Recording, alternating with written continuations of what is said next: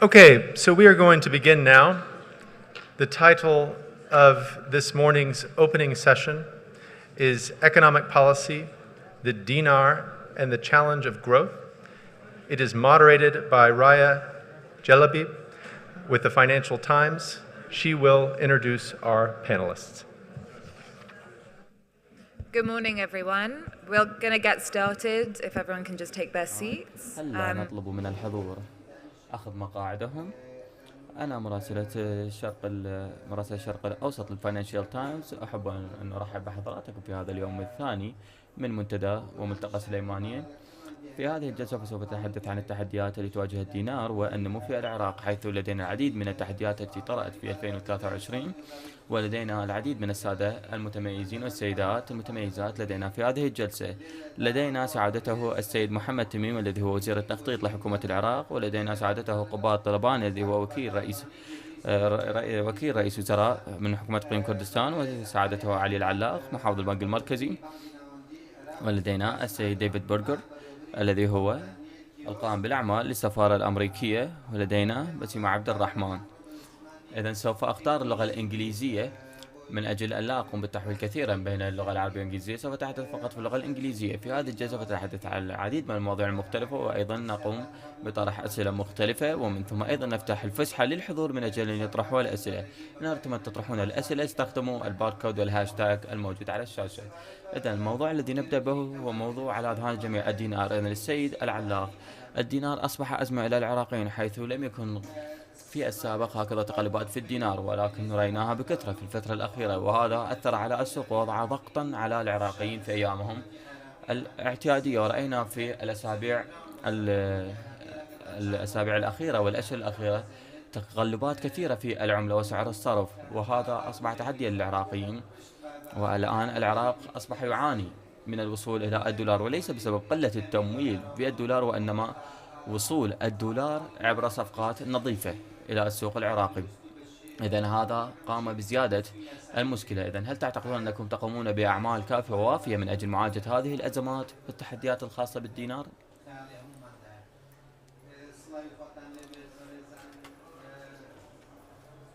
أحضر هذا الملتقى ولعله الإطلالة الأولى بعد عودتي إلى البنك المركزي العراقي، احتراما وتلبية لدعوة فخامة الأخ الدكتور برهم صالح ولهذا الملتقى الرائع الذي اعتدنا أن نحضره كل عام، ويزخر بكل ما هو ضروري وأساسي في النظرة إلى الواقع من مختلف أبعاده.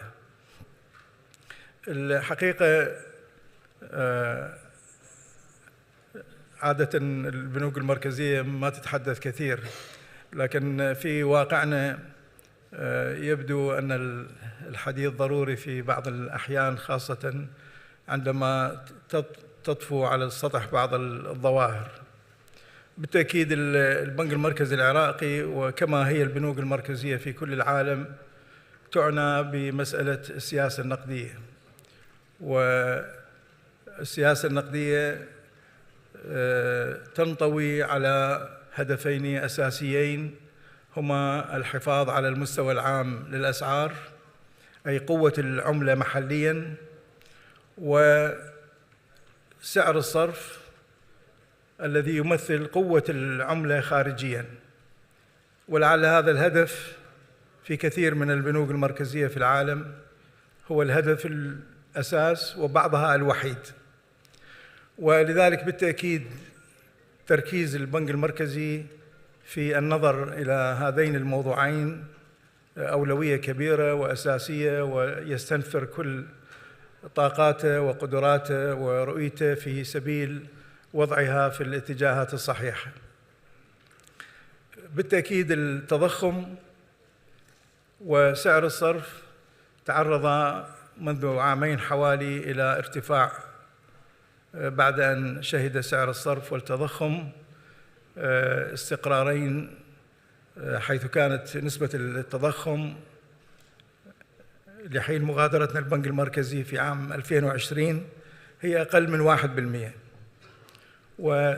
هامش سعر الصرف الرسمي عن السوق الموازي أقل من 2%، وهو ضمن المعدلات المقبولة عالمياً. لكن الآن الحقيقة أصبح بعد هاتين السنتين أصبح هناك فارق كبير، نمو كبير في التضخم قد تجاوز 7 و8%، والسبريد أو الفرق في سعر الصرف تجاوز 20%، يعني السعر الرسمي عن السعر الموازي. طبعاً هذه ظواهر تؤثر كثيراً في الواقع الاقتصادي من مختلف أبعاده وفي الواقع الاجتماعي. نحن في النظرة الاقتصادية النقدية نقول عندما يكون هناك سيولة أو كتلة نقدية كبيرة وبجانبها تضخم، فمعناها هذا سيقود إلى مزيد من الضغط على القوى الشرائية للمواطنين وزيادة نسبة الفقر. بينما عندما تكون هناك كتلة نقدية كبيرة ولكن تضخم متدني، فهذا يقود إلى الرفاهية وإلى تحقيق قدرة حقيقية شرائية للمواطنين. الظاهرتين يعني ظاهرة سعر الصرف وارتفاعه وظاهرة التضخم لكل منهما عوامل بلا شك لا نستطيع التفصيل فيها بشكل كبير، لكن ممكن أن نوجزها بأن التضخم أولاً يرتبط بحجم الكتلة النقدية ومرونة القاعدة الإنتاجية في البلد للاستجابة على الطلب. وهنا نلاحظ أن هناك نمو في العرض النقدي، أستطيع أن أقول بمعدلات شاذة وكبيرة جداً. يعني في الربع الأول من عام 2020 كانت العملة المصدرة حوالي 53 تريليون دينار. في الربع الأول من 2023 الآن يعني تجاوزت 93 تريليون، وهو نمو كبير جداً، يعني عاصفة كبيرة في هذا الاتجاه. يعني إذا أخذنا احنا ب 2004 كان العملة المصدرة حوالي 6 تريليون دينار، إلى 2020 أصبحت 53، خلال سنتين أصبحت 93. فهذا طبعا نمو غير طبيعي مثل ما بينا، خاصة مع عدم وجود قاعدة وتنوع إنتاجي محلي في العراق. هذا يقود إلى مزيد من الضغط على الأسعار وعلى زيادة الطلب على الاستيرادات الخارجية، وبالتالي الضغط على البنك المركزي وعلى احتياطيات البنك المركزي.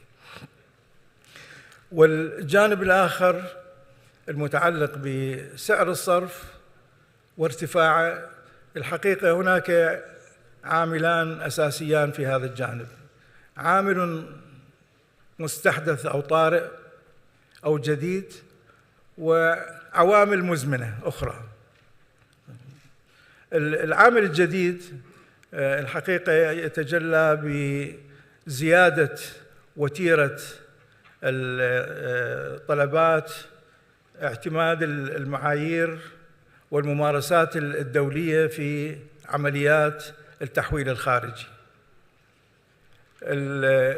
الحالة المثلى التي يمكن أن يستقر بها سعر الصرف هو استجابة البنك المركزي للطلب على الدولار بدون أن يضع قيوداً عليه. هذه الحالة الطبيعية، ولذلك قانون البنك المركزي ينص على أن البنك المركزي يبيع القطع الأجنبي بدون أن يضع قيود، ونص العبارة في المادة هو البيع البسيط غير المشروط. هذا هو الحالة الأمثل التي يستطيع البنك المركزي أن يحافظ بها على استقرار سعر الصرف، أي الاستجابة لكل طلب على الدولار. وهذا متيسر للبنك المركزي أن يقابل هذا الطلب بعرض الدولار بمستوى هذا الطلب. لكن المشكلة أو الجديد هو أن هناك مزيد من الضوابط والمعايير والإجراءات الدولية في التحقق من عمليات البيع والشراء للعملة الأجنبية. طبعاً مع تزايد الحرب العملات الدولية والعقوبات التي تحصل على بعض الدول أو على بعض الكيانات أو على بعض الأشخاص، تجعل عملية وضع مزيد من الضوابط والقيود أكثر وأكثر. ولذلك أصبح البنك المركزي يعني في عملية توازن معقدة بين أن يحقق البيع البسيط غير المشروط حتى لا يجعل هناك مجال لفرق السعر أو المضاربة، وبين تطبيق هذه المعايير التي تتطلب التمحيص والتدقيق والمراجعة لكل العمليات.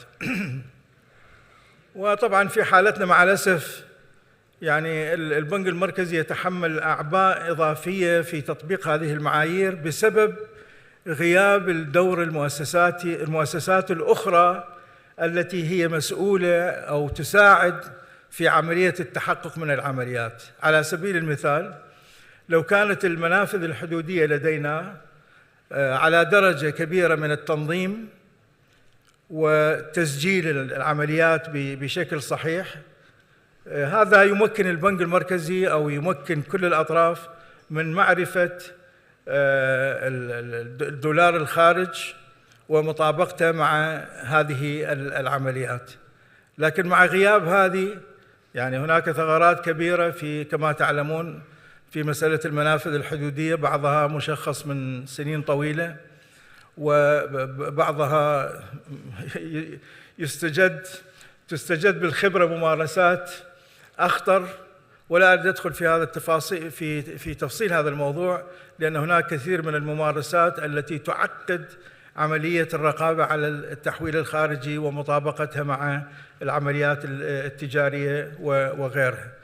ولذلك الحقيقة البنك المركزي يتحمل عبء إداري وتنظيمي وفني كبير جدا في محاولة مطابقة الأرقام والتحقق من صحة العمليات. ونوظف ونصرف ملايين الدولارات على برامج وأنظمة في سبيل السيطرة على هذه العملية. فإذا الحقيقة الموقف اليوم هو أن البنك المركزي لديه القدرة والرغبة، وبالعكس يعتقد أنه هذا الطريق الصحيح لتحقيق هدفه في أن يستجيب للطلب على الدولار مهما كان حجمه. لكن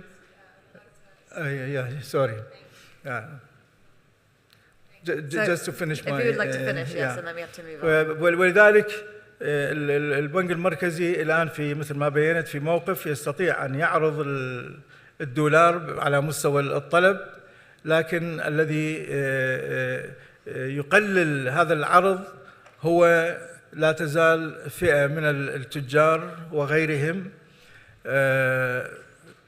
غير يعني مستعدين للدخول بهذه العمليات ضمن هذه الضوابط والإجراءات. ولذلك هناك نقص في عملية تغطية الطلب.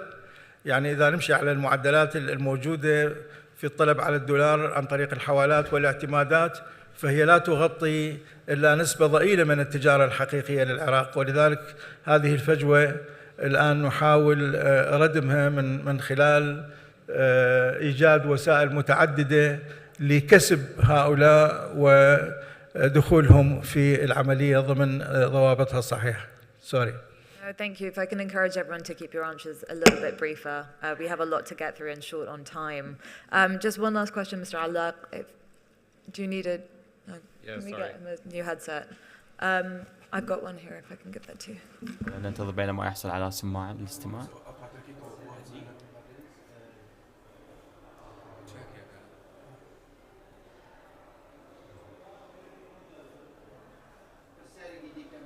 إذا لدينا سؤال آخر إلى السيد العلاق ضمن الميزانية الموازنة الجديدة سوف يكون هنالك عجز كبير للغاية. كيف سوف تحاول الحكومة أن تعوض عن هذا العجز وعدم الذهاب إلى البنك المركزي أو البنوك الأخرى من أجل الطلب من سيولتها؟ وأنا أعلم أن بالتأكيد الحكومة لم تقم بتسديد كل الديون التي لديها، ولكن عندما طلبت الحكومة من البنك المركزي من أجل السيولة من أجل تعويض هذا العجز، هل سوف يتمكن البنك المركزي من تكفية هذا العجز أم لا؟ بغض النظر بالاعتبار أن هنالك الرواتب الكثيرة لتغطيتها.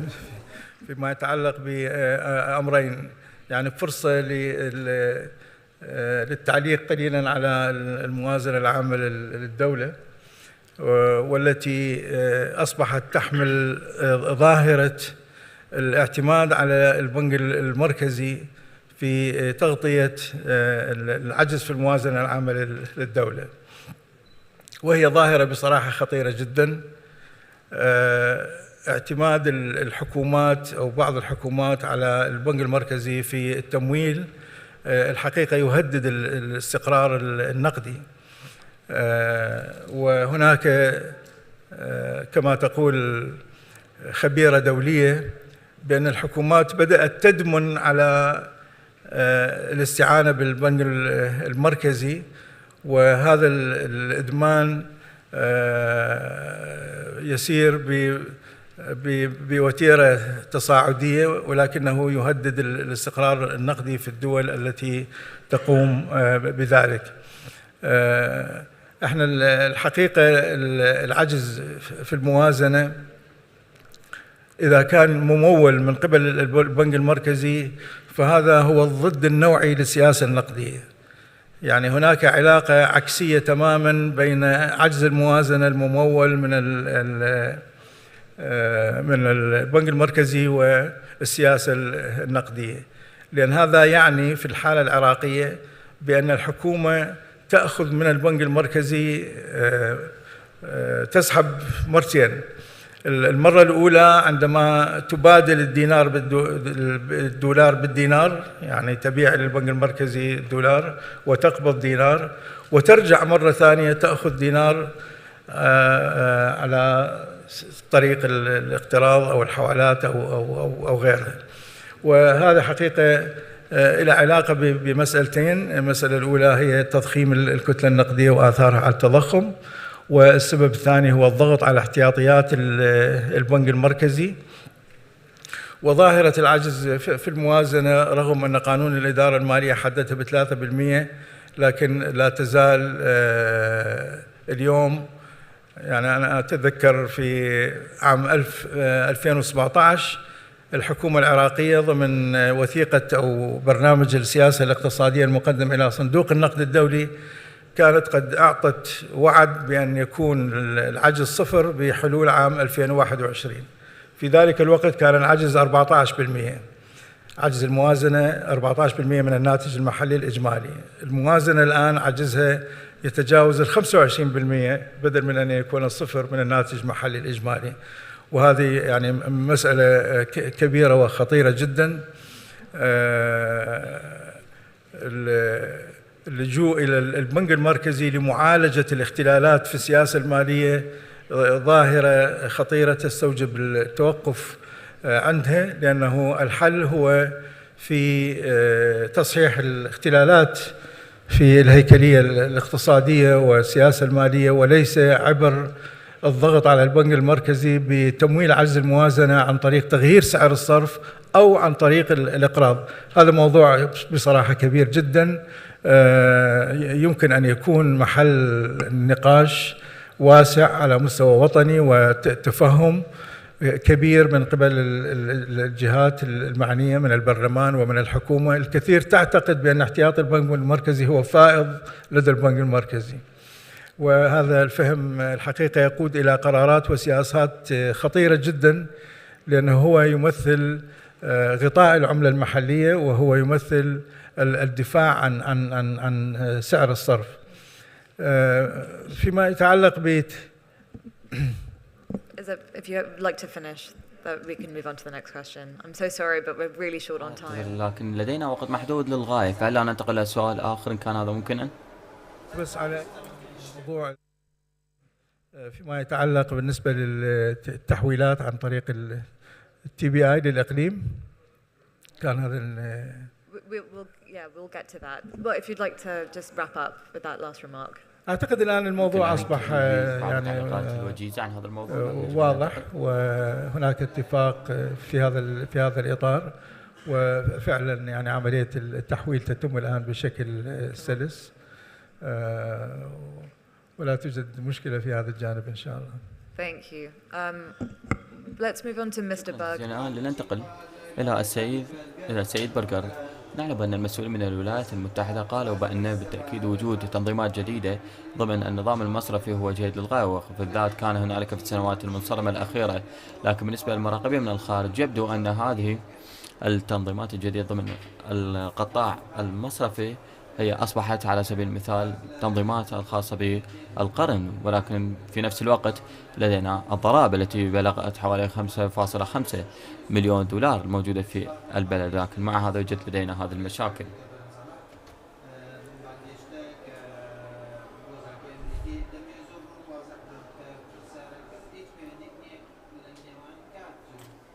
فقط أردت أن أقول في البداية أنه شكرا جزيلا على دعوتنا إلى هذا الحضور.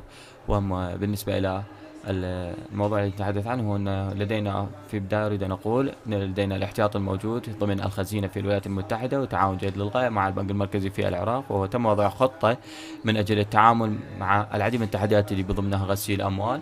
وأيضا رأينا أن هنالك العديد من التحويلات المالية التي هي مثيرة للشبهة، وأيضا التحويلات المصرفية المثيرة للشبهة التي تغادر هذا البلد وعلى نحو مستمر. إذن التنظيمات التي تم وضعها هو من أجل معالجة هذه الأمور، وليس هذه التنظيمات التي تم وضعها هو من أجل استخدامات سياسية داخل العراق أو كذا. لا يوجد أي ربط بين وقت وضع هذه التنظيمات.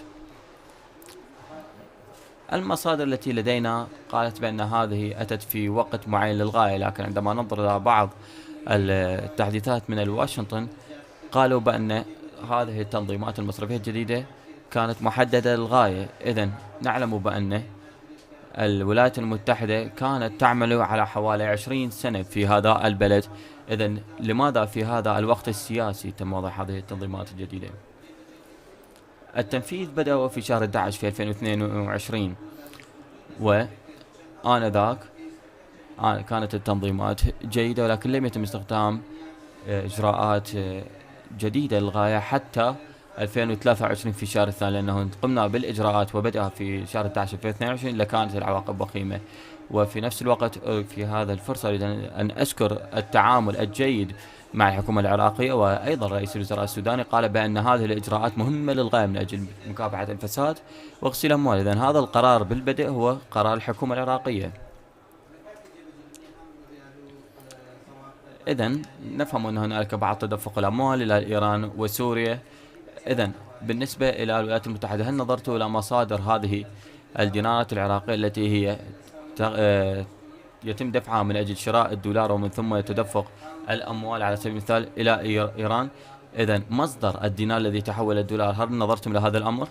صراحة لا أستطيع أن أعلق على هذه الأمور في هكذا ملتقى عام، لكن نحن ننتبه إلى هذه الأمور بعناية. شكرا جزيلا. الآن أريد أن أنتقل إلى عبد الرحمن، لأنه أريد أن ألتفت إليك من أجل أن نرى ما هي التأثيرات الخاصة بالدينار وسعر الصرف على الأعمال في العراق. إذن هل لا تخبرينا بعض الأمور عن شركتكم شركة كسك والتأثيرات التي حصلت على الأعمال في العراق؟ في البداية شكرا جزيلا على هذه الدعوة، وشكرا جزيلا على منح الفرصة أن أتي هنا على المنصة والتحدث، وشكرا على دعوة الأستاذ برهم من أجل استضافتي هنا. شركة كسك هي شركة تكنولوجيا النظيفة، ونحن نقوم بجلب تكنولوجيا الطاقة المتجددة ونقوم بدمجها مع حوسبة الكلاود، ونقوم بتقديم الخدمات المختلفة على سبيل المثال تصميم أنظمة الطاقة الشمسية، ولدينا بعض المنتجات على سبيل المثال منتجات تبريد وتكييف تعمل على الطاقة الشمسية، وأيضا نقوم بتوفير الخدمات مثل التنصيب، الإمداد وتنصيب خلايا الطاقة الشمسية، ونقوم ببناء برمجيات من أجل تتبع الطاقة لدى لدى زبائننا، ونتابع انبعاثات من ثاني أكسيد الكربون، وأيضا نتابع سوق ثاني أكسيد الكربون.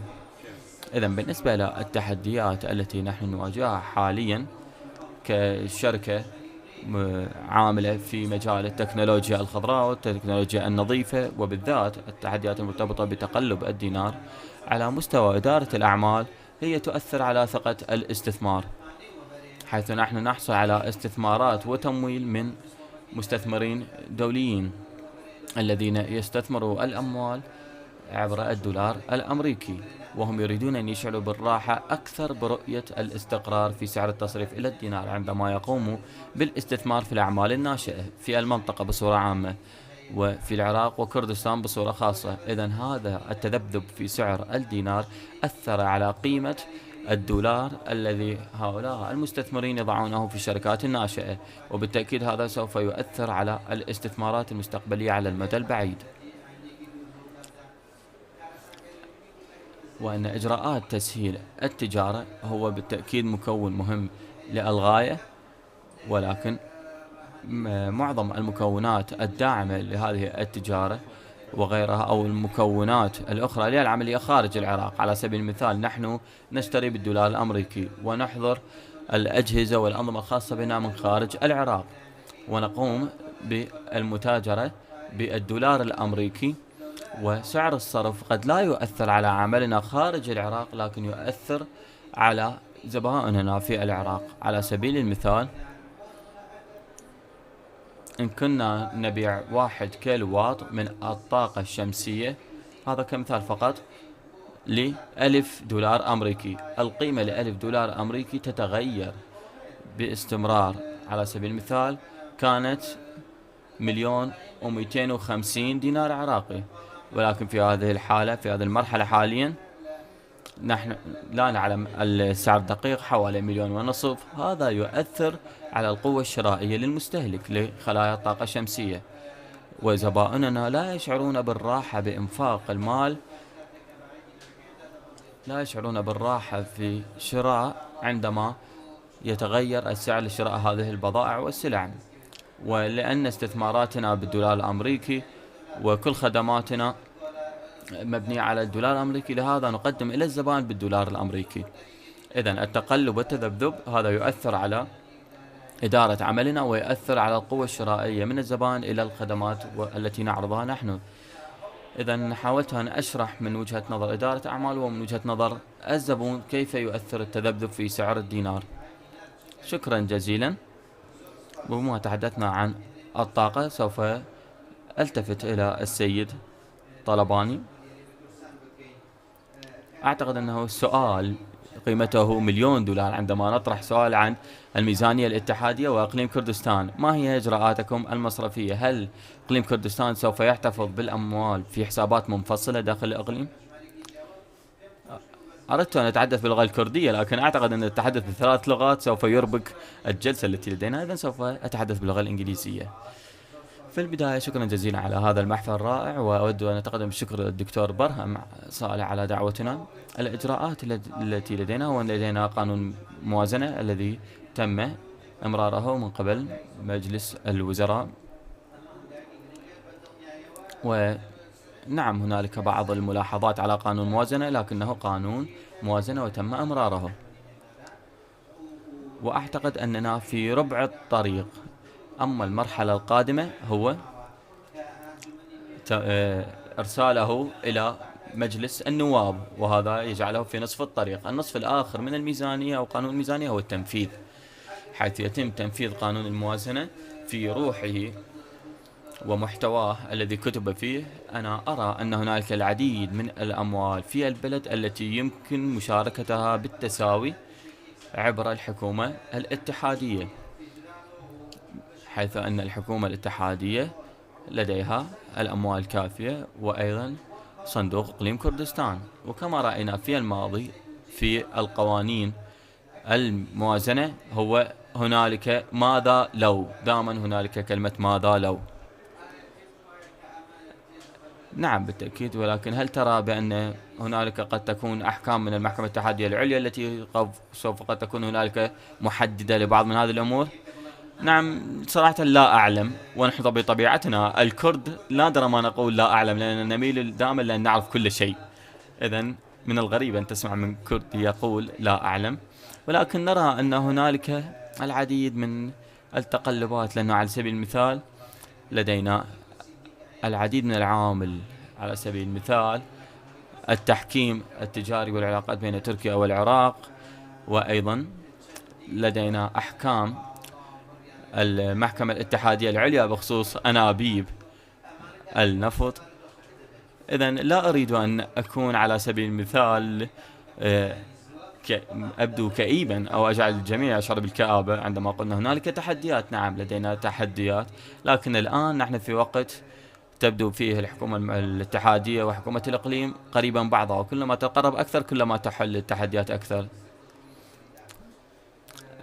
وأيضا هل أنا محقق عندما قلنا 400 مليار دينار التي تم إرسالها إلى الإقليم هي تم إرسالها كقرض، أم كيف تم طريقة إرسالها؟ لأن هنالك العديد يقولون بأن الاعتمادات مع العلاقات مع بغداد في خصوص هذه التحويلات هي قد تبدو على أنها على سبيل المثال يحتاج لها شرح.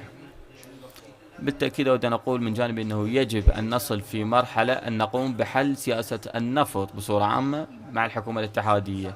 لسنوات متعددة ما كان لدينا هو بعض الحلول الترقيعية، على سبيل المثال بعض الاتفاقيات الجانبية أو قانون الموازنة أو اتفاقيات حسن النية، لكن دائما عندما نصل إلى مرحلة التحدث عن النفط هنا تقبع المشكلة.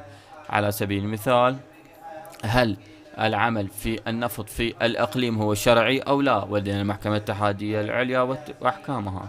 إذن أرى بأننا لن نتمكن من إيجاد الحلول المشاكل المالية بين إقليم كردستان وبقية البلد إلى أن يكون لدينا قانون نفط، وقانون نفط يكون واضحا للغاية بخصوص الأدوار والمسؤوليات لكل من مشمول في القانون. من المسؤول في استخراج النفط، من المسؤول عن إيجاد النفط، من المسؤول عن تصدير النفط، ومن هو المسؤول عن بيع النفط، ومن هو مسؤول عن تلقي الأموال من بيع هذا النفط، ومن مسؤول عن توزيع هذه الأموال ونأمل بالتساوي يتم توزيعها. هذه هي المسألة الأساسية التي نريد التطرق إليها. أنا لا أعتقد بأن قانون الميزانية هذا هو قد يكون جيد أو سيء يناقش مسألة النفط، بغض النظر إن كان جيدا سيئا لا أعتقد أنه يناقش هذه المسألة.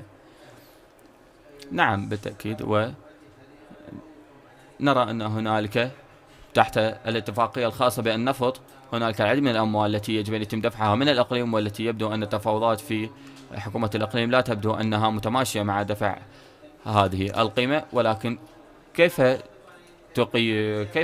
تبقون على الثقة في الاستثمار في قطاع النفط في الإقليم بالنظر لهذه المشاكل الموجودة في قطاع النفط؟ وبالتأكيد لدينا اتفاقيات دستورية واتفاقيات موجودة في هذا القطاع مع بغداد. هنا سوف يجد المستثمرون الثقة في النظام الموجود في الإقليم. على مدى السنوات المنصرمة الدستور أعطى شركات النفط الثقة بالاستثمار في قطاع الغاز والنفط في إقليم كردستان، لكن حكم المحكمة العليا غير من هذا. الآن هنالك العديد من علامات الاستفهام التي أثرت على أسعار النفط، أثرت على حكم مستثمرين النفط، وأثرت على الساحة السياسية في العراق وفي إقليم كردستان. إذن من أجل جذب هذه الثقة من المستثمر نحتاج قانون نفط الذي يكون واضحا وصريحا، والذي يجعل من بيع هذا المنتج عملية واضحة للغاية. أعتقد أنه لسنوات متعددة كنا نتجادل حول جوانب خاطئة من هذا النقاش عن النفط. العديد من النقاشات التي جرت خلال 10 سنوات المنصرمة كانت حول السيادة، من الذي له الحق في أن يحمل عقد البحث عن النفط. وأنا أتذكر بالعودة إلى 2007 أو في 2008 الأيام القديمة للشهرستاني والمعارك الأخرى حول ما هو الأمر القانوني وما هو غير قانوني، هل هذا العقد قانوني أم شرعي أم ليس شرعي. وبالنظر إلى تلك الأيام أرى بعد كل هذه السنوات أنها كانت مجرد نقاشات جانبية. آنذاك ما كان يجب أن نتناقش به هو ما الذي نفعله بالنفط بعد استخراجه من الأرض، وهنا يكمن الحل. لأنه بالنسبة لي شخصيا، وبالمناسبة هنالك العديد من آراء مختلفة في الأقليم حول هذا الأمر، شخصيا لي لا أهتم من يبيع نفطنا، من يبيعه لأفضل سعر ليبيع النفط. من الذي يستطيع أن يبيع النفط بأفضل طريقة شفافة ليبيع نفطنا. أنا أهتم بهذه الأمور، وأهتم ما يحصل للعوائد والإيرادات من هذا النفط. متى أحصل على حصتي من هذا النفط، كيف على الجهات الباقية تحصل على، وكيف يتم رد الديون الموجودة، وأين دور الحكومة الاتحادية من هذا النقاش. للأسف لم نقم هذا النقاش على مدى 15 سنة المنصرمة التي كنا دائما ما نتحاور بها على مسألة النفط. أرى أن الأوان حان من أجل التناقش بهذا الموضوع، وأنا بالتأكيد لا أريد أن أنتقص من العمل الذي جرى على إمرار قانون الموازنة، لكن لا أرى أن قانون الموازنة يتحدث عن هذا الأمر. وهنا يبقى سؤال $1,000,000 الذي هو ماذا يحصل لإيرادات النفط في البلد.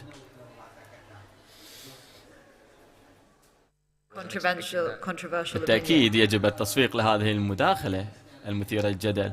الآن أريد أن ألتفت إلى السيد التميم ونعود إلى عنواننا الرئيسي لهذه الجلسة، وما تراه أكبر تحديد للنمو في العراق حاليا.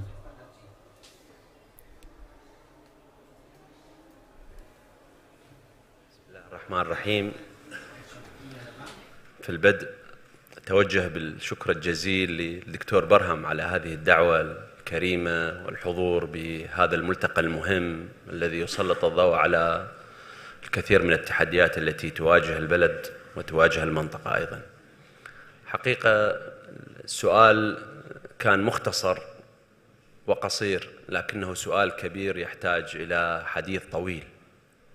التحديات والتي تواجه النمو، كلفت بإعداد موازنة عام 2023 و24 و25 بعمل صعب استمر لحوالي 3 أشهر، وكنا أمام خيارات محدودة وأمام تحديات كبيرة.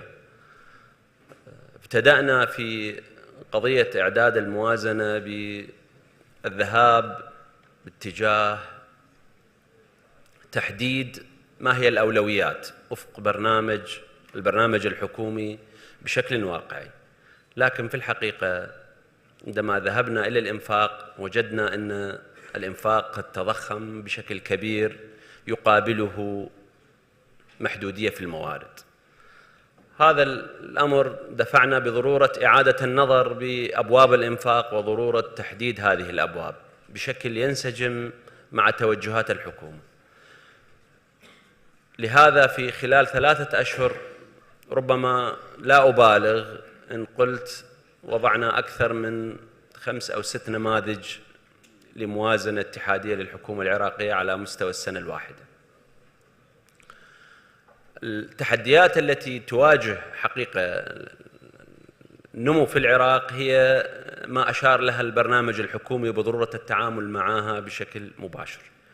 هي أبرز هذه التحديات هو الإنفاق التشغيلي، وقد أيضا لا ألوم أحد، لكن لسبب بسيط جدا، كوني جزء من هذا النظام السياسي منذ 20 عام.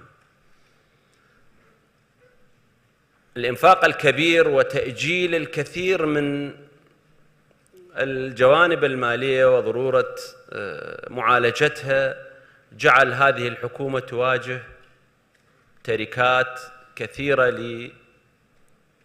للحكومات التي سبقت، منها تسديد الدين الخارجي والداخلي، منها زيادة الإنفاق على التشغيلية. القضية الأخرى زيادة الكتلة النقدية التي وفق الموديل الاقتصادي والنموذج الاقتصادي يجب أن يكون مصاحب لها عملية تضخم كبيرة. أنا أتذكر عندما كنت رئيسا للجنة المالية في نهاية الدورة الثالثة من مجلس النواب، كان السيد محافظ البنك المركزي وهو موجود بيننا الآن محافظا للبنك في ذلك الوقت، كانت الكتلة النقدية لا تتجاوز 40 تريليون دينار. في بداية تشكيل هذه الحكومة توجهت في السؤال في إدارتي لإحدى جلسات المجلس الوزاري للاقتصاد للمحافظ السابق، تحدث لي عن 84 تريليون دينار ككتلة نقدية. اليوم أتفاجأ بأن الرقم الحقيقي للكتلة النقدية 93 تريليون. هذه التعامل مع هذا الكتلة النقدية الكبيرة التي أستطيع أن أشبهها بجبل وجليد متحرك، ربما ستكون إحدى التحديات التي تواجه الحكومة. قضية الطاقة والوقود الإحفوري والغاز المصاحب وقضية حرق الغاز، كل التقارير الدولية تشير إلى أننا ما نستورده من الغاز الآن ربما الذي نحرقه أكثر منه بمرة مضاعفة. توجه هذه الحكومة باتجاه جولة التراخيص الخامسة وهو الاستثمار في الغاز المصاحب ربما هي أحد الخطوات الجريئة لهذه الحكومة، رغم أن هذا المشروع قد تأخر منذ حوالي 4 سنوات. قضية البطالة ومعالجة البطالة أيضا هي تحدي كبير للحكومة، برنامج باتجاه تنمية القطاع الخاص ومكافحة الفساد وأتمتة النظام المالي وأتمتة أيضا نظام الضرائب والمنافذ الحدودية. قضية الطبقات الهشة أيضا لم تكن غائبة عن الحكومة. ربما أحد أسباب التضخم في الموازنة التشغيلية كان هو معالجة وضع الطبقات الهشة وإيجاد حالة من التوازن بين التضخم وزيادة الإنفاق. ما كان يبيعه البنك المركزي أو ما كان يخرج من خلال نافذة بيع العملة حقيقة هو لم يكن حالة رغبة ترفية لدى البنك المركزي، وإنما هو انعكاس لإنفاق حكومي. هذا الإنفاق الحكومي الكبير ربما هو أحد عناصر الضغط على النظام الاقتصادي، وبالتالي ينعكس أيضا على النمو. لكن في الحقيقة عندما كلفت في إعداد هذه الموازنة انطلقت من منطلق أن كيف تستمر المشاريع الاستثمارية وكيف يستمر الاستثمار في القطاع الحكومي والقطاع العام، وكيف أن لا تتوقف القضايا الرئيسية اللي منها الغذاء والدواء والحفاظ على الطبقات الهشة، وأيضا الضغط الكبير من قبل المجتمع بسبب عدم أخذ القطاع الخاص دوره لمجموعة اعتبارات وأسباب قد تكون بعضها أسباب حكومية في قضايا التوظيف وغيرها. ما أضيف للموازنة في قضايا التوظيف لهذا العام لرواتب ربما يقترب من 21 تريليون وهو ليس سرا. وبالمقابل كل زيادات الإنفاق التي تحدثنا عنها بما يتعلق بالرواتب، التي تحدثنا عنها بعدم ارتياح للسنوات السابقة، هي كانت 41 تريليون. وأيضا دعوني أن أقول هو ليس قراراً حكومياً، وإنما الحكومة ذهبت لمعالجة وتأطير الكثير من الحالات السابقة، يا أما كانت تعاقدات سابقة أو كانت جزء من إجراءات قانونية وضعت في قانون الأمن الطارئ بضرورة تثبيت المتعاقدين وتثبيت العاملين في القطاع العام. عندما ذهبنا لتطبيق نصوص القانون ومعالجة الإشكاليات الاجتماعية التي يسببها الضغط على الموازنة في الرواتب، اتضح أن الرقم يقترب من 21 تريليون دينار، أضيف إلى الموازنة العامة الاتحادية، وبالتالي كان تحديا كبير. الذهاب باتجاه معالجة واستمرار المشاريع الاستثمارية وعدم توقفها، وأيضا عدم توقف بعض المشاريع المستمرة، وانسجام الموازنة مع البرنامج الحكومي وما هي الأموال التي وضعت للاستثمار في هذه الموازنة. كانت هي بحدود 47 تريليون، 15 من عندها ذاهبة إلى جولات التراخيص في بغداد وأيضا إقليم كردستان ما يتعلق بكلف إنتاج النفط. هذا معناه أننا نتحدث عن حوالي 32 تريليون دينار عراقي، جزء منها حوالي 10 ألا قليل 9900 هي قروض لاتفاقيات تأتي من قروض لتمويل الموازنة للمشاريع الاستثمارية، وخاصة في مجالات الطاقة ومجالات البنى التحتية. عفوا بس عندنا 5 دقائق بس. I'd just like to ask a more specific question. In the Ministry of Finance memo issued when the budget came out, it said that Iraq will lower its debt. ظهرت الميزانية بأن العراق سوف يقوم بتخفيض ديونه، لكن أيضا لدينا 63 مليار عجز. إذن هذا سوف بالتأكيد يتطلب عملا أكثر. إذن ما هي خطط الحكومة من أجل تمويل هذا العجز في السنوات المقبلة؟ نعم، مبلغ العجز هو حوالي 60 تريليون، وأتكلم بصراحة جزء من هذا العجز هو عجز ورقي. نعم هناك عجز، لكن جزء من هذا العجز ورقي. لدينا حوالي 24 تريليون هي رصيدنا في وزارة المالية، وسندها باتجاه سندات. أيضا قضية أخرى أنه ما تحملته قطاع القوى العاملة أو باب القوى العاملة وتعويضات الموظفين وهي الرواتب، الزيادة التي تحدثت عنها هي بحدود 21 تريليون. ربما الموازنة ستدخل حيز التطبيق في شهر، إذا ما أقرت بتوقيتاتها المنطقية ربما ستكون في شهر مايو القادم أو حزيران. هذا معناه أنه العجز قد يكون منه بحدود 20 إلى 25 تريليون، هي تجاوزنا نصف هذه السنة، وهو عجزا ورقيا. الحكومة لديها خطط لم تغفل جانب في قضايا معالجة إشكاليات الحكومات السابقة، قضايا التوظيف وكذلك قضايا تسديد الديون، سواء كانت على مستوى الديون الخارجية أو السندات التي غطاها البنك المركزي في السابق. بعض الحكومات التي سبقتنا كانت تأخذ من البنك المركزي عن طريق سندات، لكن لا يتم تسديدها، وتحملت وزارة المالية ديون، لكن لدينا خطة للبدء بسداد هذه الديون سواء كانت للبنك المركزي أو للديون الخارجية. Since you mentioned salaries, I just wanted to ask. أنا ذكرت الرواتب، أود أن أطرح سؤالا: كيف تبرر هذه الحكومة إضافة حوالي 3000 أو أكثر من الرواتب على الحكومة الحالية؟ وهل أنا أطلب منك أن تكون وجيزا لأنه لدينا فقط وقت محدود للغاية؟ لا أعلم، ربما إشكال هناك في أنه ما هو 3000، لكن خلي أعود إلى أصل السؤال.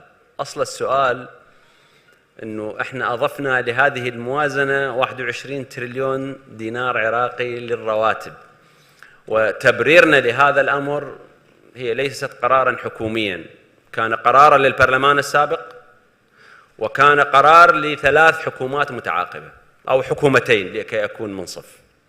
حكومة سيد عادل عبد المهدي عندما أضافت الكثير من التظاهرات والتفتت لها في اللحظة الأخيرة، وأيضا وحكومة السيد الكاظمي، وأيضا البرلمان في قانون حكومة السيد الكاظمي، والبرلمان عندما أضاف قانون الأمن الطارئ وأكد على ضرورة تثبيت المتعاقدين.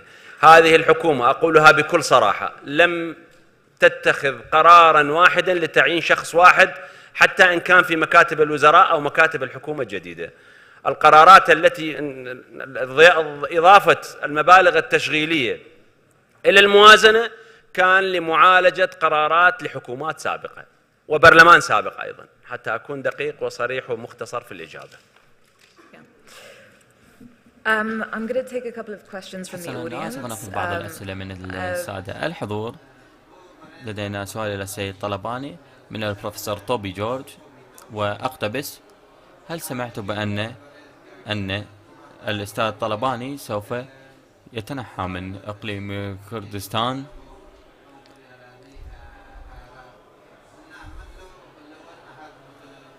Because the constitution is not clear about who has the right to sell.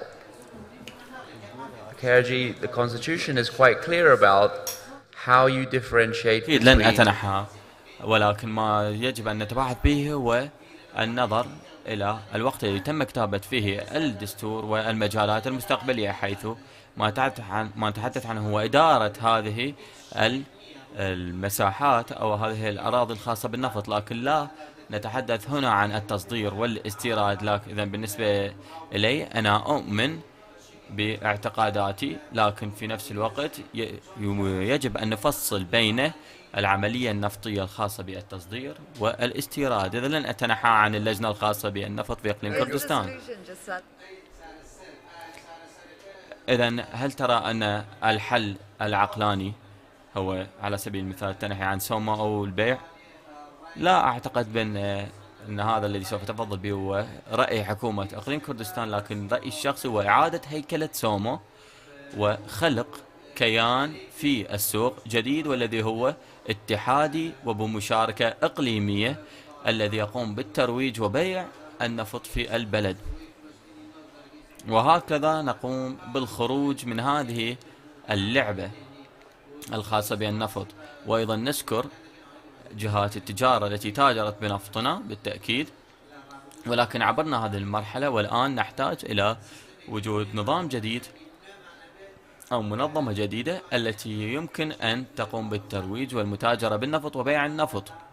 وأيضا نحتاج إلى وجود كيان جديد من أجل توزيع إيرادات هذا النفط. وبالنسبة لي أرى بأن هذا يعتبر حلا دستوريا مستدام طويل الأمد لهذه المشكلة. لدينا سؤال من البروفيسور ياسر منصوري الذي هو من جامعة الكوفة. سأل السيد العلاق: هل يمكن للبنك المركزي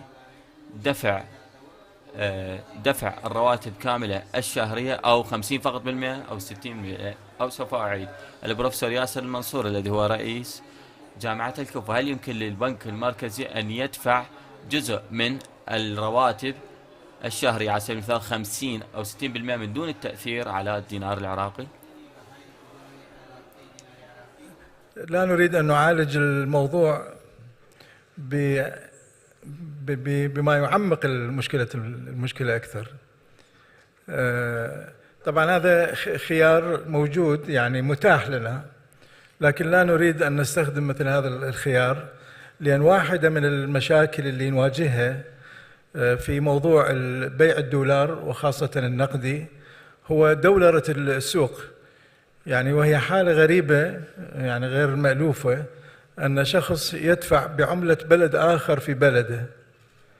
ولذلك نحن نقف مع الحكومة وسنتخذ الخطوات القانونية اللازمة لأن تكون العملة الوطنية هي العملة السائدة بالاستخدام الداخلي،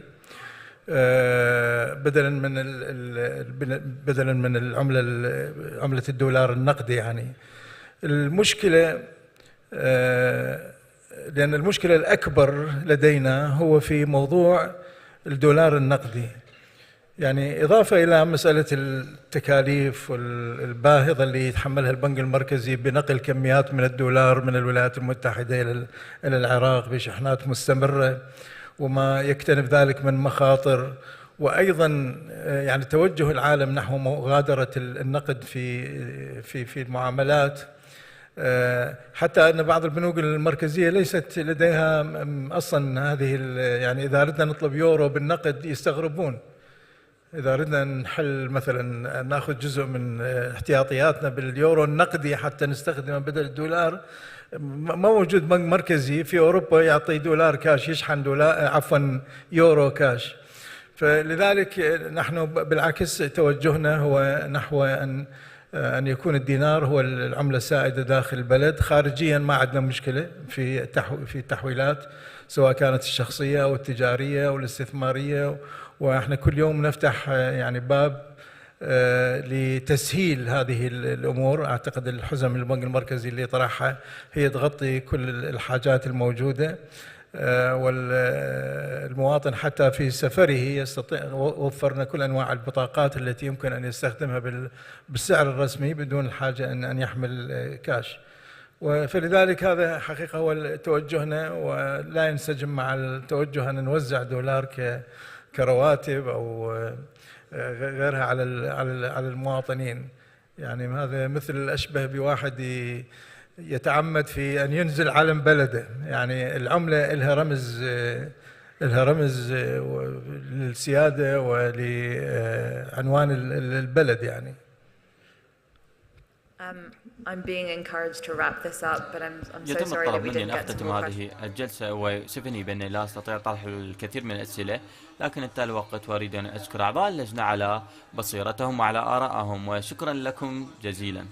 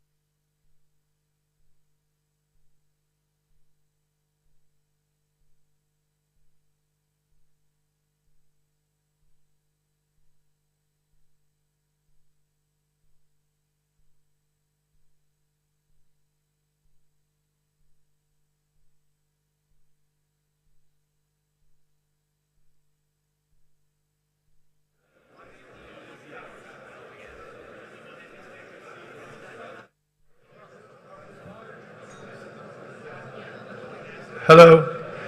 Please take your seats. We're going to begin the next session in 1 minute. We're going to begin the next session in 1 minute.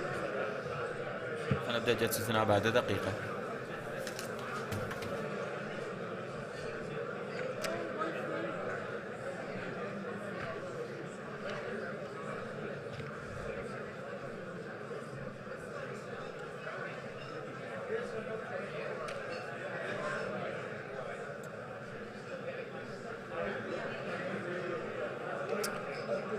Okay, everyone, it is my distinct honor to commence this next session, which will be moderated by Professor Toby. يكون منسق فيها الدكتور توبي دوج من جامعة لندن للعلوم السياسية والاقتصاد مع السيد حيدر العبادي رئيس وزراء سابق للعراق.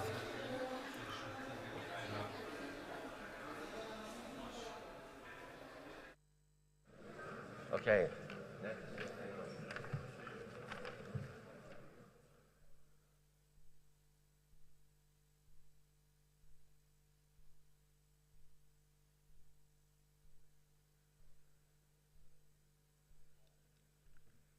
Right, well, thank you everyone. It's a pleasure to be at the Sully Forum. I thank Dr. Barham and هنا في ملتقى السليمانية، وأود أن أتفضل بالشكر للدكتور برهم وإلى الجامعة على دعوتنا. دائما ما نرى ملتقى السليمانية أكثر مكان نتحاور به بانفتاح وبوضوح، والآن لدينا الشرف والامتياز بأن نجري نقاشنا هنا مع رئيس الوزراء الأسبق السيد حيدر العبادي الذي كان متواجدا من 2014 إلى 2018. والأسبوع الماضي في بغداد كنا نتحدث مع الشبان اليافعين والذين ارتأوا أن السيد حيدر العبادي قام بإصلاحات جيدة للغاية في وضع صعب للغاية، إصلاحات سياسية واقتصادية. وأيضا لديه كتاب أنصح به كثيرا الذي هو النصر المستحيل أو الانتصار المستحيل، وأنصح به لحضراتكم. الآن سؤالي لك سيادة رئيس الوزراء الأسبق، ما هي دروس التي تعلمتها من فترتك وتود أن تقدمها إلى السيد رئيس الوزراء محمد الشياع السوداني؟ شكرا جزيلا، وأريد أن أشكر جميع الحضور هنا، وأريد أن أتقدم بالشكر للدكتور برهم صالح وكل من ساهم في تنظيم هذا المحفل. أعتقد نصيحتي هي بالتأكيد ولا نود أن ندخل لا نريد أن ندخل بالتفاصيل، أود أن أنصحه بأن لا تدخل بالتفاصيل كثيرا ولا تغض البصر عنها في نفس الوقت، لأنه بالتأكيد بالنظر إلى التفاصيل وتعديلها سوف تحرز تقدما. على سبيل المثال في قانون الموازنة يجب أن تبدأ بها من الأعلى، لكن لم تنظر التفاصيل الصغيرة.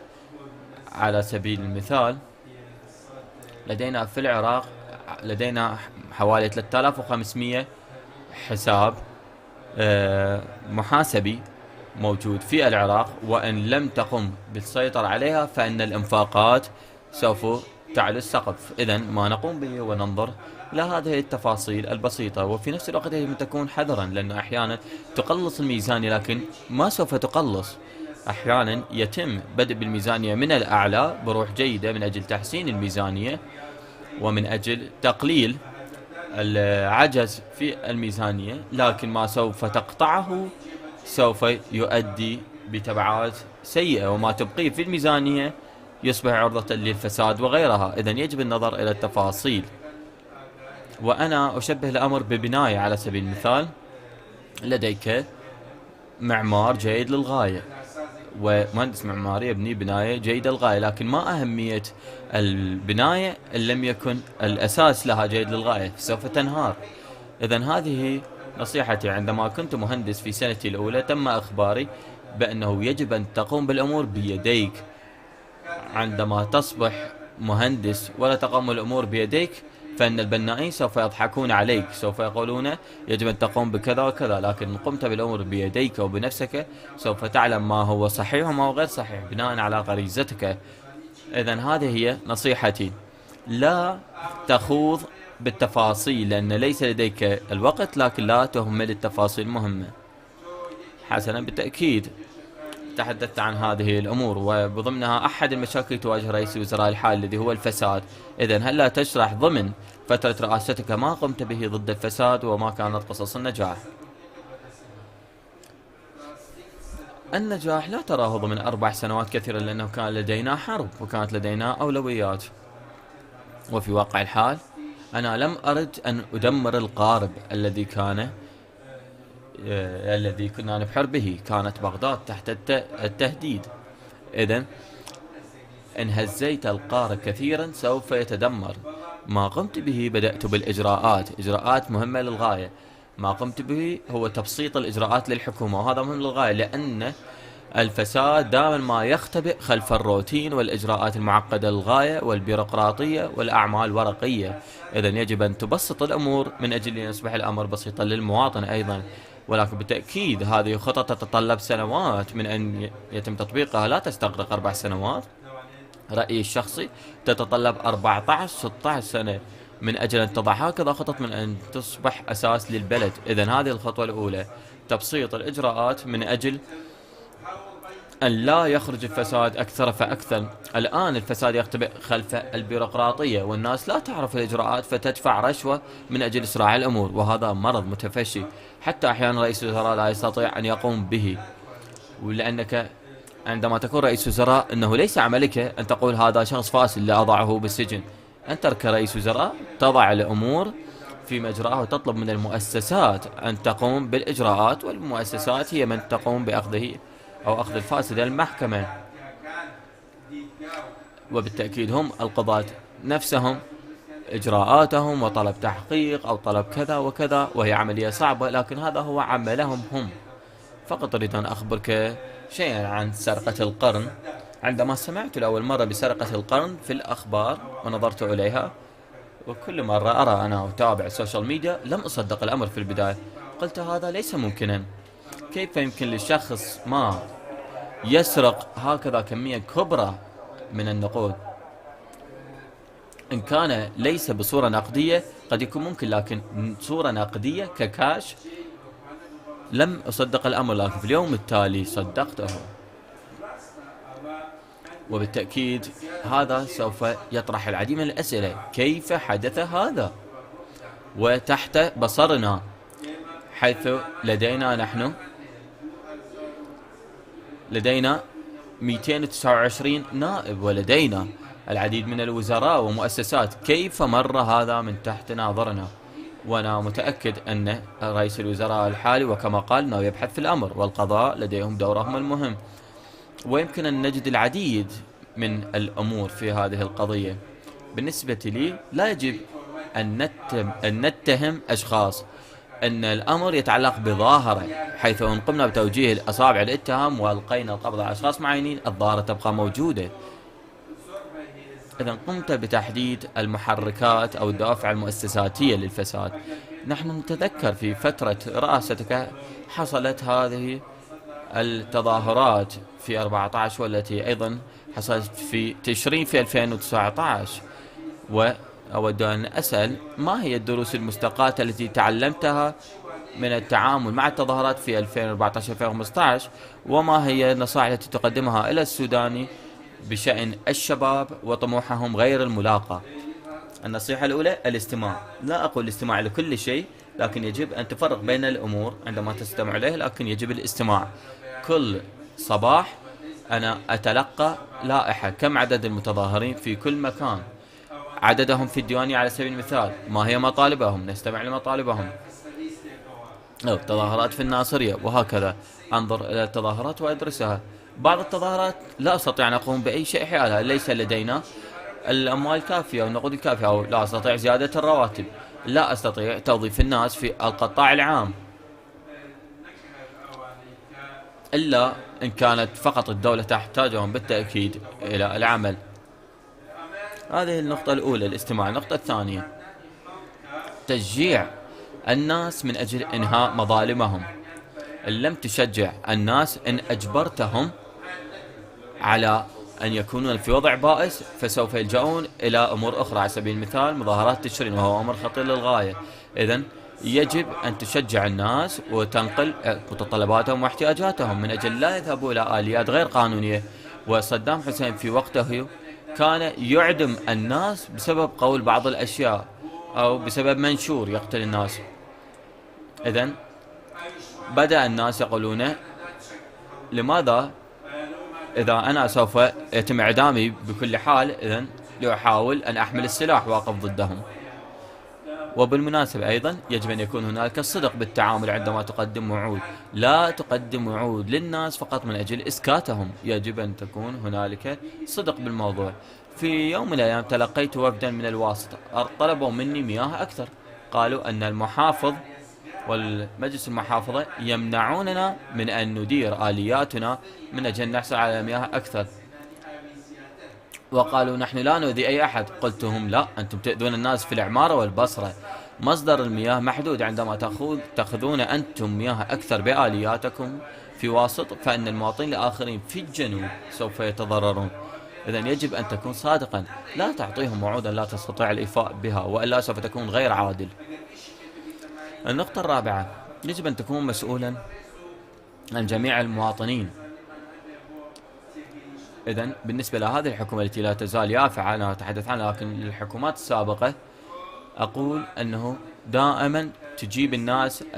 احنا بالعادة في الحكومات نجيب الناس أو نقدم المطالب لمن يأتي إلينا، على سبيل المثال تظاهرات ومن يأتي المنطقة الخضراء، ولكن ما بالنسبة للناس الذين هم في القرى والأرياف الذين لا يستطيعون الوصول إلينا والذين ليس لديهم المال أساسا للتنقل والوصول إلى المنطقة الخضراء من أجل تقديم مطالبهم، وبالذات الأشخاص الذين هم لا يحبونك كشخصية رئيس وزراء. إذن من المهم أن تتخذ قرار تضع كل هؤلاء الأشخاص في رأيك. على سبيل المثال لدينا العديد من الوفود التي تأتي وتطالب، ونعم نلتقي بهم ونجيبهم، لكن ضع بنظر الاعتبار ماذا عن الآخرين في المناطق المختلفة، لأنه أنا أجبت فقط فئة من الناس، ماذا عن الناس الآخرين؟ لأن هذا سوف يؤدي إلى ظلم وانعدام العدل وسوف يؤدي إلى ثورة. لكن عندما تفكر بالناس بأكملهم سوف يرونك أنك عادل.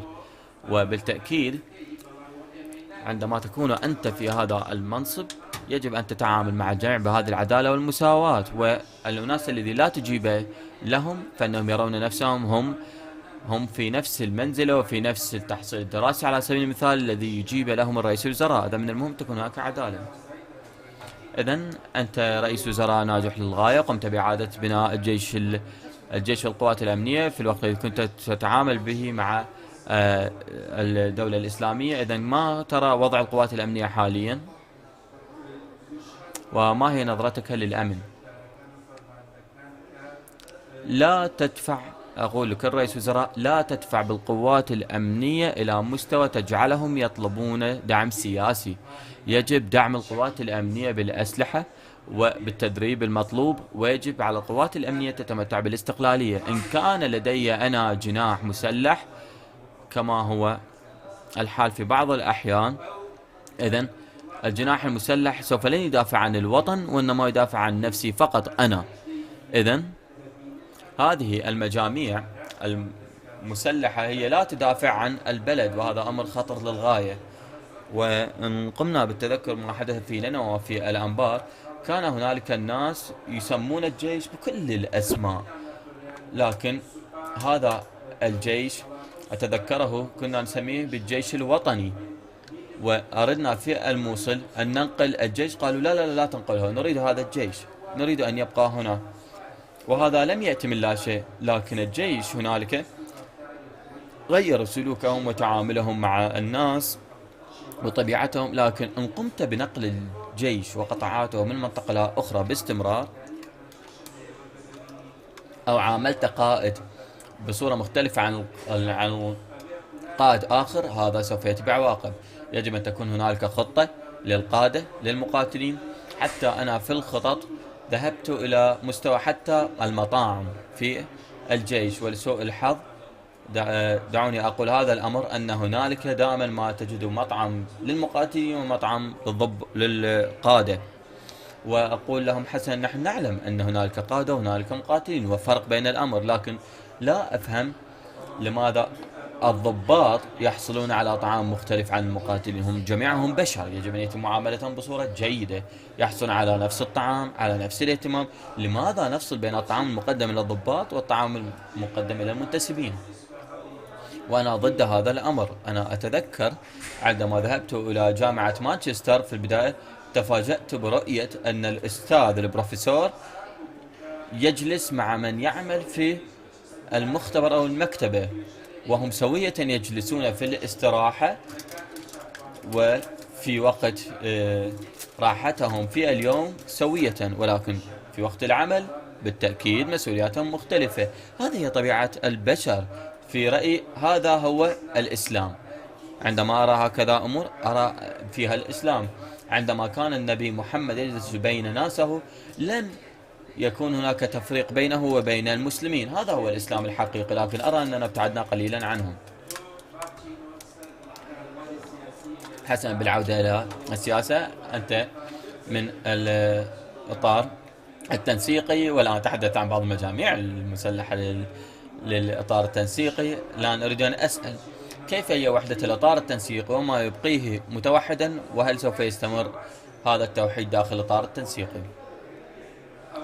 بالتأكيد بالنسبة لي أقول يجب أن يكون هنالك تحاور، لأن الحوارات وتواجدها والتحاور يمنع الكوارث، وأن الإطار التنسيقي هو ليس بتحالف، وليس لدينا أنظمة مكتوبة على سبيل المثال. وما لدينا هو اتفقنا على أن كل ما نناقشه وفي أي جلسات نسمع بعضنا البعض من أجل أن نستنير من بعضنا البعض، لا نحاول أن نكون ضد بعضنا البعض. لكن كان هنالك تحدي في 2021 عندما كانت هنالك مظالم بخصوص الانتخابات، وكان هنالك خوف. وبالمناسبة قبل أن أكمل، أنا لست ضد التيار الصدري، لست ضد أي تحالف أو ائتلاف على سبيل المثال KDP أو التيار الصدري، لكن كان هنالك خوف بأن القلة سوف يتحكمون بالبلد ويطرحون بالبقية الأحزاب خارجا، وهذا أمر خطر في العراق.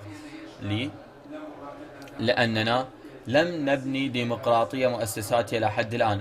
مؤسساتنا لا تزال تحتاج إلى دعم وتطوير، وحتى نصل إلى ذلك المستوى نستطيع القيام بالعديد من الأمور. سمعت من العديد من أصدقائنا في أوروبا والذين لديهم حكومات ائتلافية لكن لم يتمكنوا من تغيير العديد من الأمور، على سبيل المثال التوظيف أو غيره، لأن هنالك مؤسسات تمنع هذا الأمر. إذن أعتقد لهذا نحن دائما ما نكون متوحدين من أجل أن نمنع هكذا أمور. لكن ما أقوله أنه يجب أن نكون شموليين في التعامل. وهنا أتحدث عن على سبيل المثال حكومة أغلبية، حكومة أقلية، في نفس الوقت يجب أن تكون هناك شمولية بالتعامل. في العراق لا تستطيع أن تعمل بجناح واحد فقط أو بجانب واحد فقط، ولسبب ما، لأنه على سبيل المثال في الغرب لديك أحزاب وطنية. أنا حاولت هذا الأمر وكنت ناجحا به، لكن كان الأمر يتطلب وقتا طويلا. وأنا أتمنى أن يكون لدينا سياسة قومية أكثر وأحزاب قومية ووطنية أكثر، آنذاك نستطيع الاستمرار. أنا أخشى أن علينا التوقف الآن لأنه لدينا جلسات أخرى، لهذا أريد أن أتقدم بالشكر لحضرتك على هذا الصدق والصراحة. وهلا تخبرنا بآخر كلمة تقدمها إلى الحضور. ما هو الندم الذي لديك على سبيل المثال؟ أنا لست أندم على أي شيء، لكن للأسف هناك أمر أتأسف عليه. أنا قمت بالإصلاحات، لكنه أنا كنت بالتأكيد مطيعا للقانون والدستور، ولكن كان يمكن أن أقوم بأمور أكثر لو حظيت بالوقت. ما أطلبه من حضراتكم، اذهبوا إلى الشوارع وانظروا إلى جميع الناس، وحاولنا أن ندفع الناس إلى التصويت أكثر، لكن للأسف لم يحصل هذا. إذن هذا ما أتأسف عليه. كان من الممكن أن نصلح النظام بأكمله، لكن فقط لم أستطع أن أخرج عن النظام القانوني أو الشرعي أو الدستور. في التسعينات آنذاك في الماضي وفي وقت احتلال الكويت القوانين التي وضعتها وغيرها والنظام الانتخابي، كانت آنذاك الغزو على الكويت والحرب وغيرها، فإذن كان هناك وضع مختلف للغاية. وبعد 2003 الناس كان لديهم أمل أيضا بالإصلاح، لكن القاعدة حصلت، ومن ثم الجميع كان يتحدث فقط عن الطائفية ويجب مغادرة العراق، لكن العراق غادر من هذه الفترة، ومن ثم أتت داعش وقال الجميع أن العراق لن يستعيد قوة والعراق تفكك بسبب داعش، وأيضا انتصرنا. لكن كل هذا بالمناسبة ليس محض صدفة، ولكن في الحقيقة هو بسبب العمل الدؤوب، ونعدنا بالماضي ونرى قصص النجاح كلها من العمل الدؤوب. لهذا أخبروا زملائنا ورفاقنا في الأحزاب السياسية أنه يجب أن نعمل سوية دائما. شكرا جزيلا.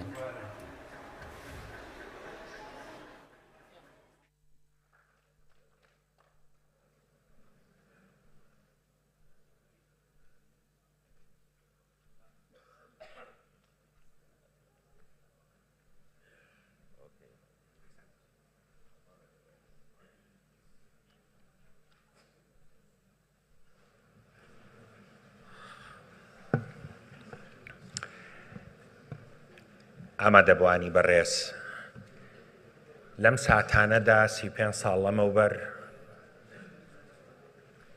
فڕۆکەکانی سەدام حوسەین هەڵەبجەیان کیمیاباران کرد.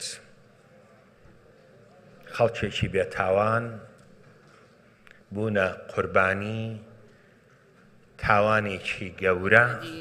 من الناس أصبحوا شهداء بسبب هذه الجريمة البشعة، وأن حلبجة أصبحت رمزا للتضحية والعنف الذي جرى بحقهم، والإجراءات ضد إقليم كردستان والأكراد وللأبدية، فإن صوت حلبجة وللأبد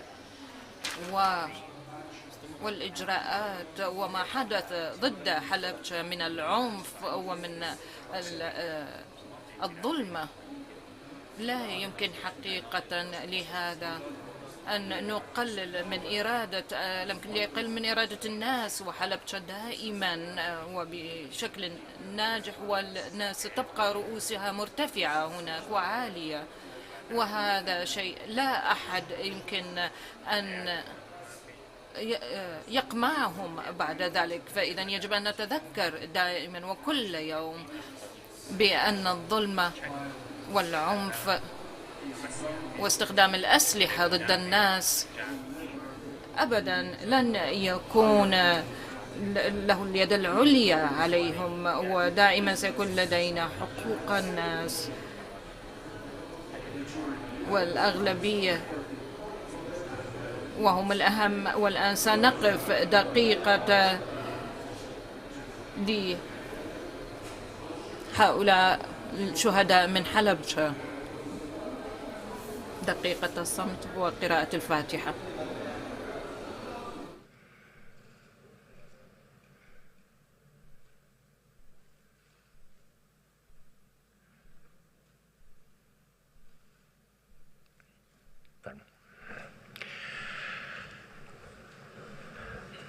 اليوم يمر علينا الذكرى 35 لفاجعة حلبجة.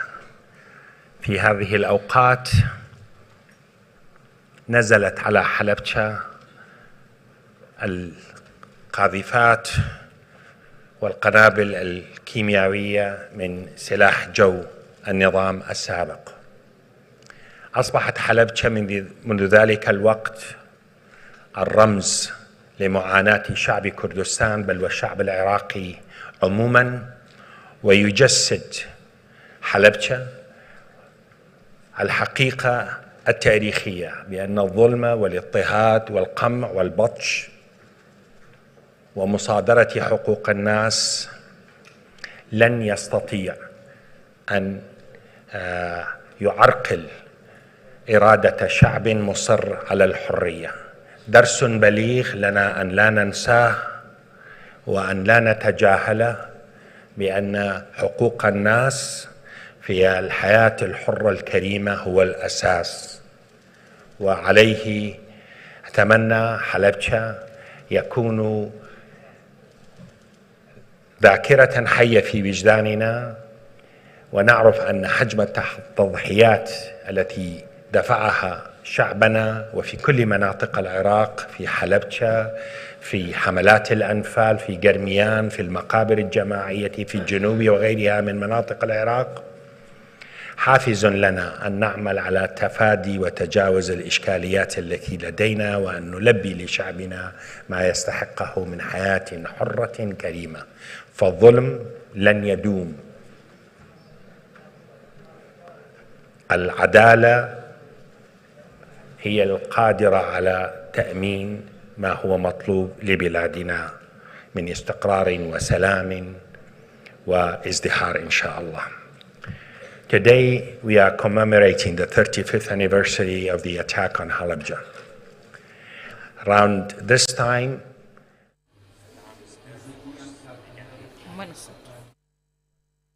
thousands of innocent civilians perished. Halabja became a symbol of the struggle of the Kurdish people and the tragedies they had to endure, and also to be fair.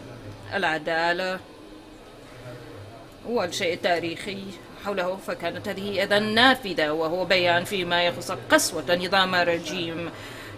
نظام صدام عبر العراق، وإن هذه القبور وأيضا في المحاويل وفي الجنوب وفي عدة مناطق ما يذكرنا بهذا، ما عليه أن يتحملوا كل هذا الرعب تحت حكم صدام حسين ودرس حلب شعبي. ليس هناك قدر من قوة وليس قدر من القسوة والإجرام الذي يمكن حقيقة أن يوقف إصرار الناس للوصول والحصول على حريتهم، وهذا هو درس لنا اليوم لنا كي نتمكن بأن نتأكد بأن الناس يحصلون على العدالة وأيضا الإنصاف والحقوق الأساسية في العيش في وفق سيادة القانون والالتزام بالقانون ومع المساواة والعدالة للجميع، وهذا هو الطريق للمضي قدما. وكان نظن بأن هذه التراجيديا في الماضي لا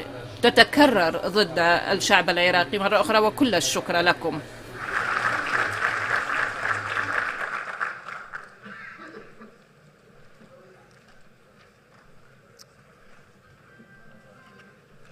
Please remain in your seats. We will begin the next panel shortly. تبدأ الجلسة التالية بعد قليل.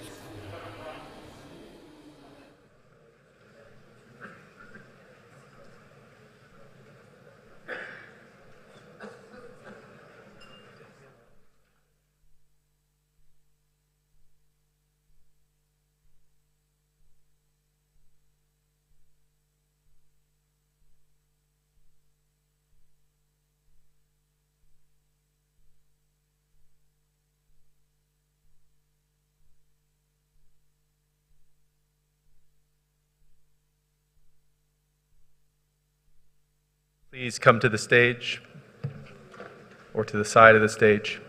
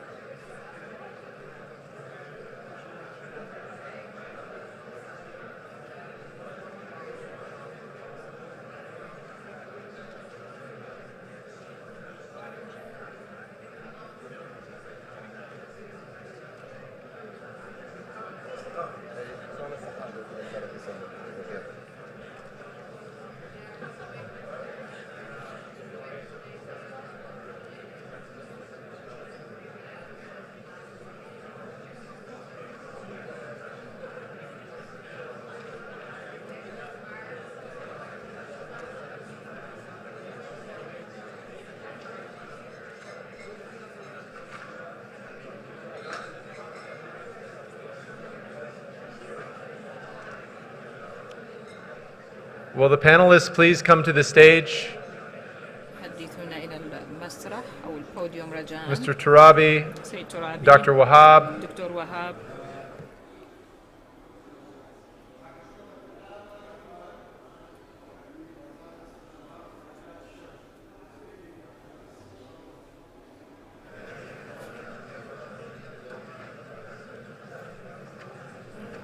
Okay, thank you. Okay, we are going to begin this next panel, which is entitled Governance, Corruption, and Barriers to Reform.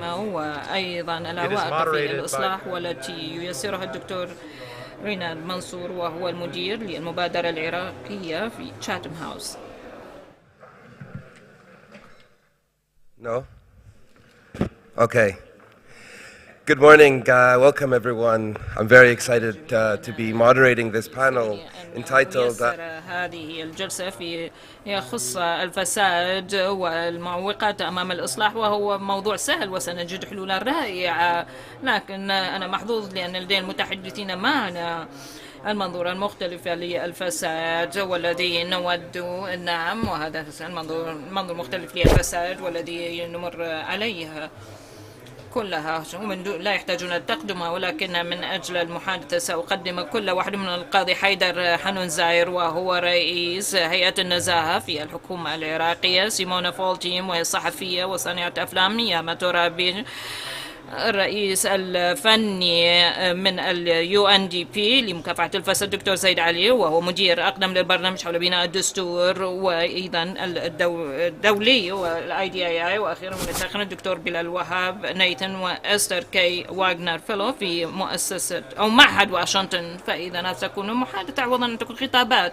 الموضوع الفساد، ولكن نوع الخاص من الفساد هو الذي هو يعني منظم. ولدي 3 أسئلة على وجه الأهم والمن المهم أن نناقشها، وهو أولا العراق هي دولة يهتم بها جميع كل السياسي ألتقيه وهو ضد الفساد، فإذا الجميع هنا وبالتأكيد هو ضد الفساد ونحن نكافح الفساد ونحاربه، ولكن نوعا لا يبدو أنه يتركنا هذا الأمر. فإذا هذا السؤال يجب أن نفكر فيه، وهي دولة ومع هذه الموازنة والتي يمكن أن تكون أكثر من 100 مليار دولار في السنة، يعني لا يبدو أن لديها الغذاء والخدمات الرئيسية والكهرباء. لذا دعونا نتحدث ما هي العواقب الفساد وفي دولة غنية مثل العراق، وأيضا كما تعرفون ليس فقط أن نكون متشائمين، ولكن ما هي الحلول لهذا الأمر، ما الذي يمكن القيام به إذا كان هو شيئا هو النظام، إذا كان النظام هو مصمم يعني عوضا عن شيئا يعني ما الذي يمكن أن يتم القيام به من هؤلاء الذين يستفيدون من الفساد، أن يستفيدوا أقل أو لا يستفيدوا على الإطلاق. فإذا محظوظين أن نكون لدينا هذه المحادثة، وأنا أعتذر مقدما إذا كنت أوقفكم، لكنني مداخلات تكون لبضع دقائق ثم تكون الأسئلة متبوعة كي نصل إلى الجمهور. أبدأ مع سيادة القاضي أو معالي القاضي، وأنا أتحدث باللغة الإنجليزية كي أحافظ على لغة واحد، لأن مهمتك كانت رئيس هيئة النزاهة، وإن عملك في الخط الأمامي لنقوم في مكافحة الفساد.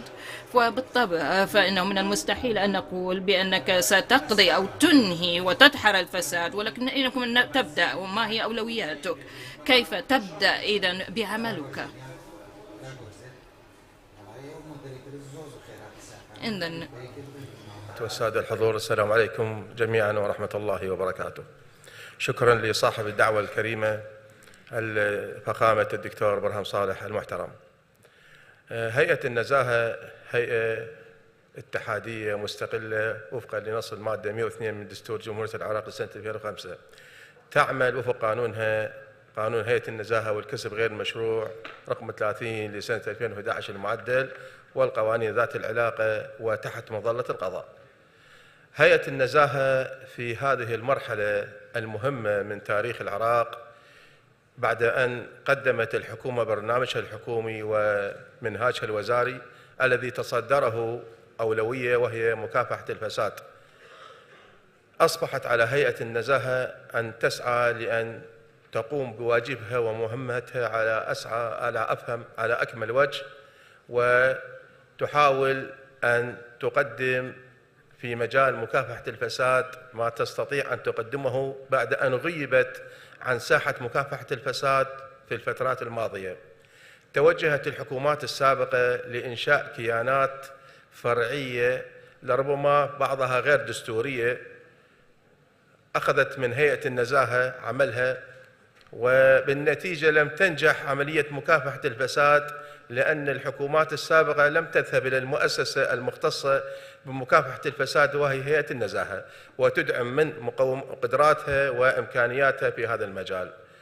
هيئة النزاهة في المرحلة الحالية بعد أن حصلت على هذا الدعم من خلال توجه حكومي وسياسي حقيقي في مكافحة الفساد، بالإضافة إلى دعم قضائي حقيقي في هذا المجال وترسيخ لقواعد القانون وحماية قانونية لها ولكوادرها ضمن مظلة القانون، تسعى بأن تقدم صورة جديدة عن هذا المجال بعد أن أوصلنا لكوادرنا في هيئة النزاهة أن عمل هيئة النزاهة في الوقت الحاضر هو عمل يتصل بالجانب الوطني والجانب بقاء الدولة من عدمه.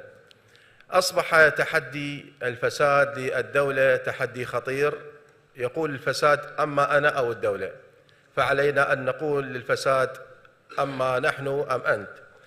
الفساد خطير، الفساد كبر وتجذر في العراق وأصبح ظاهرة، على الرغم أنه الفساد في كل دول العالم، لكن في العراق تجذر بسبب أننا أصبغنا على الفساد صبغات غير شرعية وغير قانونية وغير دستورية. أصبح الفاسد يتصف بصفات مقدسة وحصانات، عندما نقول الفاسد الفلاني، الوزير الفلاني، المسؤول الفلاني، كأننا نحتدي على مؤسسة كاملة، وألصق صفة المؤسسة به فأصبحت له حصانة أولى. الفساد حمته الكلمة الحرة، عندما تم شراء الكلمة الحرة بالماء الفاسد أصبحنا لا نميز بين الكلمة الحقيقية والفساد وغير الفساد، وأصبحت الكلمة الحرة تبتز تحت مظلة الفساد. معوقات كثيرة أمام هيئة النزاهة وليست تحديات. من يتحدى هيئة النزاهة في هذا الوقت سيخسر، وأني أقدم لكم هذا الوعد وأنا مسؤول عنه. سنقدم كل شيء لكي نكسر هامة الفساد ونضعها تحت أقدام أبناء الشعب المضحي الذي قتله الفساد قبل أن يقتله الإرهاب. ضاع من العراق أيام شبابه بعد أن تغير النظام البائد، وأصبحنا أمام نظام ديمقراطي يعطي للأشخاص وللمواطنين حقوقهم. ضاعت فترة شباب هذا العهد وهذا النظام من خلال الفساد، وأصبحنا في مجال شيخوخة لهذا النظام إن لم نسرع ونعطيه جرعات من الحياة. الفساد ليس خطر فقط على إفقار الشعب وإفقار الناس، بل هو خطر على المؤسسة الديمقراطية، وخطر على سيادة القانون ومؤسسات إنفاذ القانون، جميعا في خطر. ولربما عندما يقول نحن في مرحلة عصيبة ومرحلة مفترق طرق، صحيح، لأننا إذا بقينا على هذا الحال فإن الفساد إذا أكل من أطراف الدولة سيأكل مركزها. فعلينا أن نقدم مسرعين لمكافحة الفساد. آليات مكافحة الفساد لدينا كثيرة، نعمل بجد ونشاط من خلال أولا عندما شكلنا الهيئة العليا لمكافحة الفساد، وهي ليست هيئة فرعية وإنما هي هيئة من ضمن هيئة النزاهة، كان واجبها هي التسريع واختصار الوقت والجهد في مجال إنجاز الملفات المهمة والخطيرة. فحققنا من خلاله أولا أنه تم من خلاله هو التفاهم مع مجلس القضاء الأعلى والدكتور المحترم الدكتور فايق رئيس مجلس القضاء الأعلى المحترم اللي هو الداعم لهذه الهيئة. من خلاله اختصرنا أنه نقل القضايا المهمة من المحافظات إلى مركز هيئة النزاهة وعرضها على قاضي المختص اللي يختص بعمل الهيئة العليا لمكافحة الفساد، بالإضافة إلى وجود فريق ساند تنفيذي ينفذ لقرارات هذه الهيئة. كذلك توجهنا من خلال إلغاء القرارات التي كانت تعطي انطباع سيء عن هيئة النزاهة. نحن حاليا أمام مبدأ هو خضوع الحاكمين للقانون، خضوع المحكومين له. كان في هيئة النزاهة بعض الاستثناءات عندما كانت تضع العراقيل أمام القضايا أو الإخبارات التي تحرك أمام الدرجات الخاصة والعليا في الدولة. كان هنالك أمر يتعلق بأنه تعرض الإخبارات التي تقدم ضد الدرجات الخاصة على رئيس الهيئة ليقرر ما يشاء بشأنها. ألغيت هذه الاستثناءات وأصبح الإخبار يقدم لأي مكتب من مكاتبنا أو مديرياتنا في المحافظات وكذلك في مركز بغداد، ويذهب مباشرة كأي إخبار آخر بحق أي موظف آخر. شكرا. نعم كمل. هذه نقول عمل هيئة النزاهة ومكافحة الفساد مساحة واسعة، الكلام كثير فيه لكن الجهد متواصل. نحتاج بالإضافة إلى الجهد هو عمل الأمة وهو أبناء الشعب. إذا لم يدعم أبناء الشعب هيئة النزاهة في المرحلة، والذي نعمل على أنه نبث فيه حالة التثقيف، وهو من واجباتنا أيضا تثقيف الشعب وتأهيله لأن يكون داعم لمكافحة الفساد ويكون جزء من عملية مكافحة الفساد وليس جزءا من الفساد. كذلك تأهيل القطاع الخاص ليكون عونا لهيئة النزاهة ولأجهزة الرقابية التي تسعى في مكافحة الفساد، وليس أن يكون في الجانب الآخر وعونا للفاسدين. العمل كثير أنا وأشكر استماعكم والسلام عليكم. شكرا جزيلا سيد القاضي. بارك الله. Moving on to Dr. Zaid, the Commissioner, the Head of Integrity. رئيس هيئة النزاهة، ولقد تحدث عن الفساد كأنه يخلق وأنه يهدم المؤسسات الديمقراطية، وقد ذكر الدرجات الخاصة والآليات المختلفة بالفساد. ومن منظورك ومن وجهة نظرك، هل هناك من طريقة كي نبدأ بمكافحة الفساد في هذه الدولة؟ إذا أولا شكرا رنات، وشكرا للجميع على حضوركم هنا، وخصوصا الرئيس برب صالح وعلى هذه الدعوة، وأيضا الجامعة الأمريكية في السليمانية. يسرني أن أكون هنا بالقيام به لي، بس أخذ دقيقة هو أقرأ بعض الملاحظات التي موجودة على الشاشة أمامي والتي حضرتها.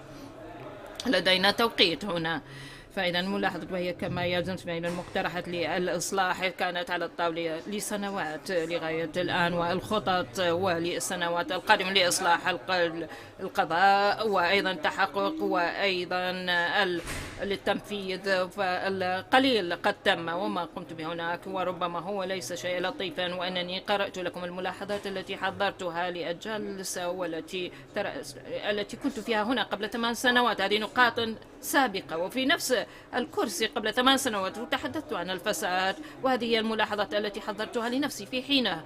وهنا نحن اليوم، وكما رياض يسأل هل هنا شيء يمكن القيام به للفساد؟ نعم، هناك الكثير من الأمور يمكن القيام بها ولكن لم يتم القيام بها. فهل هناك شيء مختلف اليوم في البيئة السياسية حيث تشجعني أن أفكر بأنه شيء يمكن أن يتم القيام به؟ سأقول كلا، لا أعتقد ذلك. فليس كما سبق، أنا أعتقد بأن شيئا تغير حاليا في البيئة الحالية. وأنا كنت مهتما جدا في الجلسة السابقة السيد قباب الطلباني، وتتحدث الاحتياج إلى الحوار وأيضا أو النفط والغاز، ولم تكن أنت محققا في ترجمة كلمة تقدمت منها. إذا لكن الدعوة للحوار والحديث حول هذا الموضوع الخاص، لكن بنفس الوقت نحتاج أيضا إلى محادثة معمقة في إطار العمل القانوني العراق وإطار العمل الخاص بمكافحة الفساد والدستور. وآخر مرة كانت هناك محادثات ذات معنى في 2005 والعملية الدستورية، وكانت كان هناك نقص في التنظيم، وحقيقة نحتاج إلى محادثات معمقة حول هذه الأمور، وهي طويلة جدا وتأخذ الكثير من العمل. فإذا رئيس الوزراء عبادي قال بأنه يرغب بالقيام وعلينا أن نعمل بجد، وهذا أمر رائع نعمل، ولكن هذا نوع من الحدث هو مفيد جدا كدعوة لاتخاذ الإجراءات، ولكن أن تكون محادثات جدية لإطار مكافحة الفساد والإطار القانوني والتغييرات التي تأخذ الكثير من التنظيم والتخطيط. وهذا ما نحتاجه أساسا الرغبة أو الإرادة السياسية، والذي كما تقدم به أن الجميع يتحدث عن هذا الأمر مكافحة الفساد، ولكن لا يتم القيام بأي شيء. فإذا نحن أين هي الإرادة السياسية؟ شكرا جزيلا على هذا الجواب المحدد الرائع. وسيمونا، وننتقل لك الآن، فإن الكثير من العمل قد أظهر أثر الفساد، ويجب نجد فينا المتحدثين هم مناقشة السياسات والشبكات والدولة وغير الدولة، لكن كيف يبدو عليه الفساد حقيقة في الحياة اليومية للعراقيين في السنوات 20 المستمرة. شكرا لنا وشكرا يسرني أن أكون هنا دكتور برهم صالح. شكرا على استضافتنا. أنا أود أن أخذ كمثال ما حدث، وأنني أمضيت وقتا في تقديم التقارير، وهذا يقدم الحقيقة من نظرة ودروس مستقاة لكيف أن الحكومة يجب حقيقة أن تتعامل مع الفساد. فأولاكم كل الذين لسوا على ما ألف به، فإن هذا ما قلت به ينفرد بالسرقة لعلى أقل 2.1 مليار دولار من السلطة الضرائب والتي تقع تحت وزارة المالية، وهذا حدث ما بين 2021 و 2022. ولهذه الثروة الفساد وهذه الفضيحة التي ظهرت لي في السنة الماضية لم تخضع للمساءلة المناسبة. فإذا النقاط الأساسية عندما نأخذ هذه الفضيحة على وجه الأخص، فهي تعلمنا بأنه في العراق فإذا المساواة تتم بالتوافق وليس بين جانب معين. فإذا هناك اتفاقية جوهرية ما بين النخبة السياسية فإنه سيكون هناك أيضا تعامل، يعني وضع أموال في الجيب. فإذا هناك نزاع بين الأحزاب السياسية ونظام المحاصصة. كان هناك نوعا في المحاصصة ضمن هذه الفضيحة الفساد هذه، والنعزة إلى جانب واحد لوضع تسييسه وليس هو مساعدا حقيقة، وكيف يبطر ويبزغ. فإن كان أعضاء من البرلمان والذين اقترحوا في وظيفة تدقيق إزالتها، والتي كانت موافقة مكتب رئيس الوزراء والتي تم تنفيذها بعد ذلك ضمن وزارة المالية. وكان هناك بنك الرافدين والذي هو كيان حكومي والذي سمح بتقديم هذه الأموال للبنك المركزي، طبعا لديه وظيفة الإشراف، لم يتدخل مع الكوميشن وهيئة النزاهة. وأيضا في التدقيق لم يتمكنوا من القيام بوظيفة في الإشرافية. فإذا هناك الكثير من المؤسسات التي كانت منخرطة والتي كلها أما بشكل مباشر أيضا تواطأت أو على الأقل فشلت في واجباتها في التنفيذ أيضا وظائفها. فإذا أنا أعتقد بأن القاضي حيدر أيضا ذكر بأن هناك حاجة للإصلاح ولتحسيس وتقوية هيئة النزاهة، وهذا هو مهم، لأنه كرئيس وزراء السودانية عندما أتى لأول تسلم المكتب فإن هذه الهيئات المشرفة مثل هيئة النزاهة فأيضا وفي التدقيق فشلوا في عملهم لإيقاف هذه السرقات. يعني أما أرسلوا خطابات تسمح يعني بالاستمرار أما التجاهل، فهذا يرفع الكثير من الأسئلة حقيقة. كيف أن هذه الهيئات المختلفة إذا كانت تتمكن حقيقة في أنها يعني تعمل وتكافح الفساد. وعندما ذهبت للتحقق في هذه القصة لقيت أيضا هناك في المصعد كانوا ورقة للإعلام، وكل الموظفين ضمن المكتب القسم الضريبة قاموا بالإبلاغ، وهيئة النزاهة فشلت في اتخاذ الإجراءات ولكن تم معاقبة حتى من المخبرين السريين لنقل وتم تهديدهم من الموظفين. فإذا بشكل عام فإذا في كل المؤسسات الحكومية فهناك جو من الخوف في التحدث ضد الفساد أو القيام بأي شيء حوله، لأن الناس يفهمون بأنهم لن يتم دعمهم ولن يتم القيام بأي شيء حقيقة لوضع نهاية لهذه الفضائح. فإذا ما نظر كيف أن الحكومة قد تعاملت مع التحقيق عملية المساءلة، وبعد أن بزغت إلى الضوء هذه القصة فإذا هناك الكثير من القضايا هنا. أولا كان هناك تركيز فعلي على الاستعادة هذه الأموال المسروقة عوضا عن جلب هؤلاء المسؤولين للمساءلة.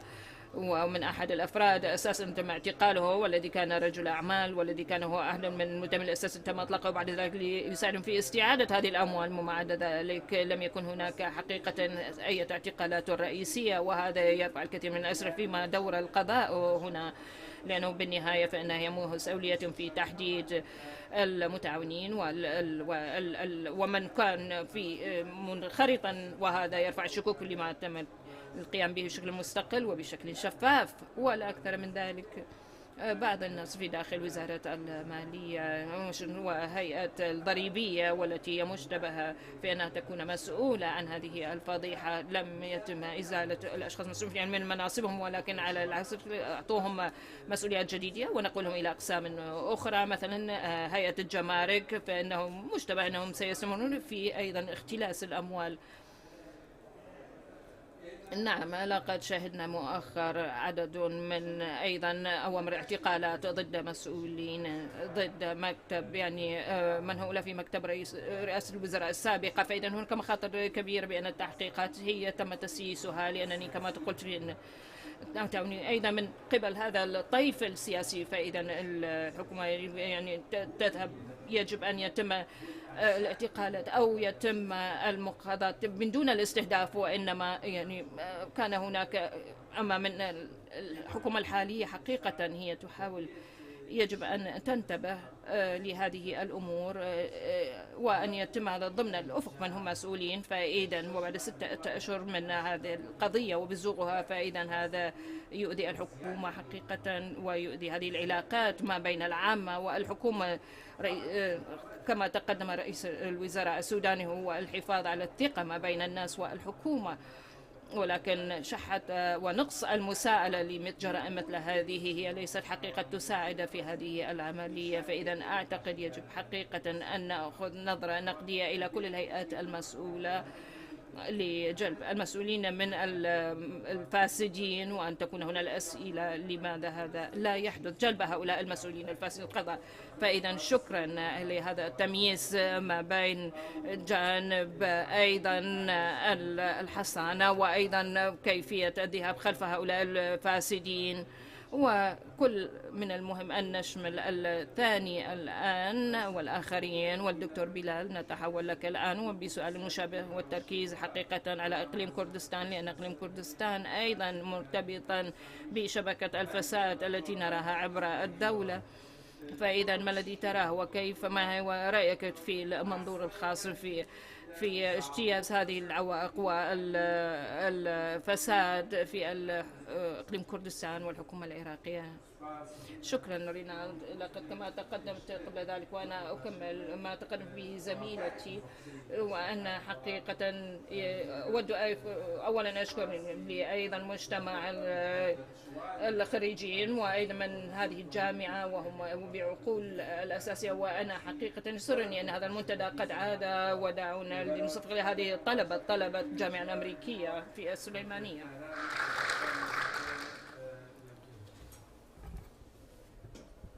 إذا bias to this institution. I used to teach here for 4 years. لقد كنت أدرس هنا لمدة 4 سنوات. لكن لدي صف وقدمت لهؤلاء الصف في السنة الثانية والذي هو كان درس الفساد. فإذا كما تعلمون يعني الفصل طويلا، وأنا أسبوعا كنا نتحدث ما هو الفساد وكيف نعرف الفساد وما هو آثار الفساد. فإذا أمضينا وقتا أن كيف أنه سيء للتنمية الاقتصادية وأنه سيزيل الشرعية للنظام الحاكم، وأيضا الفساد لا يشجع على التصويت والمشاركة. ثم حدث داعش وقلت هذه هو الكتب، فإن الفساد حقيقة يقوض استقرار الدولة والفرص العظيمة للتمويل، وأيضا المجموعة الإرهابية، وأيضا يقوض قدرات القوات الأمنية. فكل هذه الأمور الأكاديمية والربط النظري وأعتقد أنه سيكون لطيفا لو كان الفصل ما يدرس، ولكن لا نتحجج فما أصبح شيئا منطقيا حتى ذلك. فكل من يعيش في هذه الدولة إذن وأساسا يفهم حقيقة كيف أن يعمل فساد وما هو الفساد. فإذا هو أصبح حقيقة تقريبا هو النظام. وإذا هناك كتاب وتحت عنوان النظام جعلني أقوم به. فإذا حتى أنت لو كنت شخصا جيدا وكنت ضد الفساد لا يمكن أن تتجنبه حقيقة، فإنك ستجبر على القيام به. فتحدث إلى الشركات وكيف يتم أيضا ابتزازهم، أو أنه حتى من الإعلام وحتى من منظمات غير حكومية وحتى الناشطين المسؤولين السياسيين الشخصيات السياسية وحتى من المواطنين من هذه النافذة إلى هذه النافذة في المعاملات وحتى العمل الورقي. فإذا هو أصبح الحياة. وكما تقول لكن الجميع أيضا هو ضد الفساد. إذا ما هو شيء خاطئ هنا، والعراق ما زال يصنف ما بين أكثر الدول فسادا في العالم. فإذا هناك شيئا يعني يجب نقوم. فإذا سمعنا رئيس الوزراء البارحة بأن الفساد أصبح حقيقة جائحة، وهو في بحث على الفاكسين لنقل. فإذا يقارن حتى تهديد الأمن الوطني فمثل داعش، فإذا مثل جائحة، فإذا لا يمكن أن تترك لمجموعة من التحديث كي يحول هذا الأمر. فإذا كل من منحى خاص ومنهجيات حكومية وأيضا منهجية مجتمعية.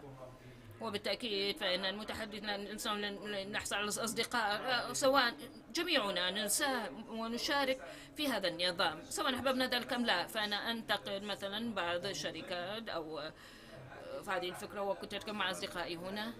أنا أعتقد أن حتى الشركات والعمل في العراق وفي إقليم كردستان يستخدم الكثير من الورق في أن إيجاد هذه الثغرات للبقاء لهذه الشركات، أيضا عن النضال في الكفاح ضد الفساد، وأن يكون جزءا من مجتمع من ناشطين الذين يعملون مكافحة الفساد وأيضا مناصرة ضد الفساد. ولكن هو حتى للمواطن العاديين يذهبون وينضمون لمنظمة غير حكومية، أو هو حقيقة من الأسهل إليهم أن يجنوا ما هو العام الثاني أو الثالث في هذا القسم أو ذلك، سيكونون هم الواصلين في نهاية المطاف لأنك تريد أن تحصل على الرخصة وما شابه. وهذا هو صحيح في كل أرجاء، ولكن الفساد في كردستان وخصوصا بالنسبة للسؤال ربما لديه نكهة خاصة، وربما أنا لن أغضب أحدا هنا في القاعة. نقول أن إقليم كردستان النظام السياسي هو إقليما لحكومة من حزب واحد لنقل، وحكومة من حزب واحد لديها سيطرة أكثر ونفوذ أكثر في القيام بالأمور، ولكن في نفس الوقت وتنفيذها. ولكن هو أسهل في هذه الشبكة وباسم اللعبة في فساد العراق، حيث أن الحزب السياسي يحصل للوزارات والبرلمان ويكون أي أنت أن تضع هذا في البحث، أي أن تحصل على الموارد وتخلق هذه الآلية التي تسمح لك بأن تبقى في هذه اللعبة. فهناك الإعلام وأيضا بعض الأجنحة المسلحة لنقل. ولكن في كردستان أنا أعتقد أن العذر في أن لا تكون قانون مكافحة الفساد لأنه أيضا سيادة حزب واحد، فأعتقد هو أضعف. ربما في بغداد فإن المساءلة يمكن أن تكون مصادرة أي تأتي إلى وزير المالية ويقول إن هذه ليست مشكلتي، اذهب للبنك المركزي، والبنك المركزي يقول حقيقة أنا لا أسيطر على ذلك، يجب أن تذهب إلى وزارة التخطيط. على خير يمكن أن يلعبوا هذه اللعبة. ولكن في إقليم كردستان أنا أعتقد فإن سؤال المساءلة يمكن أن تضعه حقيقة في مكتب واحد إن لم يكن في شخص. شكرا. الكثير من الأمور الآن قبل أن نأخذ الأسئلة أريد أن أسأل بالنسبة إلى ياما أتيت إلى العراق وكنت أنا موجودة لفترة طويلة، ما هي الملاحظات التي لديكم عن ما يمكن تعلمه من مكافحة الفساد في العراق وبقية الأماكن التي ذهبت إليها؟ وأيضا ما هي الآراء حول ما تم مناقشته لحد الآن، وما الذي يمكن أن يدعمكم في عملكم في اليو إن في الأمم المتحدة عندما تحاولون أن تبذلون جهد لبناء مؤسسات مكافحة للفساد؟ قبل المجيء إلى العراق كنت أعمل في أفغانستان، حيث أيضا هنالك الفساد متأصل وممأسس، وبالتأكيد هذا يعطينا بعض الدروس. لكن أعتقد أنه خلال هذه السنة وبحديثي مع الأشخاص المختلفين أشاروا إلى بعض المكونات المؤسساتية للفساد، بما يعني أن الفساد انتقل من كونه أفعال فردية إلى أفعال منظمة، والتي هي تعتبر جزء من الممارسات التي أصبحت مؤسساتية ومحمية، وبالعادة تكون ممنهجة أو فساد يتبع بعض الأهداف السياسية، أو يحصل هنالك توزيع لآليات الفساد المختلفة بين أفراد مختلفين. ونعم، هي حالات الفساد في بعض الأحيان نراها فردية، ونحن جميعا عالقون في مشكلة الفساد، ولكن لأننا نحن جميعا كناس نحاول الحصول على عقود، على وظائف، على كذا وكذا. إذن المنهجيات التقليدية التي لدينا من أجل مكافحة الفساد أمست لا تعمل، وأن طرد الناس واستبدالهم لا يعمل أيضا في هذه الحالة بمكافحة الفساد. إذن يجب أن يكون هنالك تركيز تكنوقراطي للحلول التكنولوجية، ولكن هذا أيضا يبدو أنه لا ينجح. إذن ما يمكن القيام به في هذه الحالة هو اللجوء إلى ما نسميه بنزوح الفساد. إذن الشبكات النزوح تدفعها بالذهاب إلى قطاع آخر. ما الذي تعلمناه في العادة من البلدان التي يكون فيها فساد مؤسساتي ومتأصل هو تقييم أنظمة للتقوية والتمكين الاجتماعي، بما يعني يجب أن يكون هنالك جهد جماعي مجتمعي. وبالنسبة لعملي ضمن الأمم المتحدة، أنا لدي تركيز على التحقيق، وعلى سبيل المثال التعاون مع هيئة النزاهة، ونعمل معهم على بناء القدرات وبناء النزاهة لهذه المؤسسات. وفي نفس الوقت أتعامل مع أصحاب المصلحة، على سبيل المثال نقابة المحامين أو الصحفيين،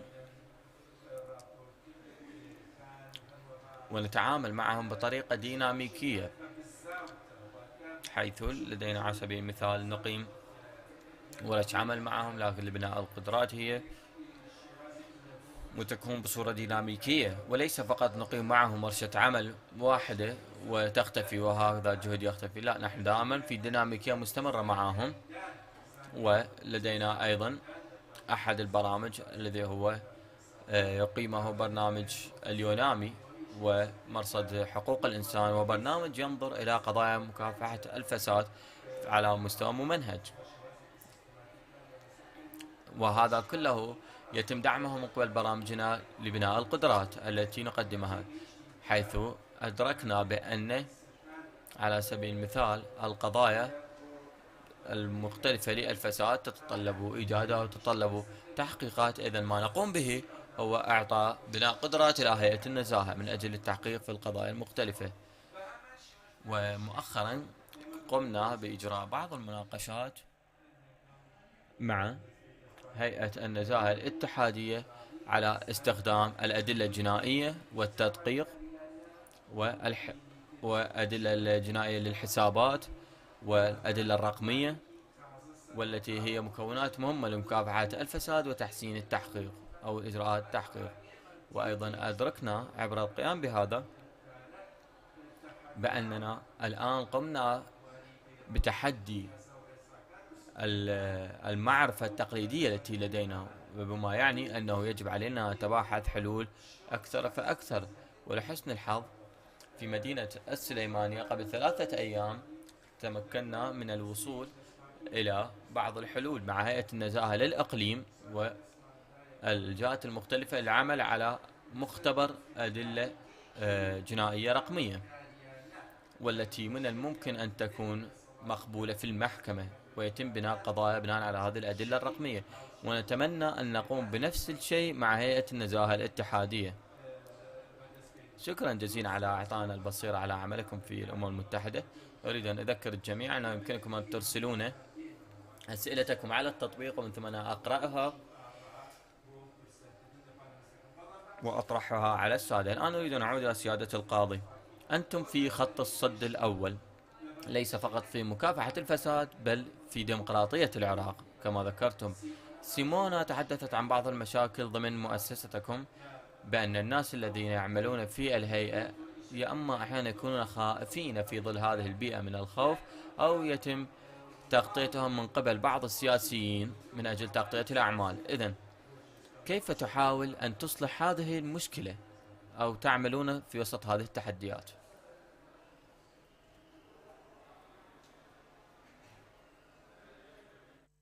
سبحانه وتعالى: ولكم في القصاص حياة يا أولي الألباب. العقاب واجب والمساءلة واجبة لكل من ارتكب جريمة. أنا صريح، تخوين أجهزة الدولة التي تعني بمكافحة الفساد والقضاء وتسييس عملنا هو جزء داعم للفساد. يزعل من يزعل، يرضى من يرضى.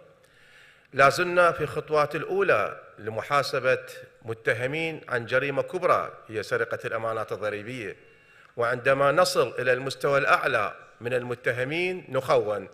عندما كنا نعمل مع المتهمين الصغار لم نخون، لم يقولون عمل هيئة النزاهة مسيس أو القضاء. عندما وصلنا إلى الدرجات العليا من الوظائف أصبحنا مخونين ومسيسين. عجيب، أنا لا أقبل هذا العمل. الفكر لا سيما يأتي من دول تقدمت في هذا المجال. العراق ليس الدولة الوحيدة فيها فساد. أنا كنت في الشهر 12 الماضي في المملكة العربية السعودية، أنجزنا اتفاقية الدول الإسلامية لمكافحة الفساد، إنفاذ القانون، وطرح لي رئيس الهيئة، هيئة مكافحة الفساد، الرقابة ومكافحة الفساد السعودية، كيف استحصلوا على أكثر من 300 مليار دولار خلال أقل من شهر من مكافحة الفساد. فإذا الفساد يوجد في كل دولة ويكافح في كل دولة، ولم تتهم تلك الدول بتسييس إجراءاتها. عندما نقوم بإجراءاتنا في العراق تتهم بالتسييس، وهذا جزء داعم للفساد. وإذا بقى الحال على هذه سنعمل في فضاء فارغ ولن نحقق شيئا، لأن الفاسدين يهربون خارج العراق ويحصلون على الدعم الدولي، يسرقون أموالنا وتستقبلهم مصارف وبنوك دولية ودول واقتصاديات دول، وتحتضن تلك المبالغ وتمتنع عن إعادتها لدولة العراق أو لجمهورية العراق، ويقولون أنتم تسيسون إجراءات مكافحة الفساد. لا والله، لو كانت هذه الدول في مجال مكافحة فساد حقيقية معنا وباتجاه مكافحة الفساد في العراق لحققنا إنجازات كبرى.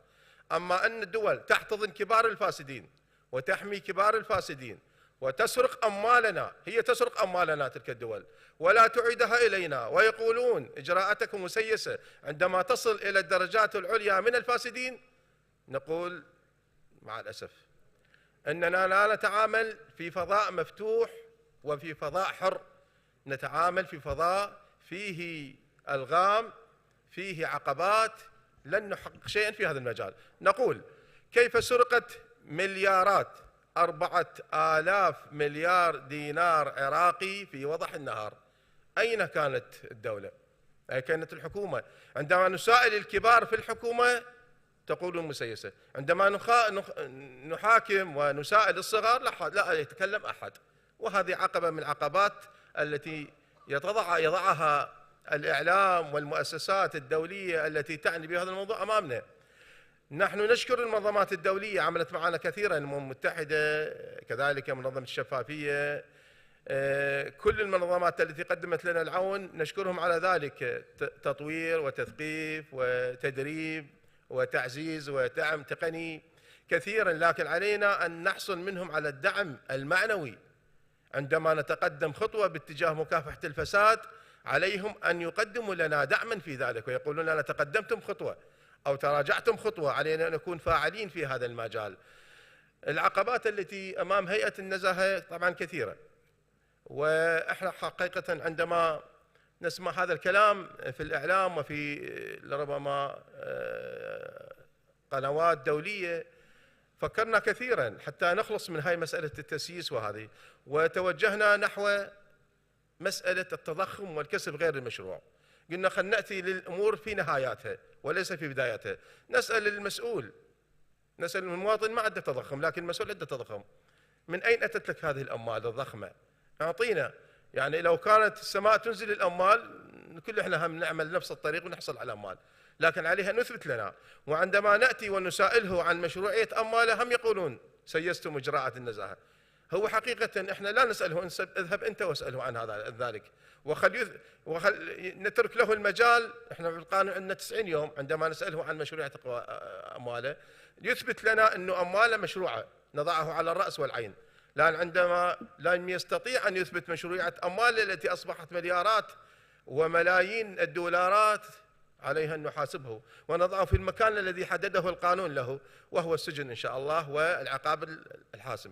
لذلك أنه عدم معاقبة الفاسدين، عدم مساءلة من ارتكب جرائم بحق الشعب، عدم مساءلة من سرق المستقبل من أبناء هذا الشعب المظلوم.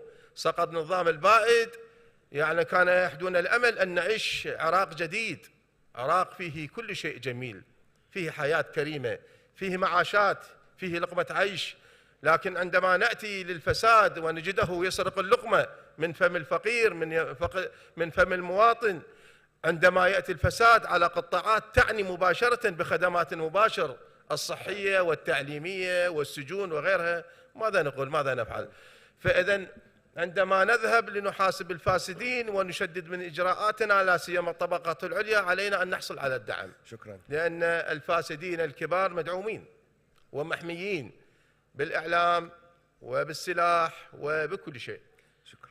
قدموا لهيئة النزاهة ما تستطيعون لأنها مسؤولية الجميع، وعلى الجميع أن يسعى، لأنه مكافحة الفساد ليست مسؤوليتي فقط، وإنما مسؤولية كل مواطن وكل مسؤول وكل فرد من أبناء هذا الشعب. العراق جميعه يخسر، ليس فقط هيئة النزاهة، وكل إنسان يخسر مستقبله وبلده وكرامته وأمواله. قوت الشعب مهدد ومستقبل الشعب مهدد. لا أقول شعارات، لكن علينا أن نعكس لكم الآلام التي نشعر بها عندما لا نجد معون لنا، وعندما نعمل نخون. ماذا نقول يعني؟ ماذا نفعل؟ نعمل وفق الإطار القانوني وفق ضوابطنا، لكن علينا أن نحصل على الدعم المعنوي حتى نقوي من معنويات كوادرنا التي تسهر الليالي، والله تسهر الليالي. فرق ميدانية متواجدة في كل مكان، فرق ضبط تعمل في كل مكان. عندما وجدنا أن الإعلام يطرح ملفات فساد مهمة، شكلنا فريق ميداني إعلامي يتوجه للفضائيات ليسجل الإخبار وهو في الفضائية لمن يقدم المعلومات. لكن تفاجأنا أكثر من يطرح ملفات فساد لا يملك أدلة ولا يملك، وإنما فقط كلام في الإعلام. وهذا شوه سمعة بلدنا الكريم العراق. العراق دولة مثل باقي الدول، فيها جرائم وفيها محاسبة وفيها شعب وفيها مجرمين وفيها شرفاء وغيرهم. من ضاق عليه الحق فالجور عليه أضيق. شكرا. نعم. شكرا. وشكرا. شكرا جزيلا.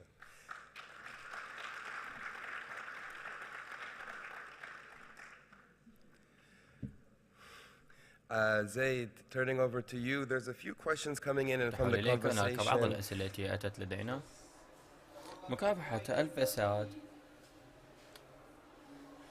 لديه بالتأكيد الجنبات القانونية وتطلبات قانونية. هل هذا يعني أن هناك حاجة إلى تغييرات دستورية أو لدينا مشاكل قانونية؟ وبكونك محامي في القانون الدستوري وفي المنطقة ما تراه؟ بالتأكيد لا نحتاج إلى تغيير الدستور من أجل القيام بهذا الأمر، لكن هناك بعض التحسينات المطلوبة. فإن تغيير الدستور نعلم أنه أمر جدا صعب القيام به، وهنالك بالتأكيد التعديلات للقيام بها على الدستور هي جدا محدودة وجدا معينة، وبالذات عندما نتعامل مع إطار العمل مكافحة الفساد وعندما نتحدث باستقلالية القضاء. إذن بالتأكيد مثاليا يمكنك أن تعود وتقوم بتعديلات دستورية وتعدل هذه الأحكام، لكن في غياب القدرة على تعديل دستوري يمكنك القيام بالعديد من التحسينات عبر الإصلاحات القانونية وإصلاحات أخرى. بالتأكيد هنالك أيضا أمور أخرى يمكن القيام بها على مستوى القضاء أو السلوك السياسي. فعلى سبيل المثال أحد الأمور التي أتفاجأ بها عندما أرى الأخبار في العراق هو أرى أن كبار المسؤولين أو السياسيين في العراق هو نراهم دائما ما يكونون على سبيل المثال يخرجون أو لنقل أنهم على توافق مستمر مع السياسيين، لكن في الدول الأخرى على سبيل المثال في الولايات المتحدة محكمة الأيبكس التي هي المحكمة العليا في الولايات المتحدة هي ليست أساسا في العاصمة، أو في ألمانيا المحكمة العليا في قرية صغيرة في مكان نائي، في جنوب أفريقيا في جوهانسبورغ توجد هناك المحكمة العليا، بينما البرلمان في كيب تاون. أما في العراق كل هذه المؤسسات هي في مكان واحد صغير، لهذا نراهم سوية في الاجتماعات السياسية، في اجتماعات، في محافل، نرى القضاة والسياسيين سوية.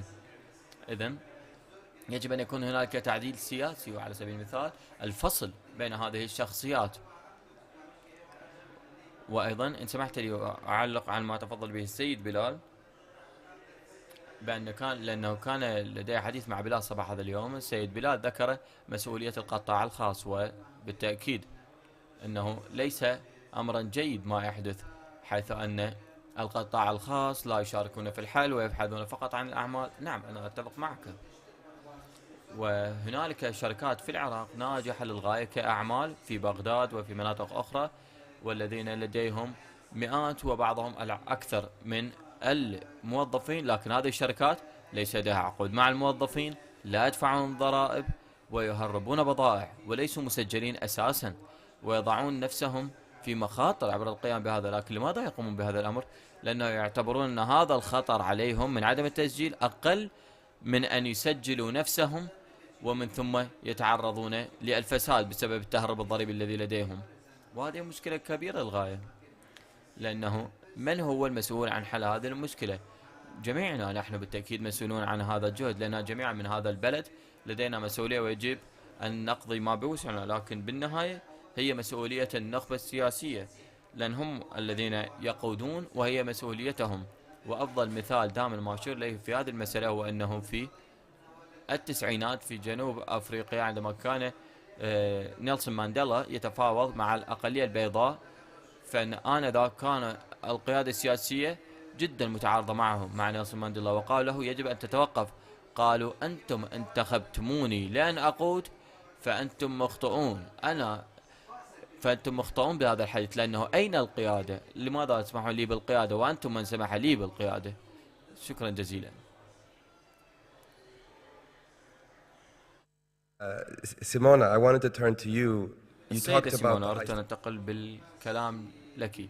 تحدثت عن سرقة القرن، وتحدثنا عن القطاع الخاص والتي تعيشين في بغداد، وكل من يذهب إلى بغداد يرى العديد من المولات، يرى العديد من الأعمال، من الاستثمارات. إذن ما سوف يكون تأثير على المدينة والشعب عندما نرى أن يصبح من الصعب إرسال أو الحصول على تمويلات أو دعم من الخارج؟ رأينا أنه بالتأكيد أسعار العقارات على سبيل المثال ارتفعت للغاية بعد سرقة القرن. على سبيل المثال في الأميرات، في شارع الأميرات في المنصور، الذي هي مناطق كانت أيضا متأثرة جدا بسرقة القرن، وكان هنالك شراء بعض العقارات بها تم شراءها من سرقة القرن. إذا رأينا ليس فقط العقارات ارتفع سعرها، ولكن حتى الإيجار ارتفع سعر الإيجار. إذا هذا يؤثر على العراقيين الاعتياديين. إذن في نفس الوقت دائما ما نتساءل عندما نرى العديد من المولات أو المطاعم تبنى في العراق، من أين تأتي الأموال لها؟ إذن يبدو أن الأعمال أو القطاع الخاص في العراق يتم تمويله من قبل أموال مسروقة، لأنه من الذي لديه الوصول لهكذا أصول أو موجودات؟ إذن هذا أمر صعب للغاية، ونعلم أنه لا يمكن تواجد هكذا أموال بكل بساطة. ويبدو أن هذا الاكتظاظ بالاستثمارات أثر على العراقيين البسيطين. وفي نفس الوقت أين هي معايير المصرفية؟ لأنه بالتأكيد نعلم من الصعب جدا الحصول على قرض مصرفي من أجل بناء مطعم. لهذا القطاع الخاص هم الذين يقومون بهذه الاستثمارات، وهم الذين اختلسوا أموال عامة. وهذا في نفس الوقت يقوم بالتأثير على أصحاب العمل الشريف في الاستمرار بعملهم عندما يرون هكذا أعمال أخرى تنمو بكل بساطة، وهذه كلها هي أعمال غسيل أموال بالتأكيد. السيد بلال سؤال لحضرتك، وهو سؤال أكاديمي على أكثر. تحدثت عن بعض الشبكات والفساد، ما هي العلاقة بين الفساد والمحاصصة؟ Is basically the Iraqi لأن term. المحاصصة هي المفردة العراقية التي صكيناها أو سكيناها، وإنها نظام خاص. على سبيل المثال هي نظام مبني على الهوية، أنت تبدو مثلي، تلبس مثلي، ترتدي مثلي أو لا، هكذا كانت سابقا المحاصصة. أما الآن تغير هذا المفهوم، وأصبح الأمر لا شخصيا أكثر. على سبيل المثال بناء على الولايات الطائفية أو الولاءات الحزبية تأتي المحاصصة، أو بناء على الديناميكيات التي تنمو في الساحة السياسية العراقية. نرى أكثر هذا الأمر في إقليم كردستان أكثر من البلدان، عفوا أكثر من المحافظات الأخرى. وعندما نتحدث عن المؤسسات السياسية أو مؤسسات الدولة، قبل 10 سنوات كان لدينا أحزاب قوية مع مؤسسات قوية، لكن حتى تلك المؤسسات بدأت تخسر أرضيتها القوية، وبدأت تخسر موظفيها الأقوياء، وهذا ما يجعل تحدي مكافحة الفساد أصعب علينا. لأنه على سبيل المثال قد تفضل سيادة القاضي بأن المجتمع الدولي أيضا لديه مسؤولية في هذا الأمر، وأنا أود أن أعلق على هذا الأمر. لأنه في العراق في الأدبيات الأكاديمية يقال أن هنالك عامدين أساسيين، هما المحاسبة أو عفوا المساءلة والشفافية لمكافحة الفساد.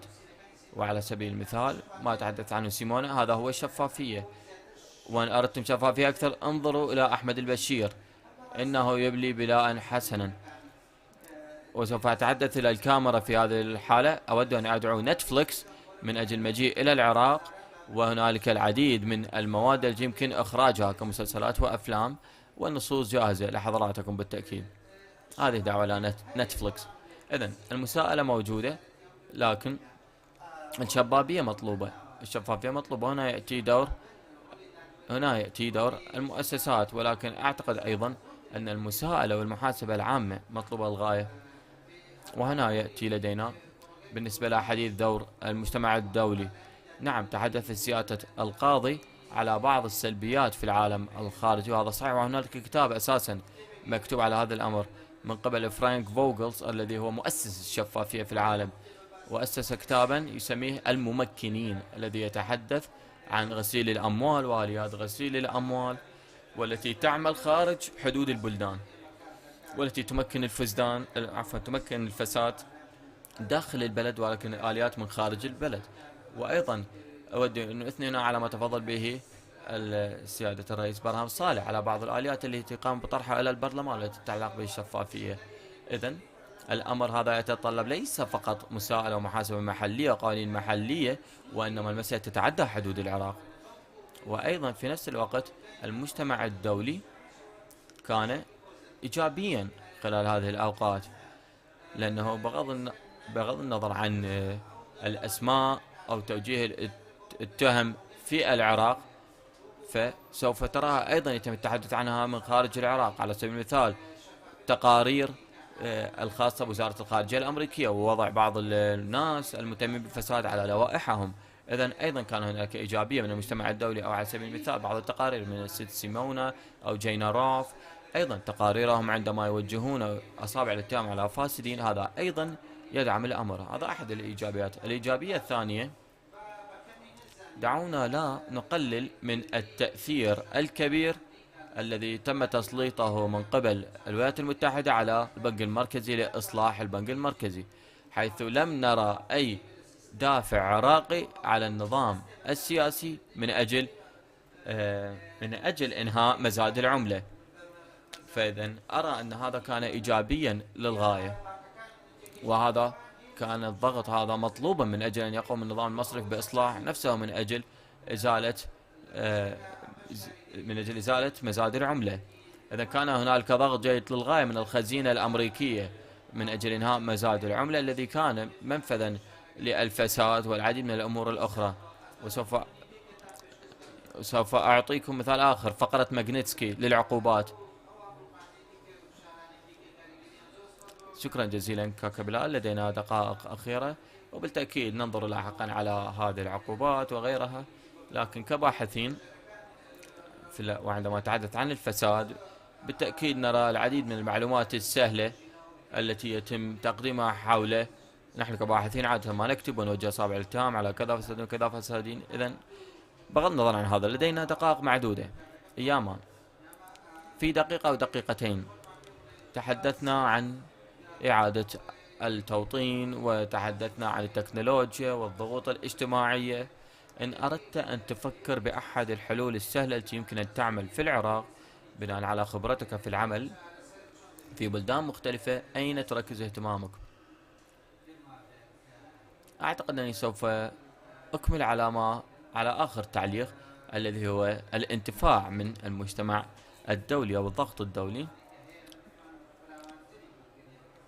هنالك بالتأكيد العديد من الجهود التي يمكن أن تؤدي بنجاحات، ورأينا هذا في السنوات المنصرمة، والعديد من هذه النجاحات أتت بالتأكيد بناء على الدعم من المنظمات أو من المجتمع الدولي التي تعتبر خارج اللاعبين المحليين أو ساحة اللاعبين المحليين. على سبيل المثال مبادرة الشفافية التي العراق هو جزء منها لكن يناظر قليلا، والتي هي منهجية متعددة أطراف فيها أصحاب مصلحة مختلفين من أجل التحدث عن القطاع الخاص والمجتمع المدني. وأيضا هنالك سكرتارية لهذه المبادرة، لكن العراق ليس عضو في هذه السكرتارية للشفافية. أنا بالتأكيد أدعو العراق لأن ينضم إلى هذه المبادرة، مبادرة الشفافية كعضو في السكرتارية، من أجل يكون هنالك تحالف ممتاز للغاية بين المجتمع المدني والمؤسسات الحكومية والمسؤولين الحكوميين من أجل أن يكتبوا طريق للإصلاح أو خطة للإصلاح، ويقوموا بالعمل الذي أشرت له بالبداية، الذي هو الأفعال الجماعية أو الإجراءات الجماعية، حيث لا يمكن يكون هنالك أعمال إصلاحية منفصلة ومنفردة عن بعضها البعض. شكرا جزيلا، شكرا لكل المتحدثين، كانت هذه محادثات ممتازة للغاية، ونتمنى أن نستمر أكثر بها لاحقا. ونشكر دكتور برهم والدكتور ماك على تسهيل وتيسير هذه الجلسات. شكرا للجميع على أسئلتهم وشكرا للمشاركة.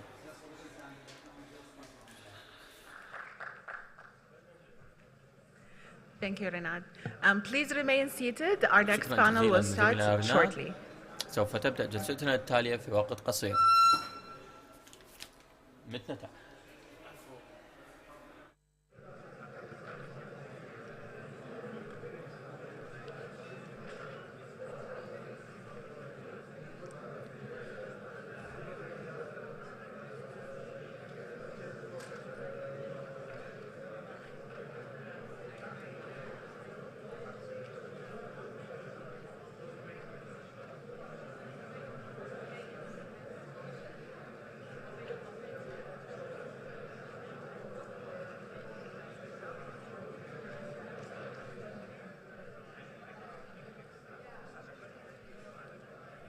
I kind of have to like.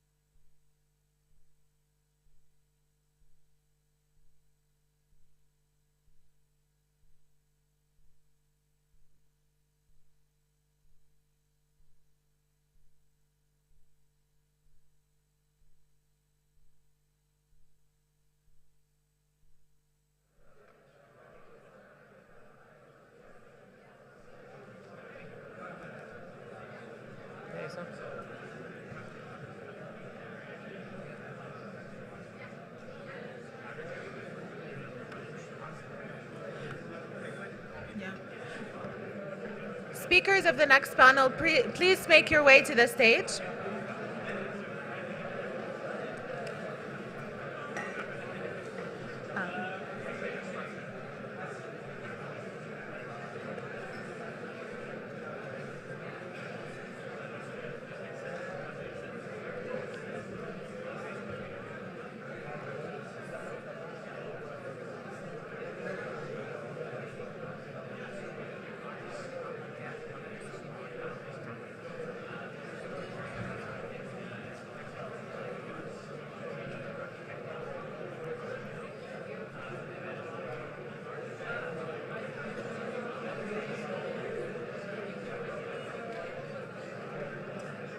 Mr. Yeah.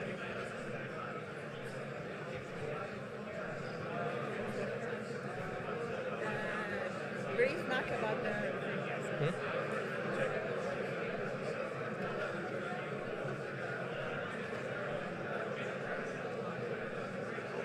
Mr. Jassim Al-Asadi, please make your way to the stage.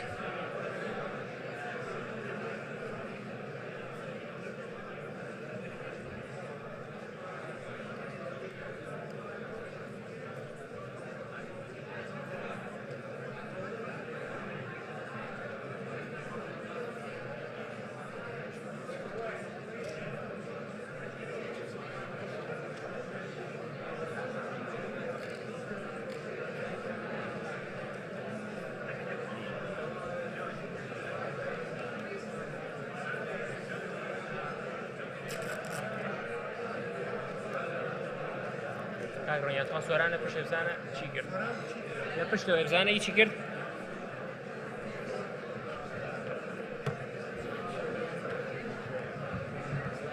Sorry about that. بزانم هات ژانیشمەوەم کردەوە ئەو نییە ئەمە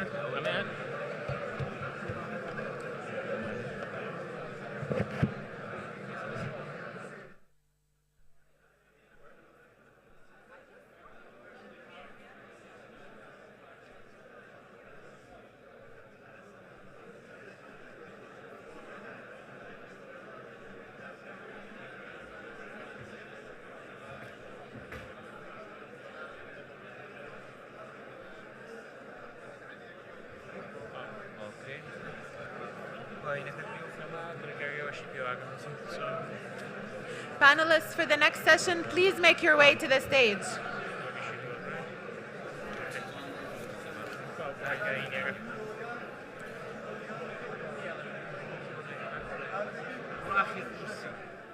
Hello. We're going to get started. Dr. Jassim, could you please make your way to the stage? Dr. Jassim. رجاء التفضل إلى الستيج.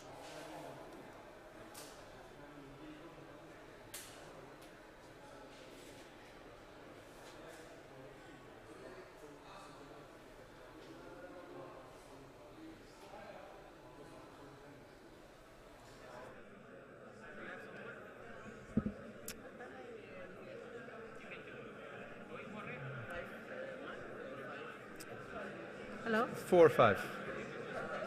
And it, not now, not now, not now. You will be the third speaker. Okay, okay, thank you.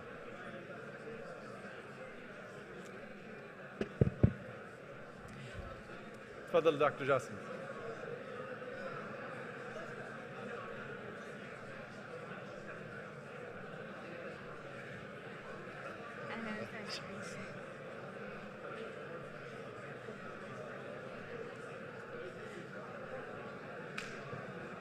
Distinguished guests, please make your way back to your seats. We're about to start the session. I'll take it. إلى مقاعدكم فإننا على وشك البدء بهذه الجلسة.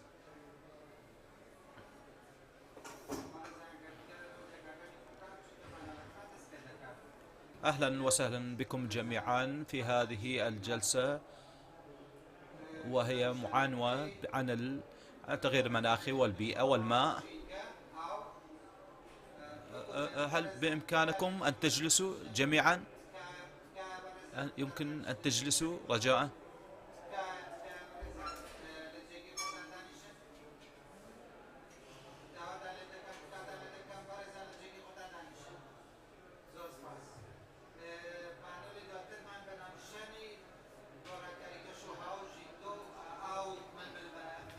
لدينا مجموعة من المشتركين ولدينا السيد جاسم عبد العزيز الفلاحي الذي وكيل وزير البيئة في حكومة العراق، ولدينا سيادة مهدي رشيد الحمداني الوزير السابق للموارد المائية في العراق، ولدينا سيد خالد سليمان وصحفي بيئي، ولدينا غلادلان وهو باحث أقدم في برنامج البيئة، ولدينا جاسم الأسدي صاحب مشروع الطبيعة العراقية. سوف أبدأ بالسيد خالد سليمان. هو صحفي طويل له باع طويل في العراق، يركز على البيئة في الجنوب بشكل خاص، في المكانات التي مهملة مثل العمارة على سبيل المثال وذي قار. وجدت معاناة الناس هنالك طبعا، ونعرف جميعنا بأن نقص المياه ليس مسألة هي ترسب الماء القليل، ليست فقط عمليات استخراج الماء، أو هو موضوع البنى التحتية وإدارتها التي تخص في الماء.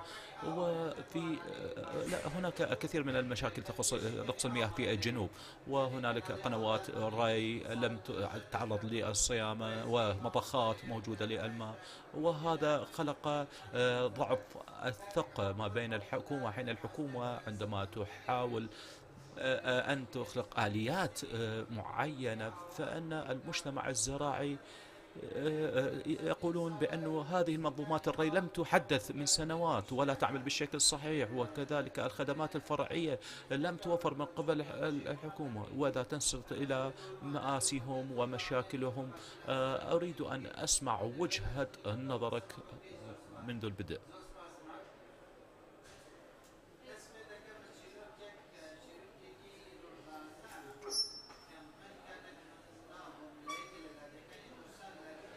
مدن بعيدة عن الحضارة، وكان المصدر الرئيسي للمي الآبار، وكان عندنا بير بالبيت أبدا ما وصلنا للمي يعني، فبعدين تم ردم البير، وكان عندنا شجرة توت داخل الحوش داخل البيت، فما عندنا مي كافي حتى نسقي الشجرة. والدي كل ما كان يتوضأ يوميا 5 مرات، فبالمي اللي يتوضأ به يسقي بها الشجرة. هذه القصة جعلتني صحفيا بيئيا، وعندما بدأت بالعمل الصحفي وتحديدا في جنوب العراق، تجولت بين قرية وقرية أخرى، مدينة ومدينة أخرى، رأيت واقع مائي بائس في العراق. أحيانا تحزن لما ترى في مدينة كبيرة يتم تفريغ المياه الآسنة في الأنهر العذبة، وترى كيف السكان المحليون يعانون من مشكلات كثيرة: زراعة، توفير المي للماشية، وحتى توفير المي للشرب.